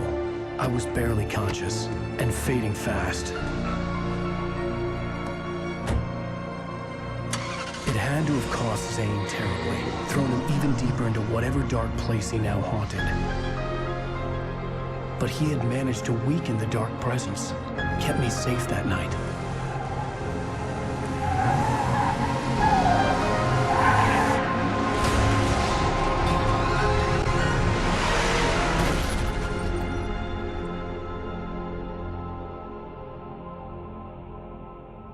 I wrote it. It's my fault. That's right, James Joyce. It's your fault, and you're gonna pay for it.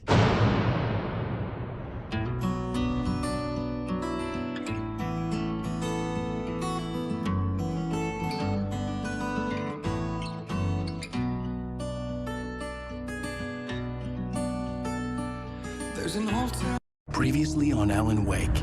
Under the influence of the Dark Presence, I wrote a horror story that is coming true. Jagger had been my editor, making sure that the unfolding story would make her more and more powerful. Some part of me had been aware enough to write my escape into the story. Together we can create something absolutely wonderful. The lake, It does something to the works of art created here. It makes them come true. My mom gave me this old light switch. The clicker. Alice is being kept in a dark prison. I need to find Cynthia Weaver to fix this. It's your fault, and you're gonna pay for it. Well, we're expecting a record crowd from the neighboring counties. Naturally, we hope to break the record set by last year's Moose Fest in our neighboring town, Watery. Ladies and gentlemen, some people have asked me, what's the big deal about Deer Fest? And I think that this sums it up. It's about friendship and community. We've got a great party coming up, but let's try to hold it in until tomorrow and get through the night in one piece, all right?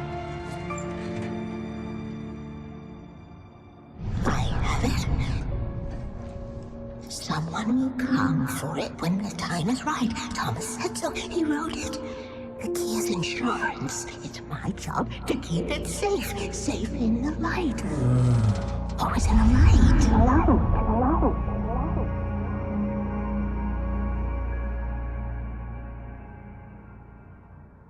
All the manuscript pages were gone. The FBI agent had taken them. I think my tongue just took a crap in my mouth. Ugh. Oh, wait, we're in jail now? Oh, Al, this is not good. That about sums it up.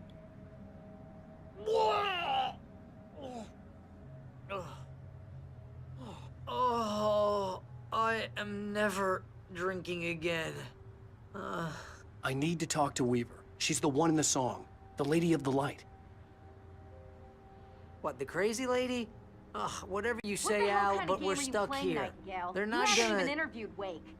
I had some reading to do first, Sheriff, and let me tell you, it was an interesting read.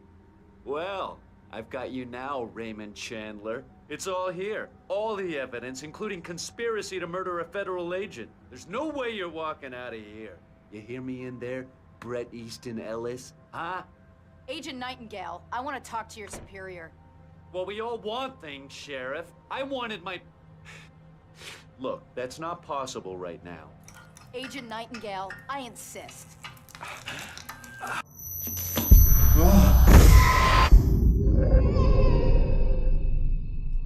Wake, what's wrong? Lady, are you stupid? It's a trick. It's an obvious trick. Okay, I've had enough of this crap. Wake, I'm gonna trust you with this. You're joking. Agent Nightingale, your opinion would matter more if you were sober and if I actually believed you were here on official business.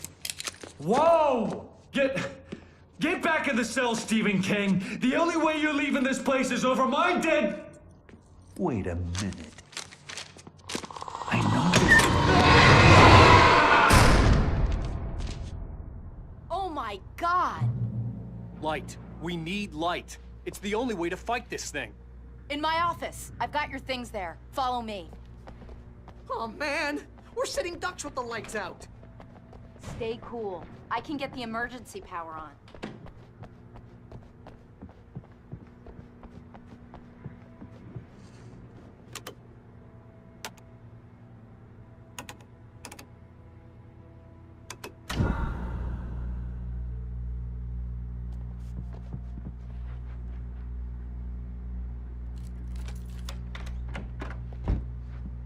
Here are your things. Wake, what do I need to know? What do you need from me? They can be hurt in the light, only in the light. And I need to find Cynthia Weaver. She can help me stop this. Light. Check. Cynthia. She lives in the old decommissioned power plant. I can get you there pretty quickly in the rescue chopper. Come on, let's get back to your friend. Wheeler, I need you to stay here. What? No. We're going to fetch our ride, but I have friends who need to be warned about this, and I can't be in 2 places at once. I need your help. Well, okay. Here's a list of people and phone numbers. I need you to call them and tell them you have a message from me. Night Springs, okay? They'll know what to do. Night Springs? Like the TV show? Gotcha. Oh, hey, that radio guy is on the list. Maine. Who's Frank Breaker? He related to you? My dad. Hey, is this like a secret society? Can you do this? You'll be safe here. The backup power's on. These guys need to be alerted, just in case we don't come back. You'll come back for me though, right? As soon as we get the chopper ready. Thanks, Wheeler. I owe you one. Okay, let's go, Wake. Through the back. My hangover wants a pizza. You think there's any way I could order one, Al?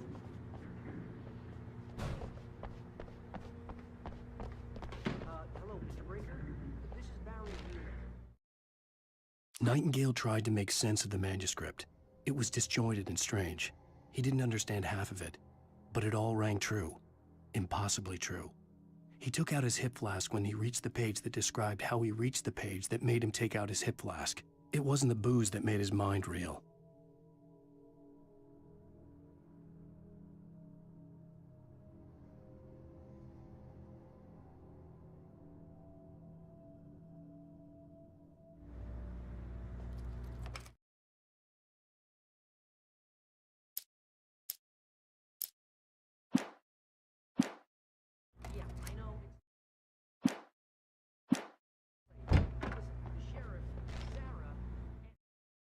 Nightingale felt the situation veering out of his control, but the gun at least felt steady in his hands. He was ready to fire, resolved that he would let this happen over his dead body. And yet he hesitated. He had seen this moment before, read it in the page. He was transfixed by the déjà vu and the horror that he was a character in a story someone had written. Then the monstrous presence burst in behind him and dragged him into the night.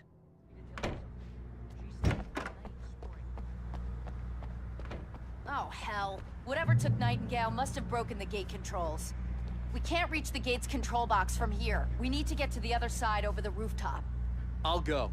I'll open the gate for you once I'm across. You stay here in the light and cover me, Sheriff, okay?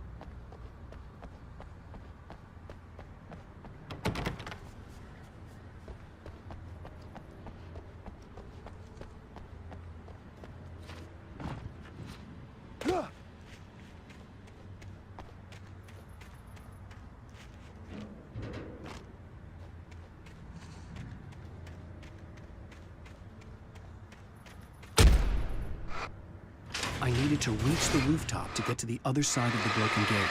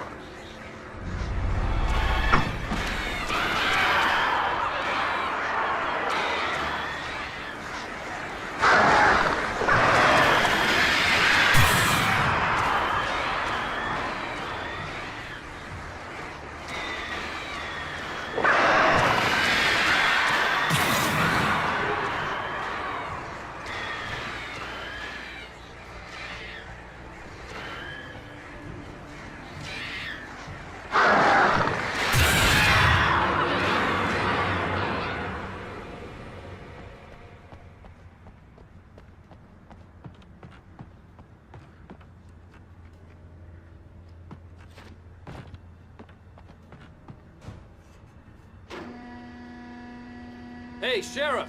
Your password. Night Springs? What's that all about? It's a stupid joke we have. That Bright Falls is the original inspiration for the TV show. This town can get weird at times.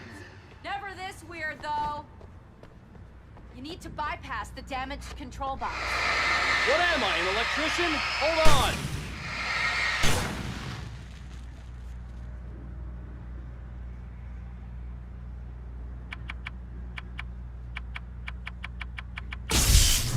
Damn, that's smart. Good job, Wake. Okay, stick close. Our first stop is the town hall. The keys to the chopper are there.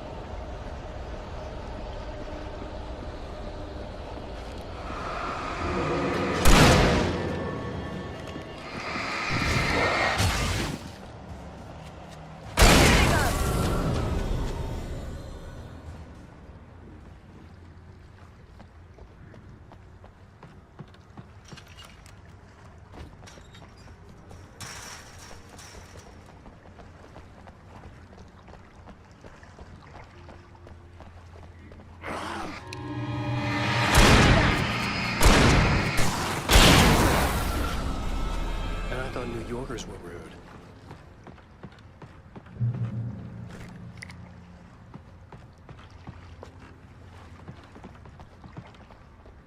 You have the right to answer. Do you understand these words?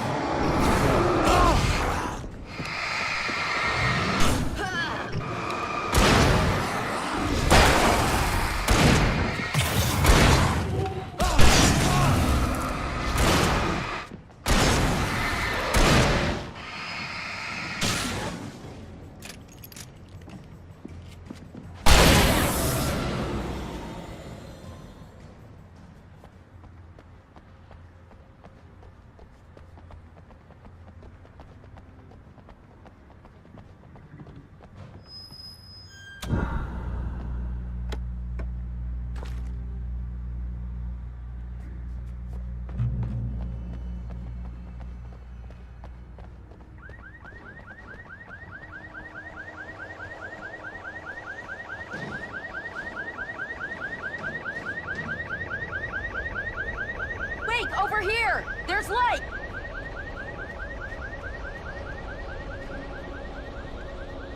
I have a key. Watch my back, Wake.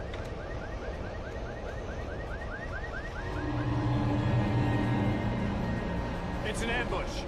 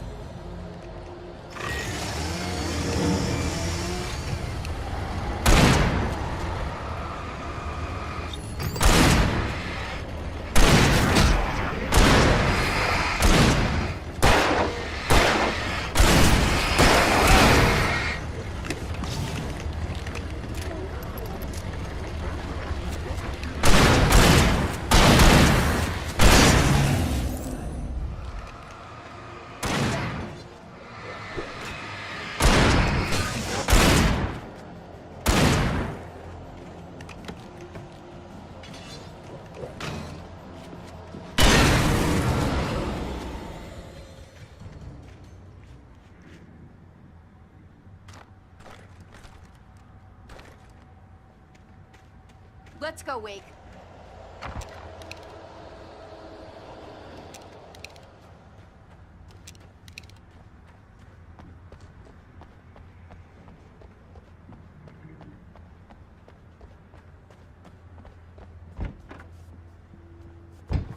Okay, someone's messed with the fuse box here, but you should be able to jury rig it while I find the keys.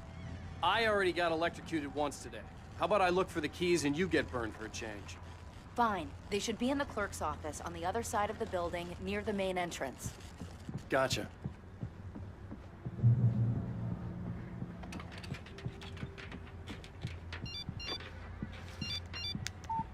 The message was from Barry. He was getting worried at the station. He wanted us to hurry.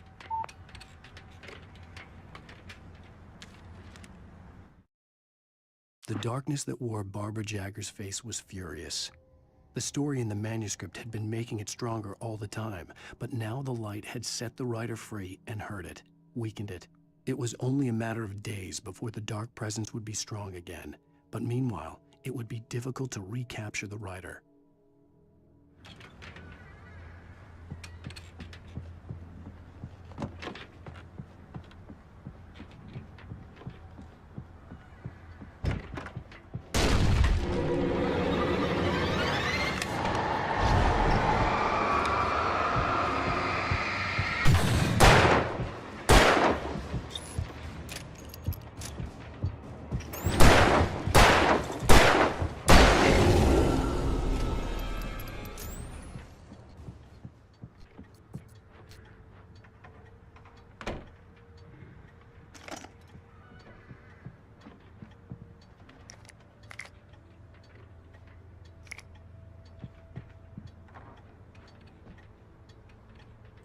Okay, Sheriff, I got the keys.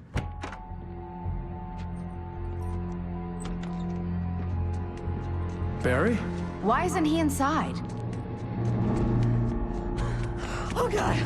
Oh, God!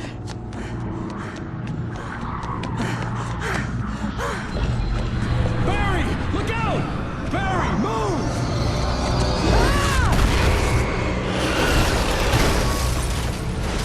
Barry! He made it inside, Wake. He's okay. The storefront's blocked. Come on, Wake. Let's go around. We can meet him in the back.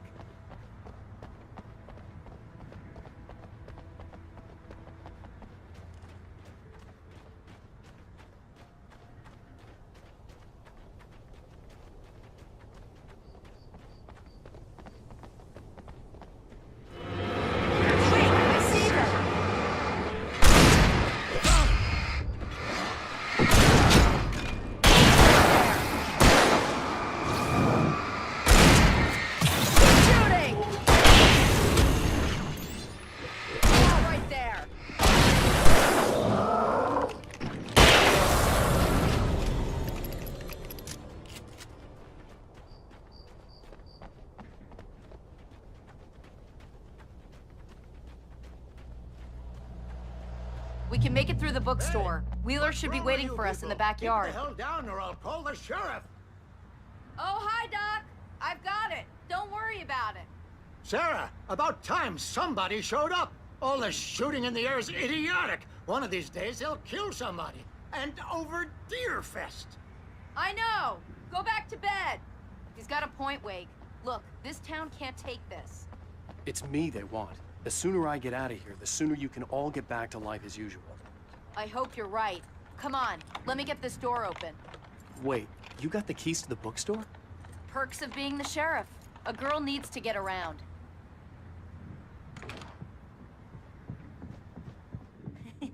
They're really taking advantage of your presence here, Wake. I heard they're selling a lot of your Alex Casey books. Cynthia Weaver worked hard, following her obsessive rituals, sometimes fighting them, always giving in to them in the end. She haunted the halls of Bright Falls abandoned power plant. She marked her caches with light-sensitive paint that could only be seen by eyes that had been touched by darkness and saved by light like she'd been. She was preparing defenses and supply lines for the war she knew would come. The war between the forces of light and darkness. Right now, I'm not a big fan of my own writing.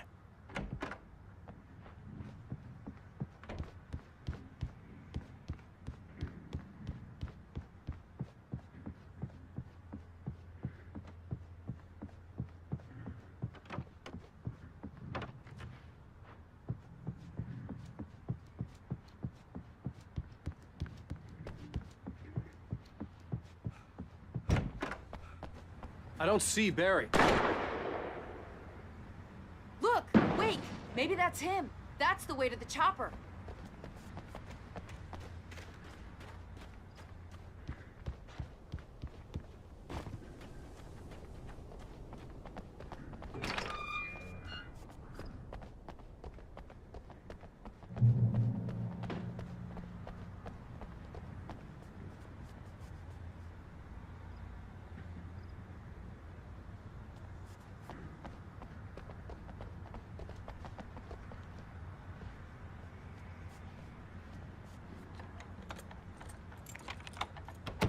I'm gonna give Pastor Howard a piece of my mind about this lock. Ugh, I told him to get it fixed.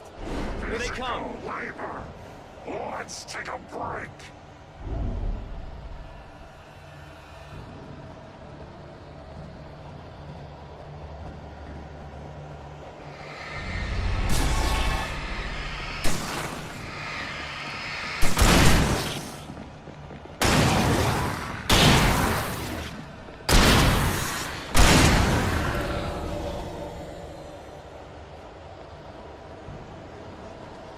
Omega-3 fatty acids are good for your heart.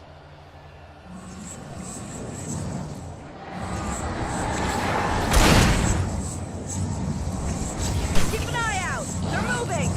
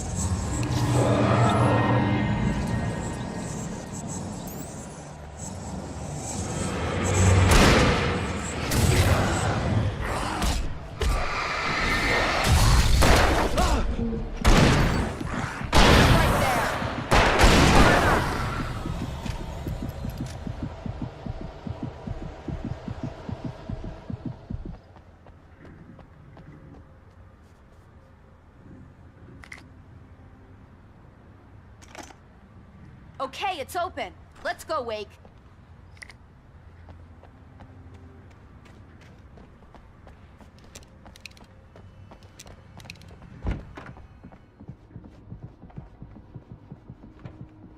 Wow. We keep them lit all night long on the night before Deerfest. Why? Well, it's tradition.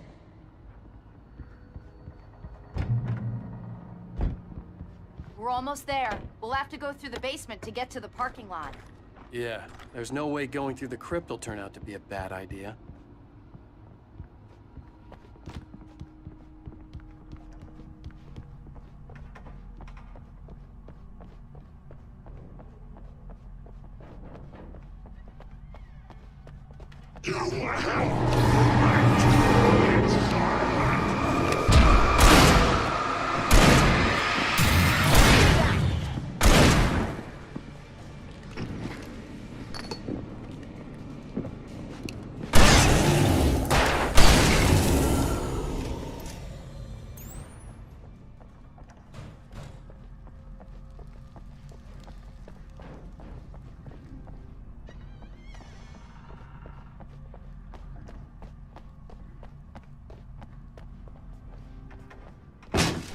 Did you call 911? Guess that one saw the light, huh? You didn't like that one? A tough audience. Well, I got plenty more. What are the Christmas lights for? Protection, man. Like garlic against vampires. Vampires. The helicopter's just across the parking lot and up the hill. Come on!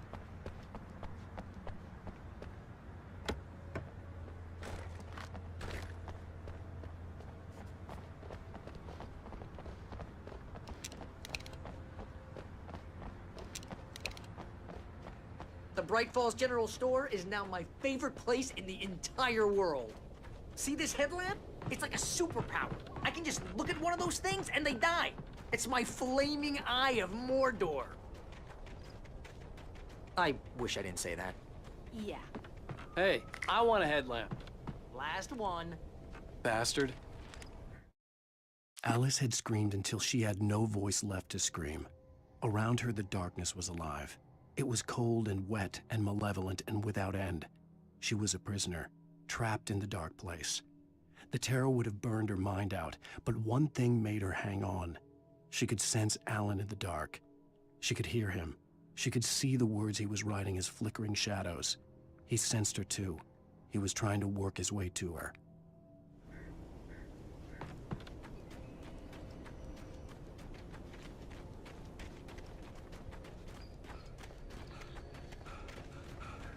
When someone throws a damn school bus at your head and you're about to take a helicopter ride with someone who may or may not have a pilot's license, you're cleared for departure to Night Springs. No offense, Sheriff.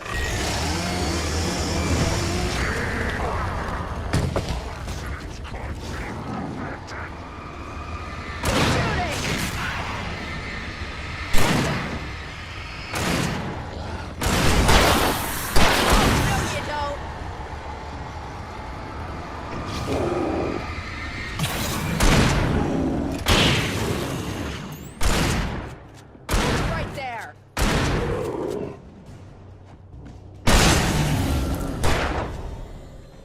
Oh, I'm never gonna get used to this.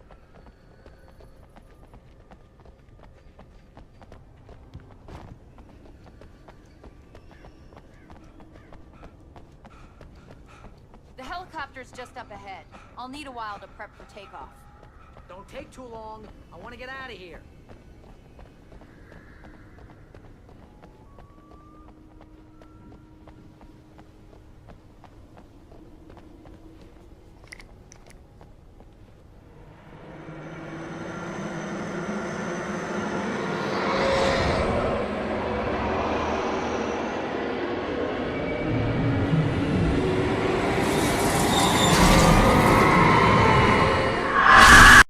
You will never turn back.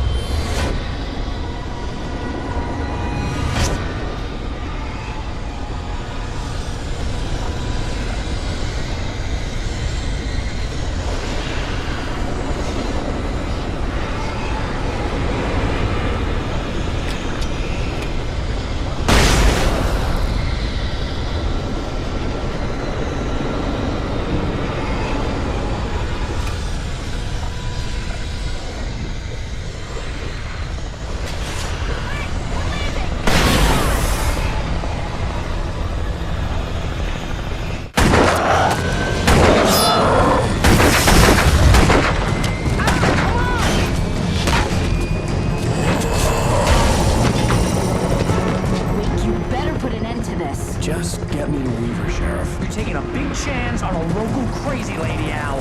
I hope you're right about her, or we can kiss this town goodbye.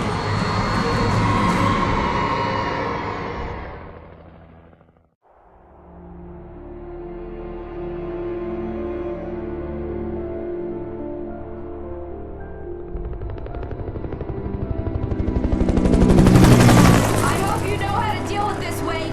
I guess you New Yorkers are used to rough situations like this. Right. The city's a war zone. King Kong, mutant alligators, and Alex Casey shoots the place up every weekend. Look, I never even carried a gun until a couple of days ago. Well, my dad used to be a cop there. Tells some pretty wild stories. Stuff like this? No, just normal bad stuff. Kinda like your books, Wake.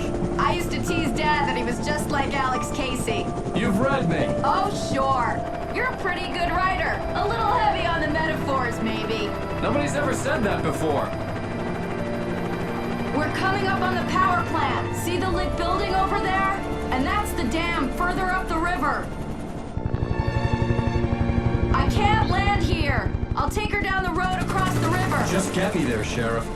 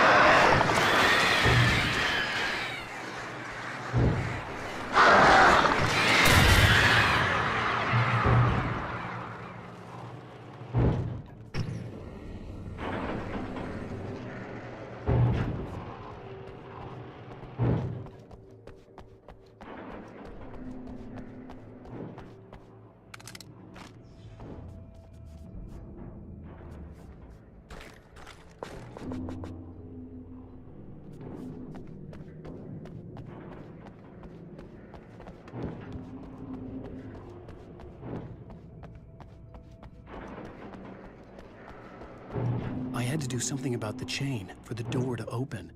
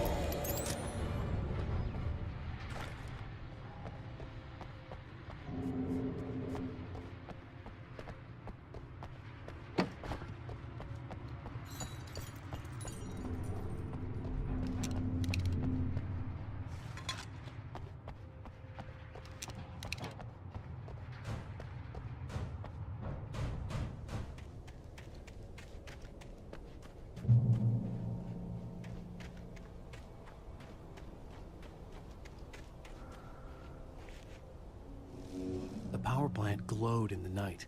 It was close, but I had to find a way across.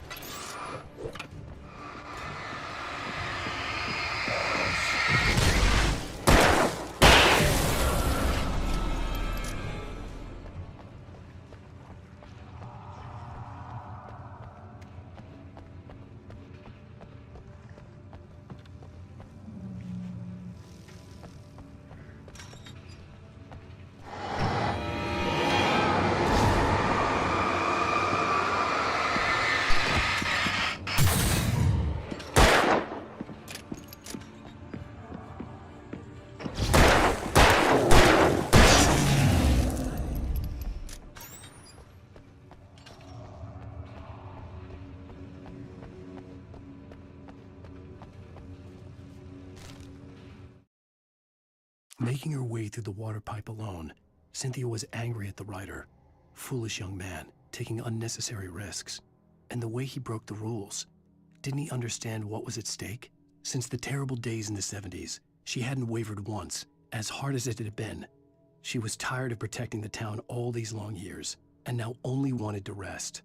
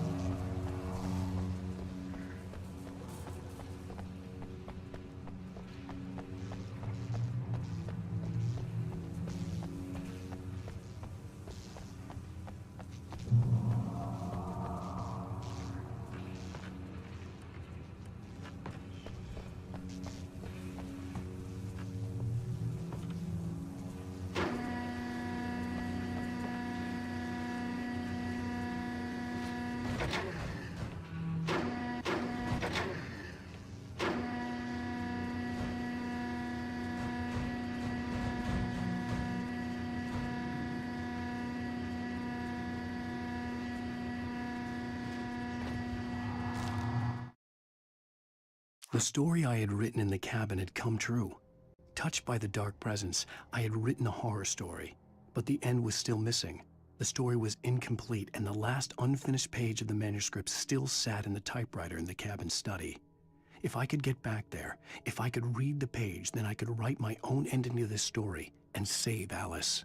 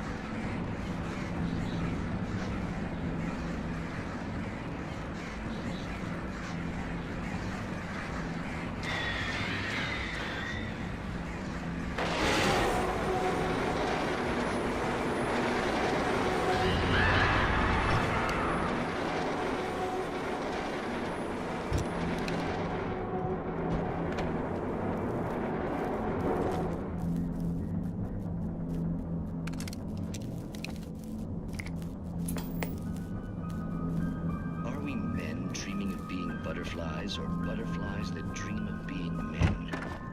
Such philosophical concerns.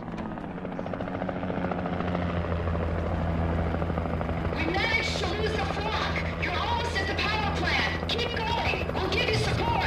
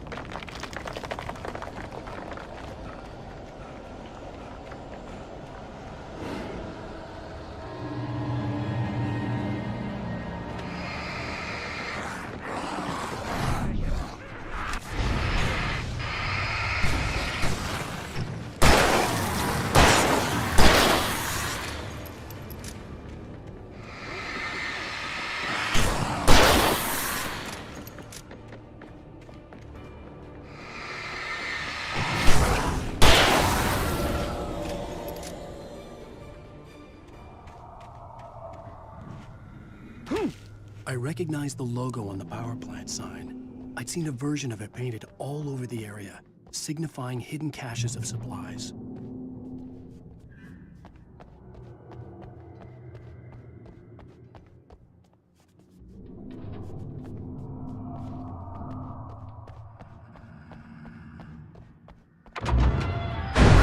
Hold it right there! Miss Weaver! Cynthia! I'm a friend! Prove it!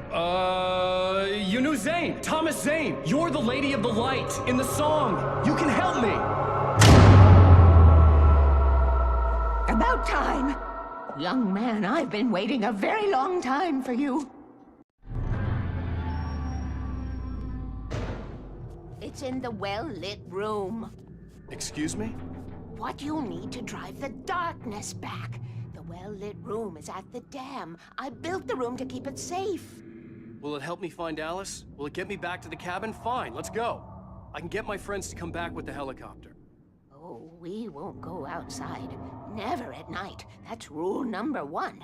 You've been breaking the rules, young man, and where has that gotten us, No, I have a secret route, a lit route, an old water pipe. Something was damaged at the transformer yard. It's draining all the reserve power. Without it, the pipe will go dark. The power to the yard must be cut. Let me guess. You want me to do it? Young man, you're the one who likes to break the rules. I can't be outside in the dark. The kill switch is outside.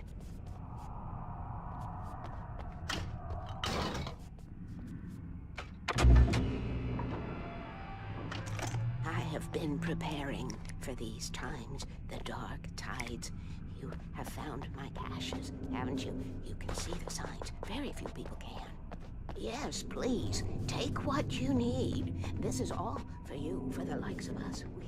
We do Tom's work, don't we? Hurry!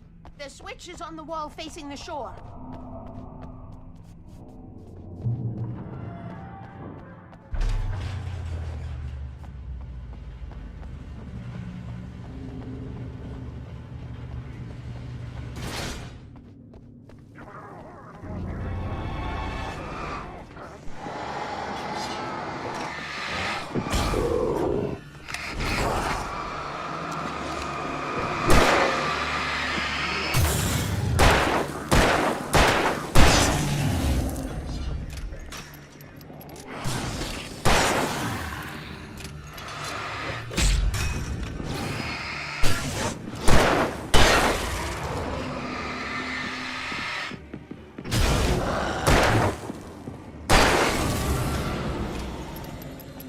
Weaver had sent me to cut the power to the transformer yard. I was willing to do grunt work for her to get her to help me. I hoped Weaver was dependable. I'd stumbled into this crazy world a little over a week ago. She had been living this insanity for decades.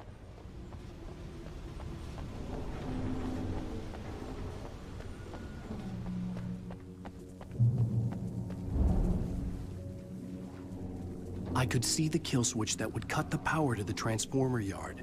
Now I had to find a way to reach it.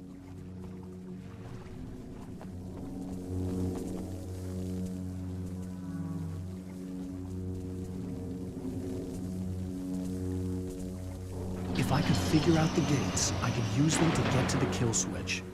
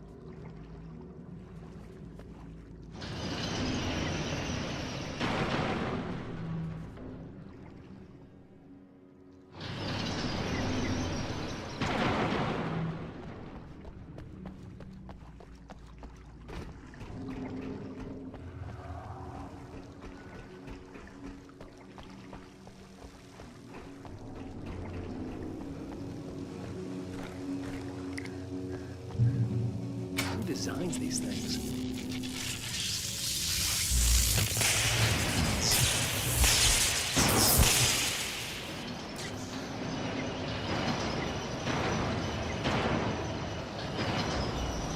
The transformer yard went dark and dead. Weaver's water pipe passage should now be good to go.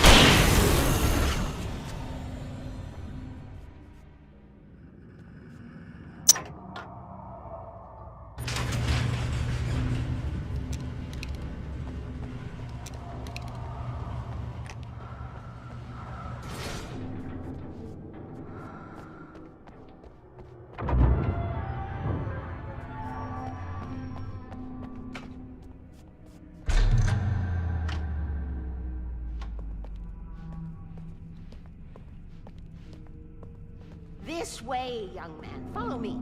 Come, come. The pipe's empty now. We're ready to go. This way. We need to go. I knew them both, Tom and Barbara. I had such a crush on him. Such a beautiful man. I was jealous. There was a part of me that was maybe a little glad when she had the accident. And then Tom started writing and woke the darkness up. He tried to bring her back, but you can't do that. There are no free rides like that. I'm starting to realize that. In that case, young man, perhaps you're a smarter man than Tom was. The witch looked like her, but it wasn't. Barbara was sweet. He didn't understand until it was too late.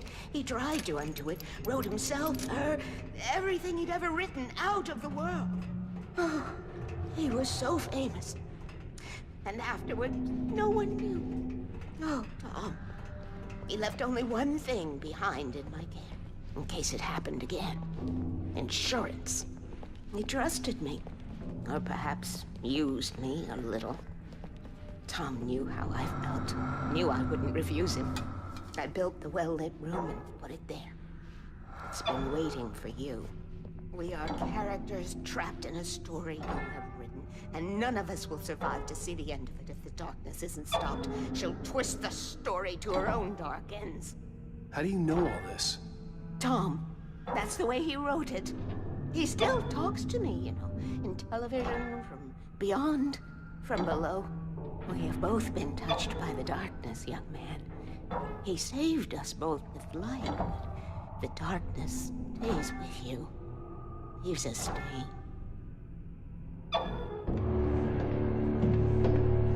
This pipe will take us directly to the well-lit room. Okay, I need to call my friends, tell them where we're going. Hello? Al! Barry, we're headed to the dam in one of the pipes. Meet us there. Okay, I'll tell Sarah. It's Sarah now? Whoa! No! For the sweet love of... Barry! Barry! We gotta go see if they're okay. They're probably dead. You must reach the well-lit room. This is no time to be a selfish idiot. That's my best friend!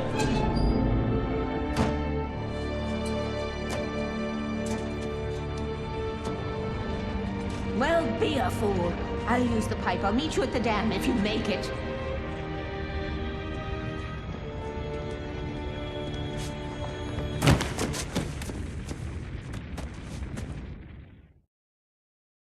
At least I didn't have to worry about her.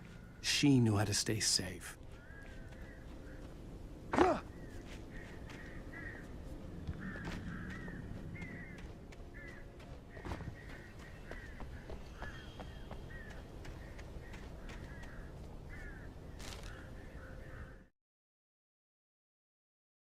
Sarah was almost starting to relax.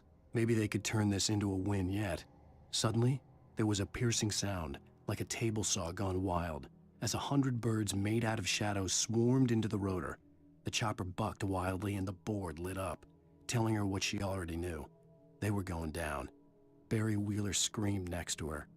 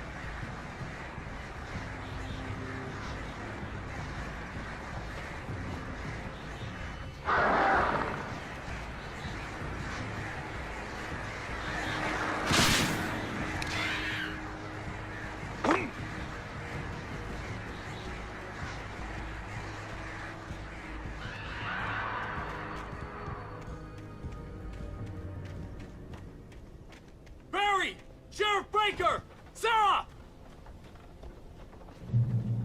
The crash site looked bad, but as far as I could tell, the wreck was empty.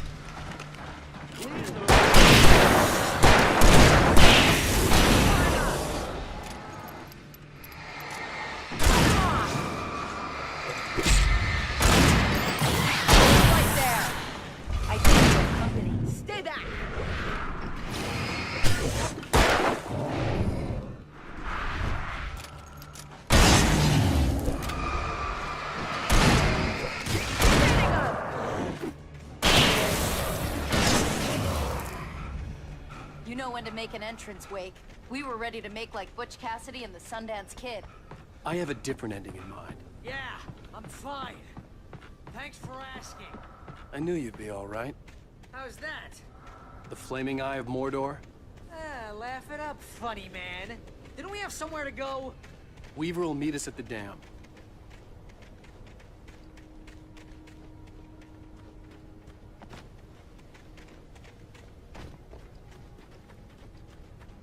When you spend most of your night running uphill while the crazy bunch of demon hicks try to take your head off with an axe, you know your helicopter crash landed in Night Springs. Oh god! Oh god! Oh god! I can't believe we made it! Oh, I should have kept that gym You membership. see those lights? That's the elevator we need to take.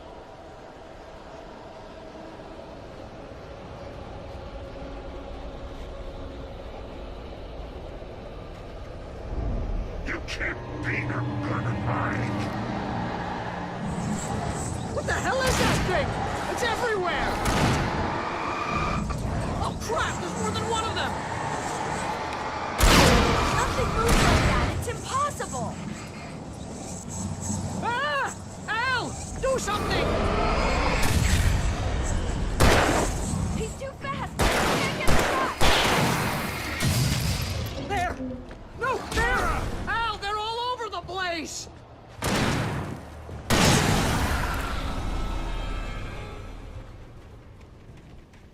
Was that it? Are we safe? That was... wow. I think we're okay. Hey, Al, I got a bad feeling. Let's keep our eyes open. Oh! We made it! We're not dead! Wait, call the elevator. I'm keeping watch. I think I hear something moving around.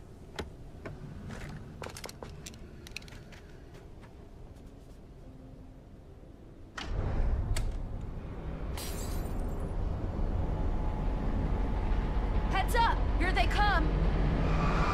Oh no! Oh no!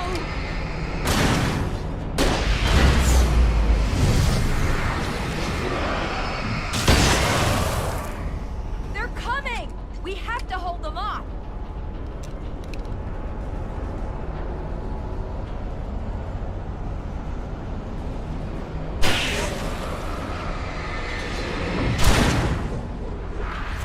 Oh no!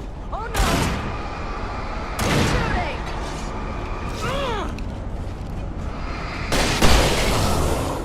Shooting! No, you don't! This is the slowest elevator in the world! Right there!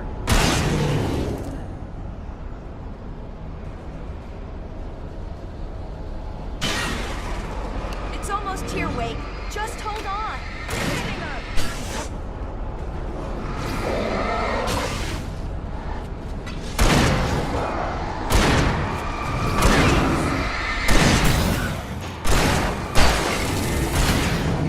Here! Al! Let's go!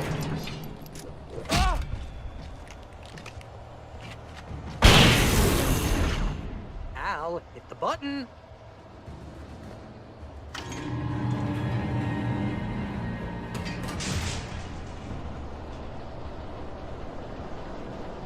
We're almost there. There's an entrance into the dam at the top. What's the plan, Wake? Well, Weaver's crazy, but she's got something Zane left behind. Something to fix this. Gee, could you be a little more vague? Thomas Zane? Seriously? Might as well be Paul Bunyan or Bigfoot. Yeah, well, he was real.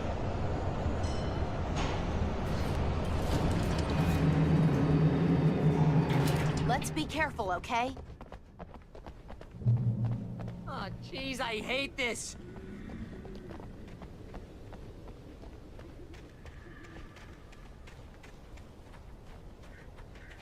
Okay, Wake. There's a button over there that opens the door. I think something's broken. Hold the button down so we can get in.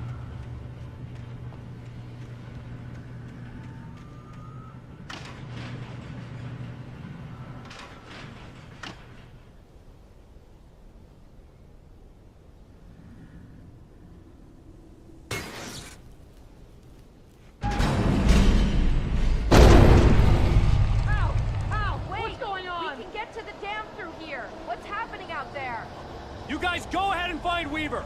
She should be in the dam now. I'll have to make it alone through the top. Okay, Wake. Good luck. Don't get yourself killed. Ow! Please, be careful. I'll take good care of Barry, Wake. You just look after yourself.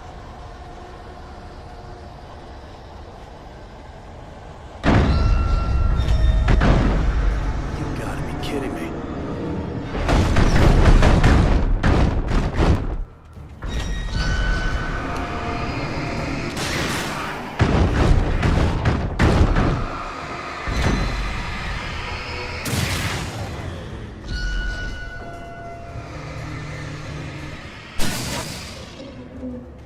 Down, boy.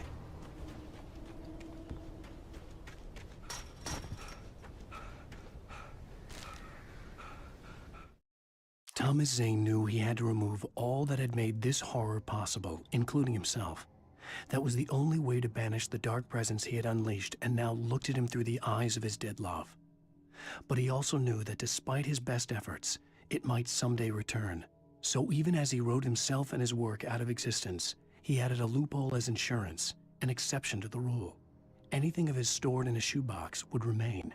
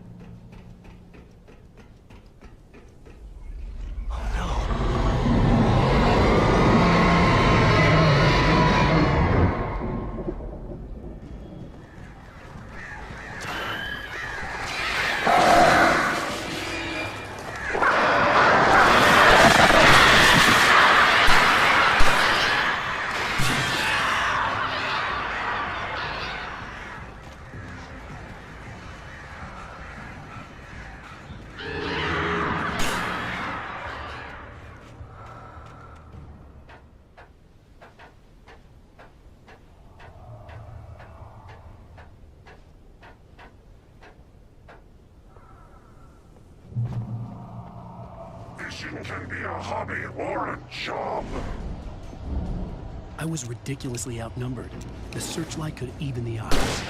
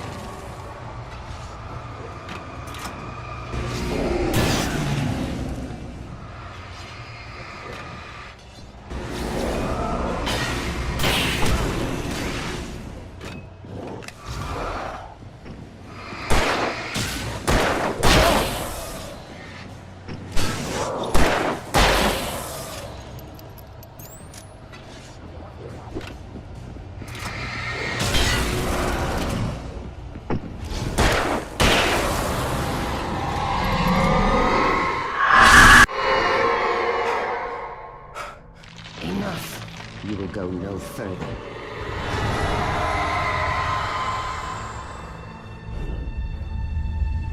Stop now.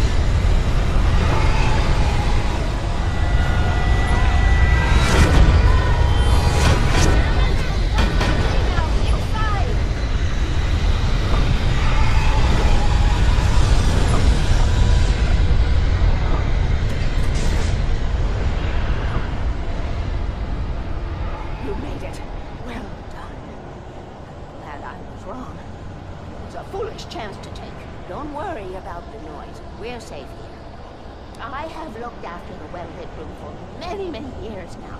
There's no shadow in the well-lit room. Our is fail-safe, and all the bulbs are numbered and changed regularly based on their make and model. Right.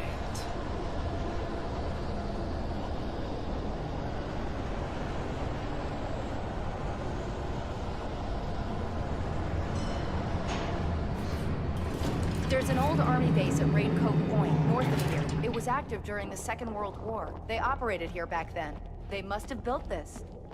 Yes, they did. It's my place now.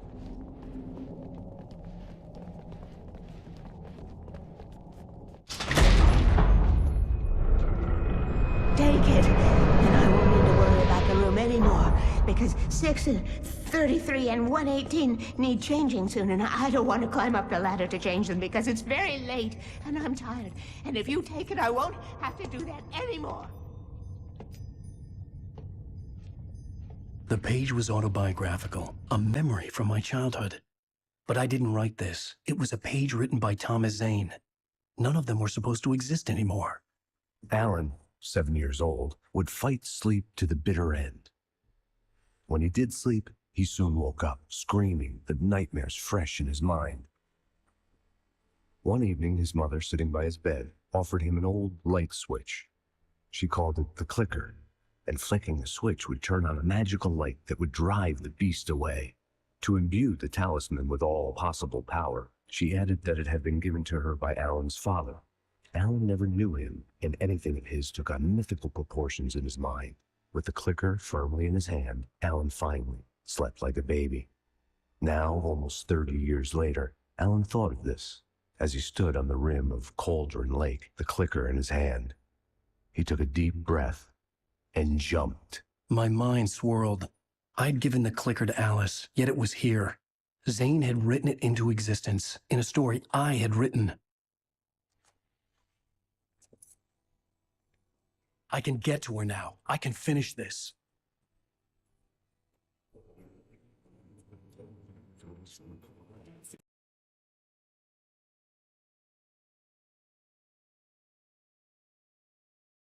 Previously on Alan Wake, I wrote a horror story that has come true. Thomas Zane did the same in the 70s. You will go no further. If I continue like the Dark Presence wants me to, the story I'm writing won't save Alice. It's a horror story. No one will survive. You knew Zane! Thomas Zane! You're the Lady of the Light in the song! He left something behind to help me. The clicker. Alan thought of this as he stood on the rim of Cauldron Lake, the clicker in his hand. He took a deep breath and jumped. I can get to her now. I can finish this.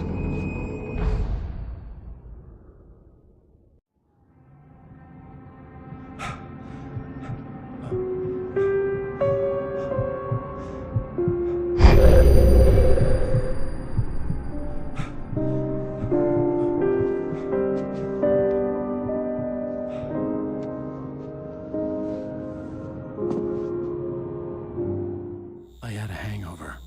My head was about to explode and the light hurt my eyes. I needed my sunglasses and painkillers to dull the pain. In one of my finer moments of self-deception, I swore to quit drinking.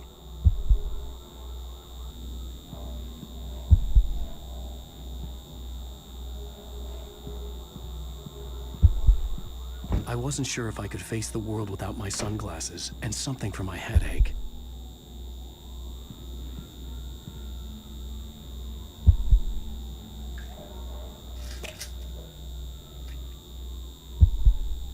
The pills worked fast.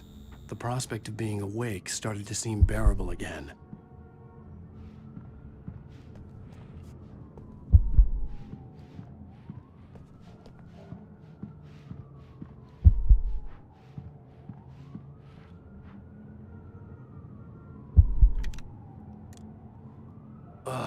The sunglasses made the world look bearable. Now I could keep my eyes open without feeling like a vampire in the sun. There was a message waiting for me on the machine. You have one new message. Al! Are you still asleep? Wakey, wakey! You should have your show on your TiVo. If Alice wasn't too mad to record it. She called me earlier and really chewed me out. Yeah, we went a little overboard last night. But parties are a part of this business. Al, look, I'm saying this as your friend. She's not doing your career any favors by trying to run your life like that, okay? I'll talk to you later, Al. Watch the show.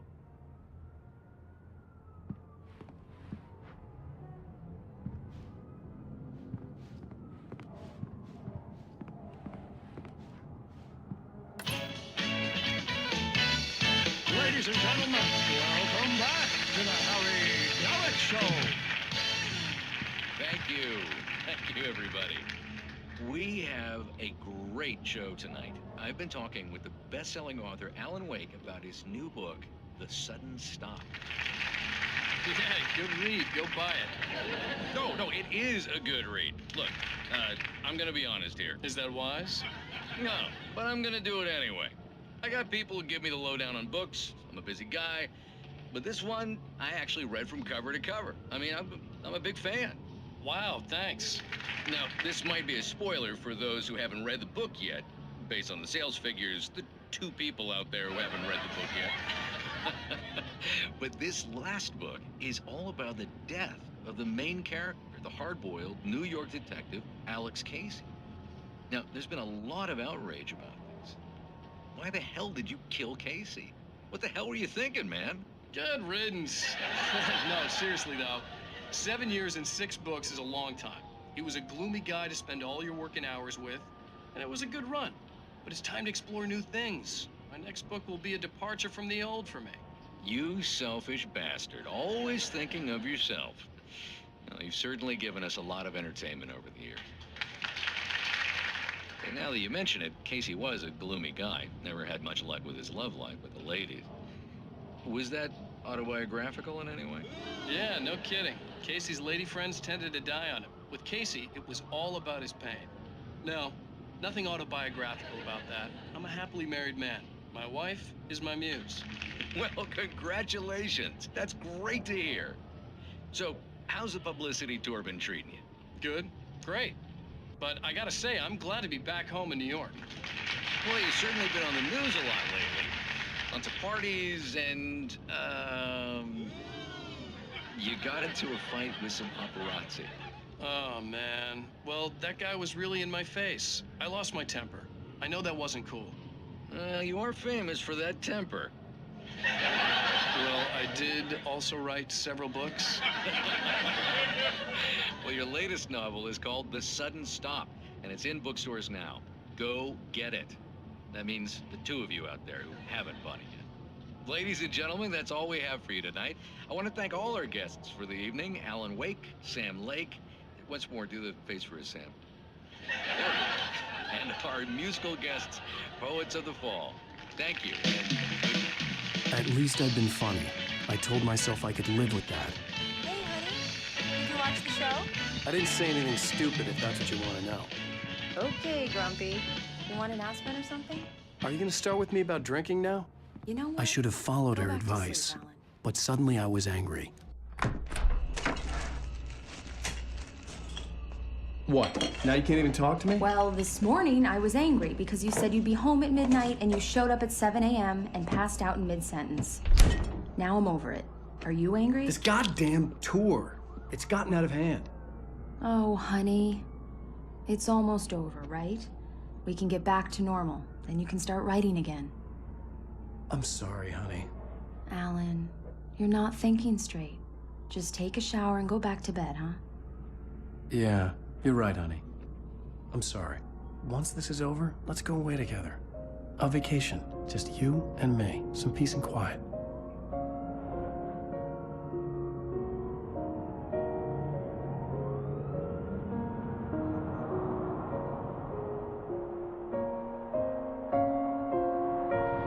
Somehow, the clicker was the key to the cabin. I had to return to Cauldron Lake to save Alice.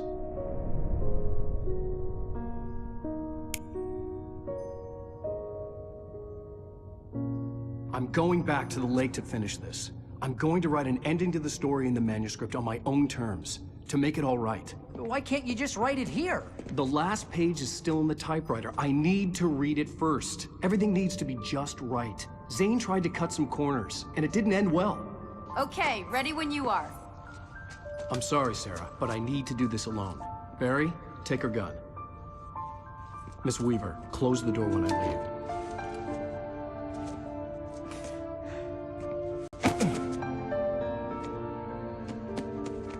Good luck, Al. See you later.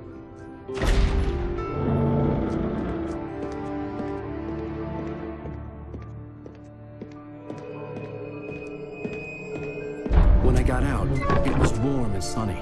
I'd flicked the switch of the clicker. Had it done this? I didn't stop to question it. I had to take advantage of the sunlight to get to the lake. On Zane's page, I had stood on the rim of Cauldron Lake, about to use the clicker. That's where I was headed.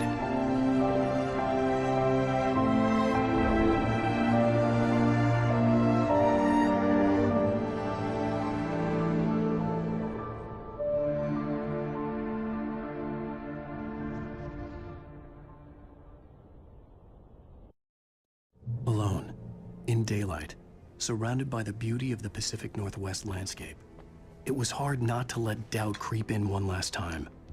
I could still chalk everything up to a dream, a delusion.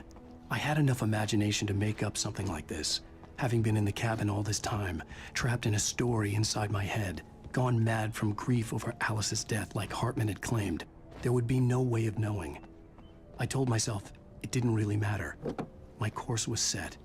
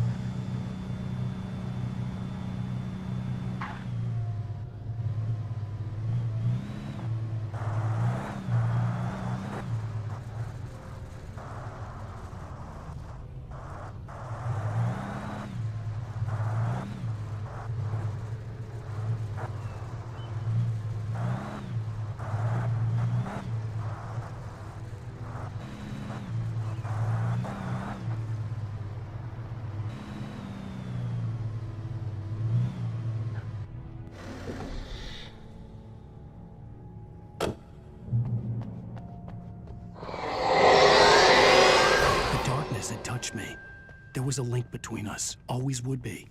I could feel its presence again, getting closer.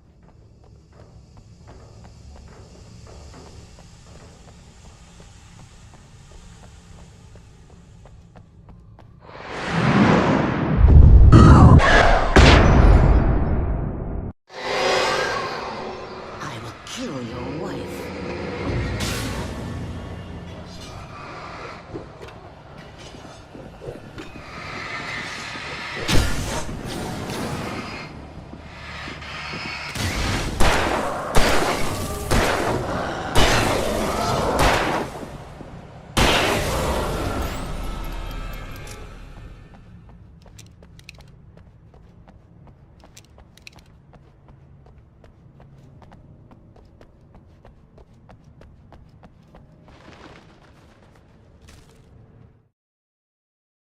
The Dark Presence was no longer trying to capture the Rider so he could create the ending it wanted. The Rider knew too much. He was too strong. And he carried a weapon left behind by Thomas Zane, something that could hurt it. Now, the Darkness was doing everything in its power to simply stop the Rider from ever reaching Cauldron Lake and the dark place it came from.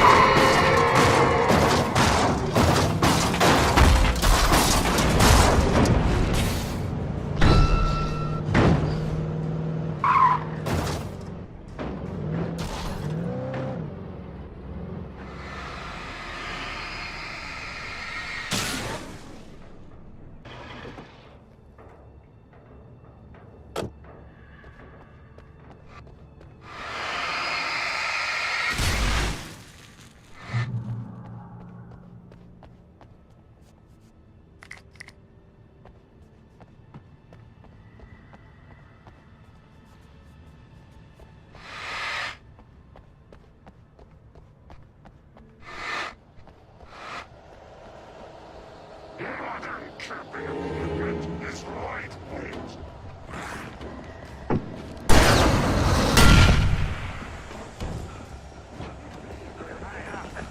You can learn about nature and yourself.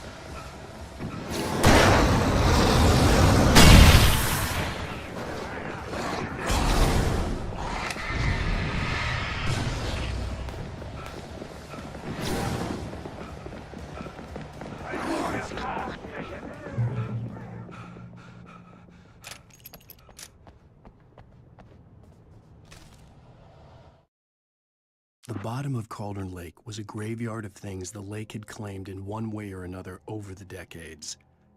The Dark Presence brought them up in its wake, scattering the rotten waterlogged hull of an old boat here, the remains of a long-ago crashed airplane there, trees shattered under the impacts. The earth groaned. It didn't even notice.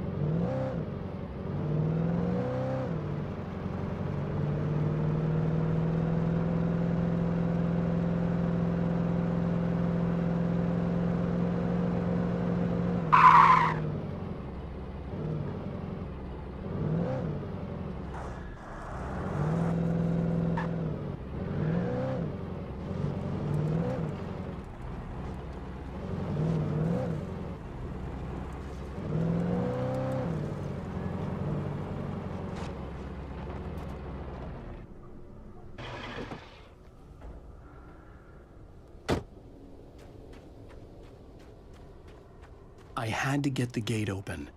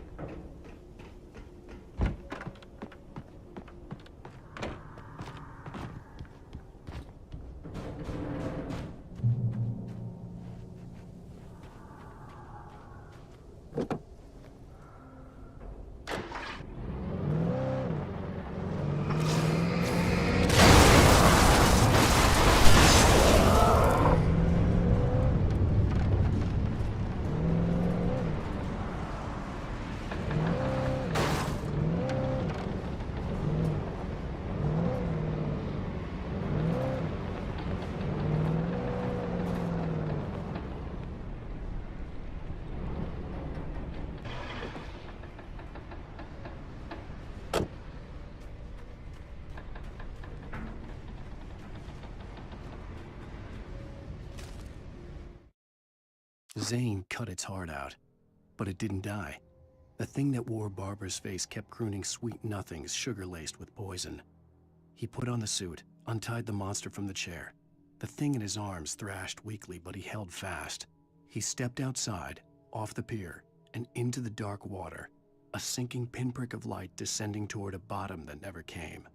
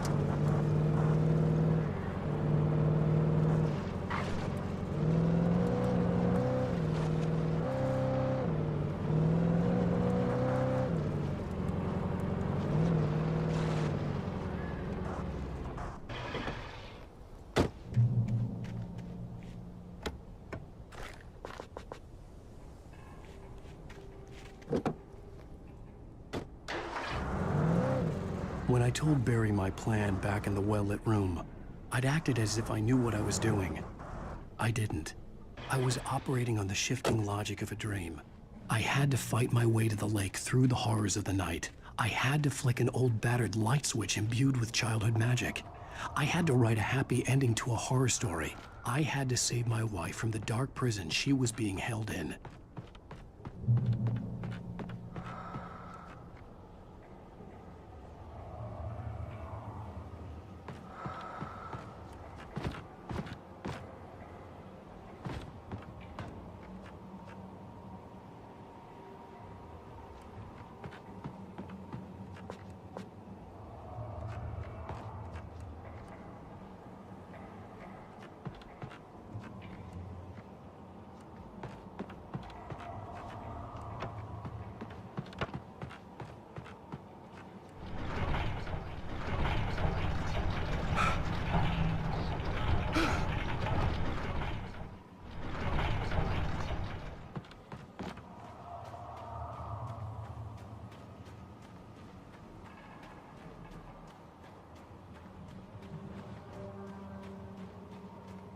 I will never give her to you.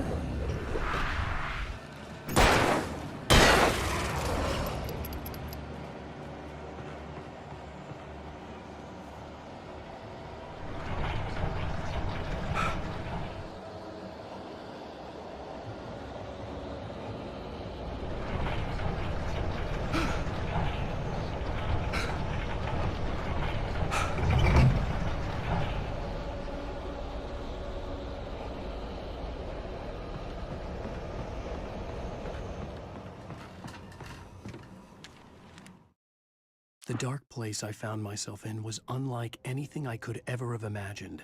It wasn't solid. It flowed. It was conceptual and subjective. For someone else, an artist in another field, it would have been very different. I could sense the story of the manuscript all around me, the words and ideas floating in the air, poised to become real.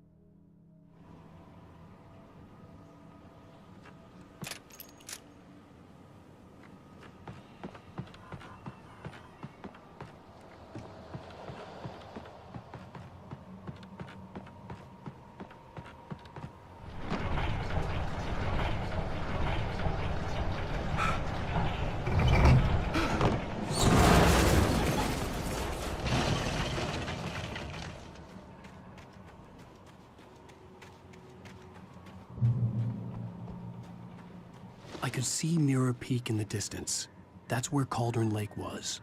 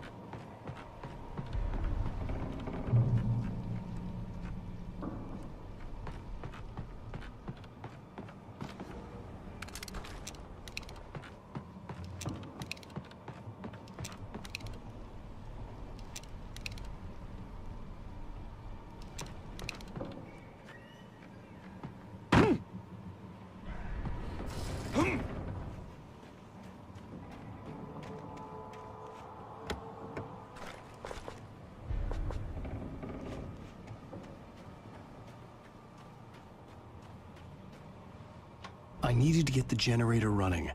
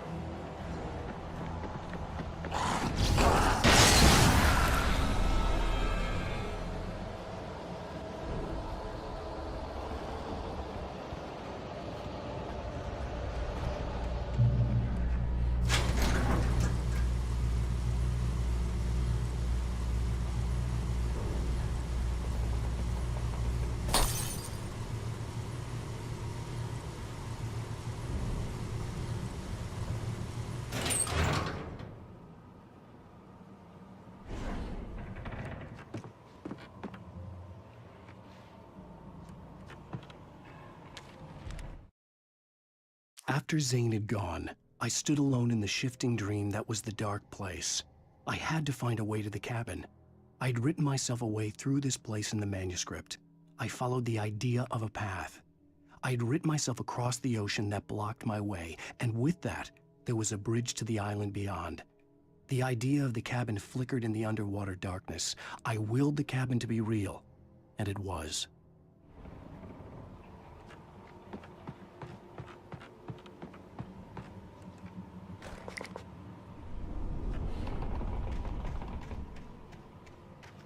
Turn back now.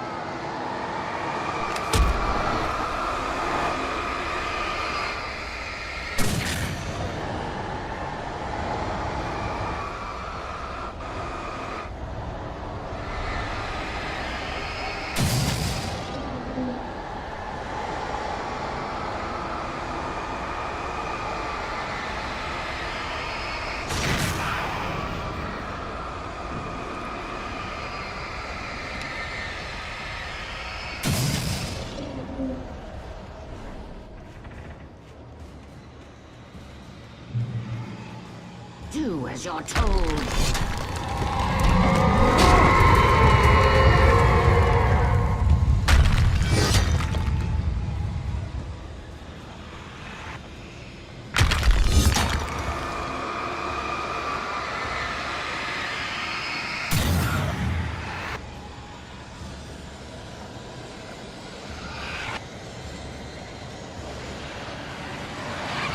Alice never loved you.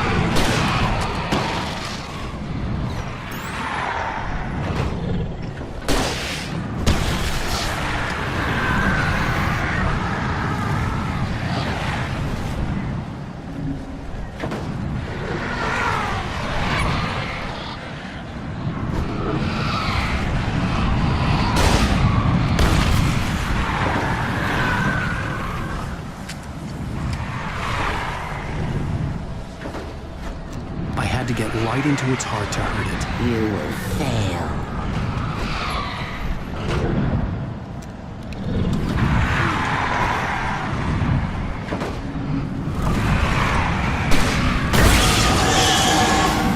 It's all over your head.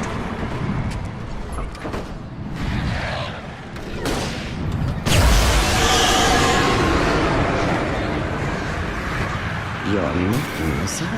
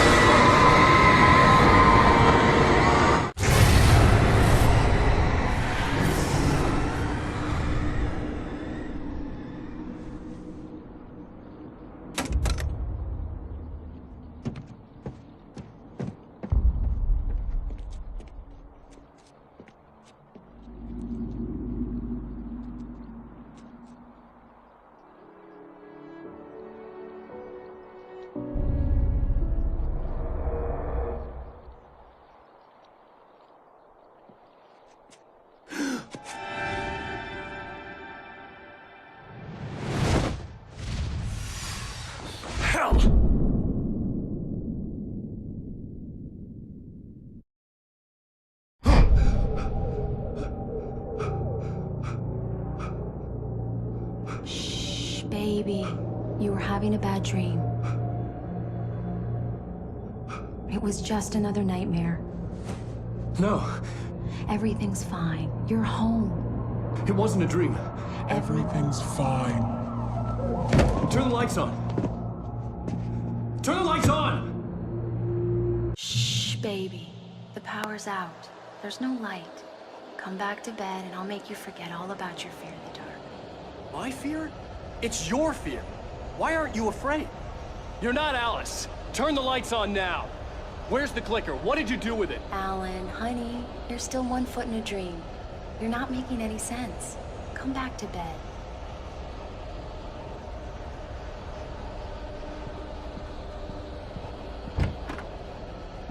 Alan, you're scaring me now.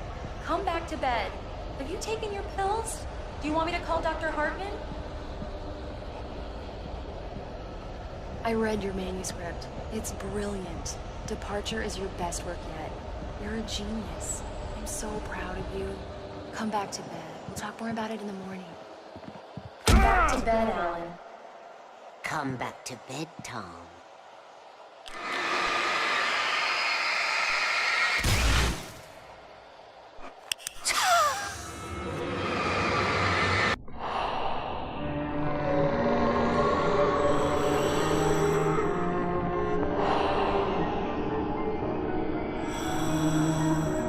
You must find your way to the cabin. It stands in your way.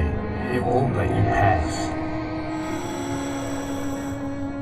It has no heart. It's filled with darkness. You must fill its heart with light.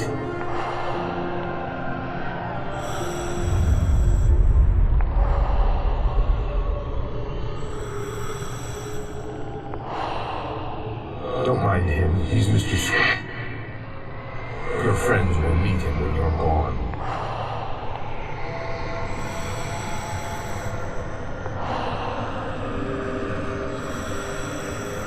Use the clicker.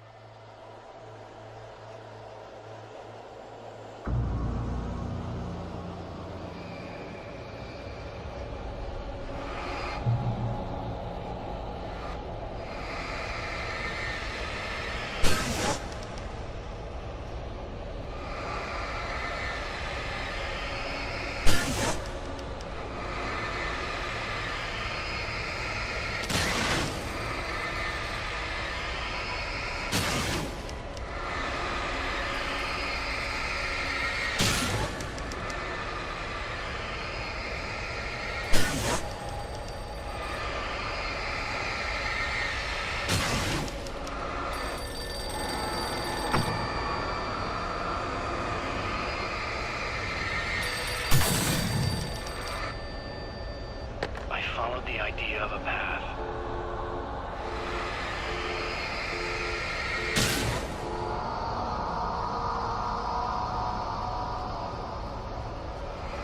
I'm leaving you. What? I'm leaving you, Alan. I met someone. I'm in love with someone else. Alice? No, what are you saying? You can't. You don't love me. How could you? You don't even love yourself. All you do is torture yourself with work you can't do anymore. No, I love you more than anything in the world. You're my muse. I'm not. Who are you? What have you done with my Alice? Alan? What are you doing? Put the light back on! What are you doing, Alan? Stop! Put the light back on! It wasn't true. Nothing like that had ever happened. I had written myself across the ocean.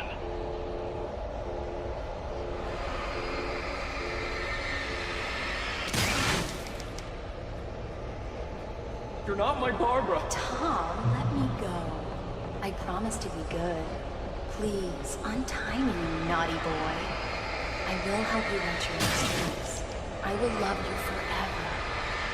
No, you're not Barbara Jagger. I made a terrible mistake. I should have never written you back. You came back wrong. Your heart is filled with darkness. Put that knife away, Thomas! Put it down! Your heart is filled with darkness. Cut it out. Take you back to the depths you came from.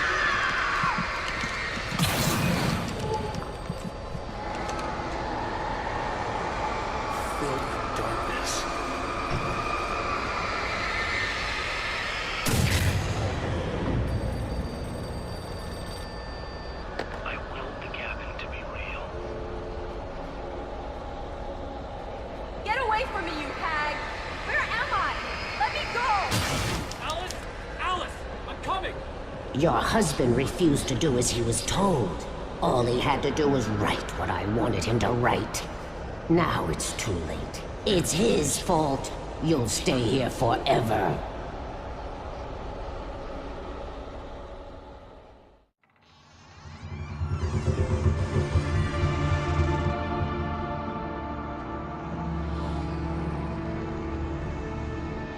Now you will never get her back.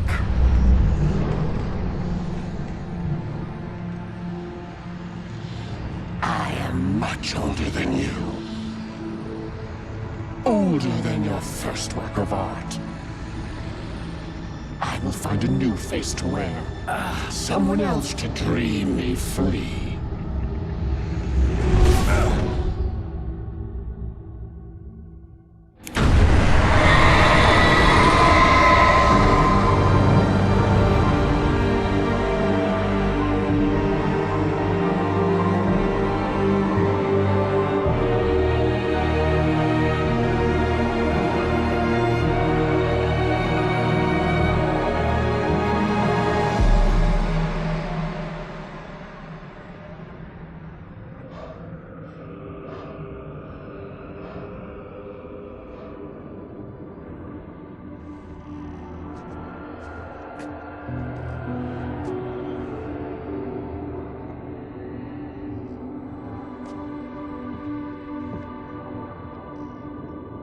I could feel Alice's presence close by.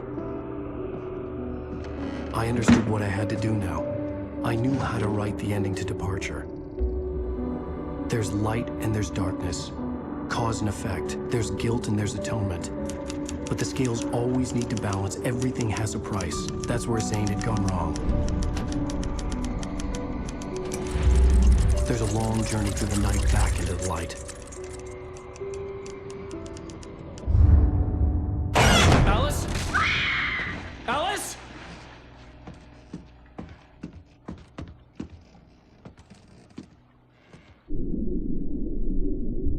Oh no!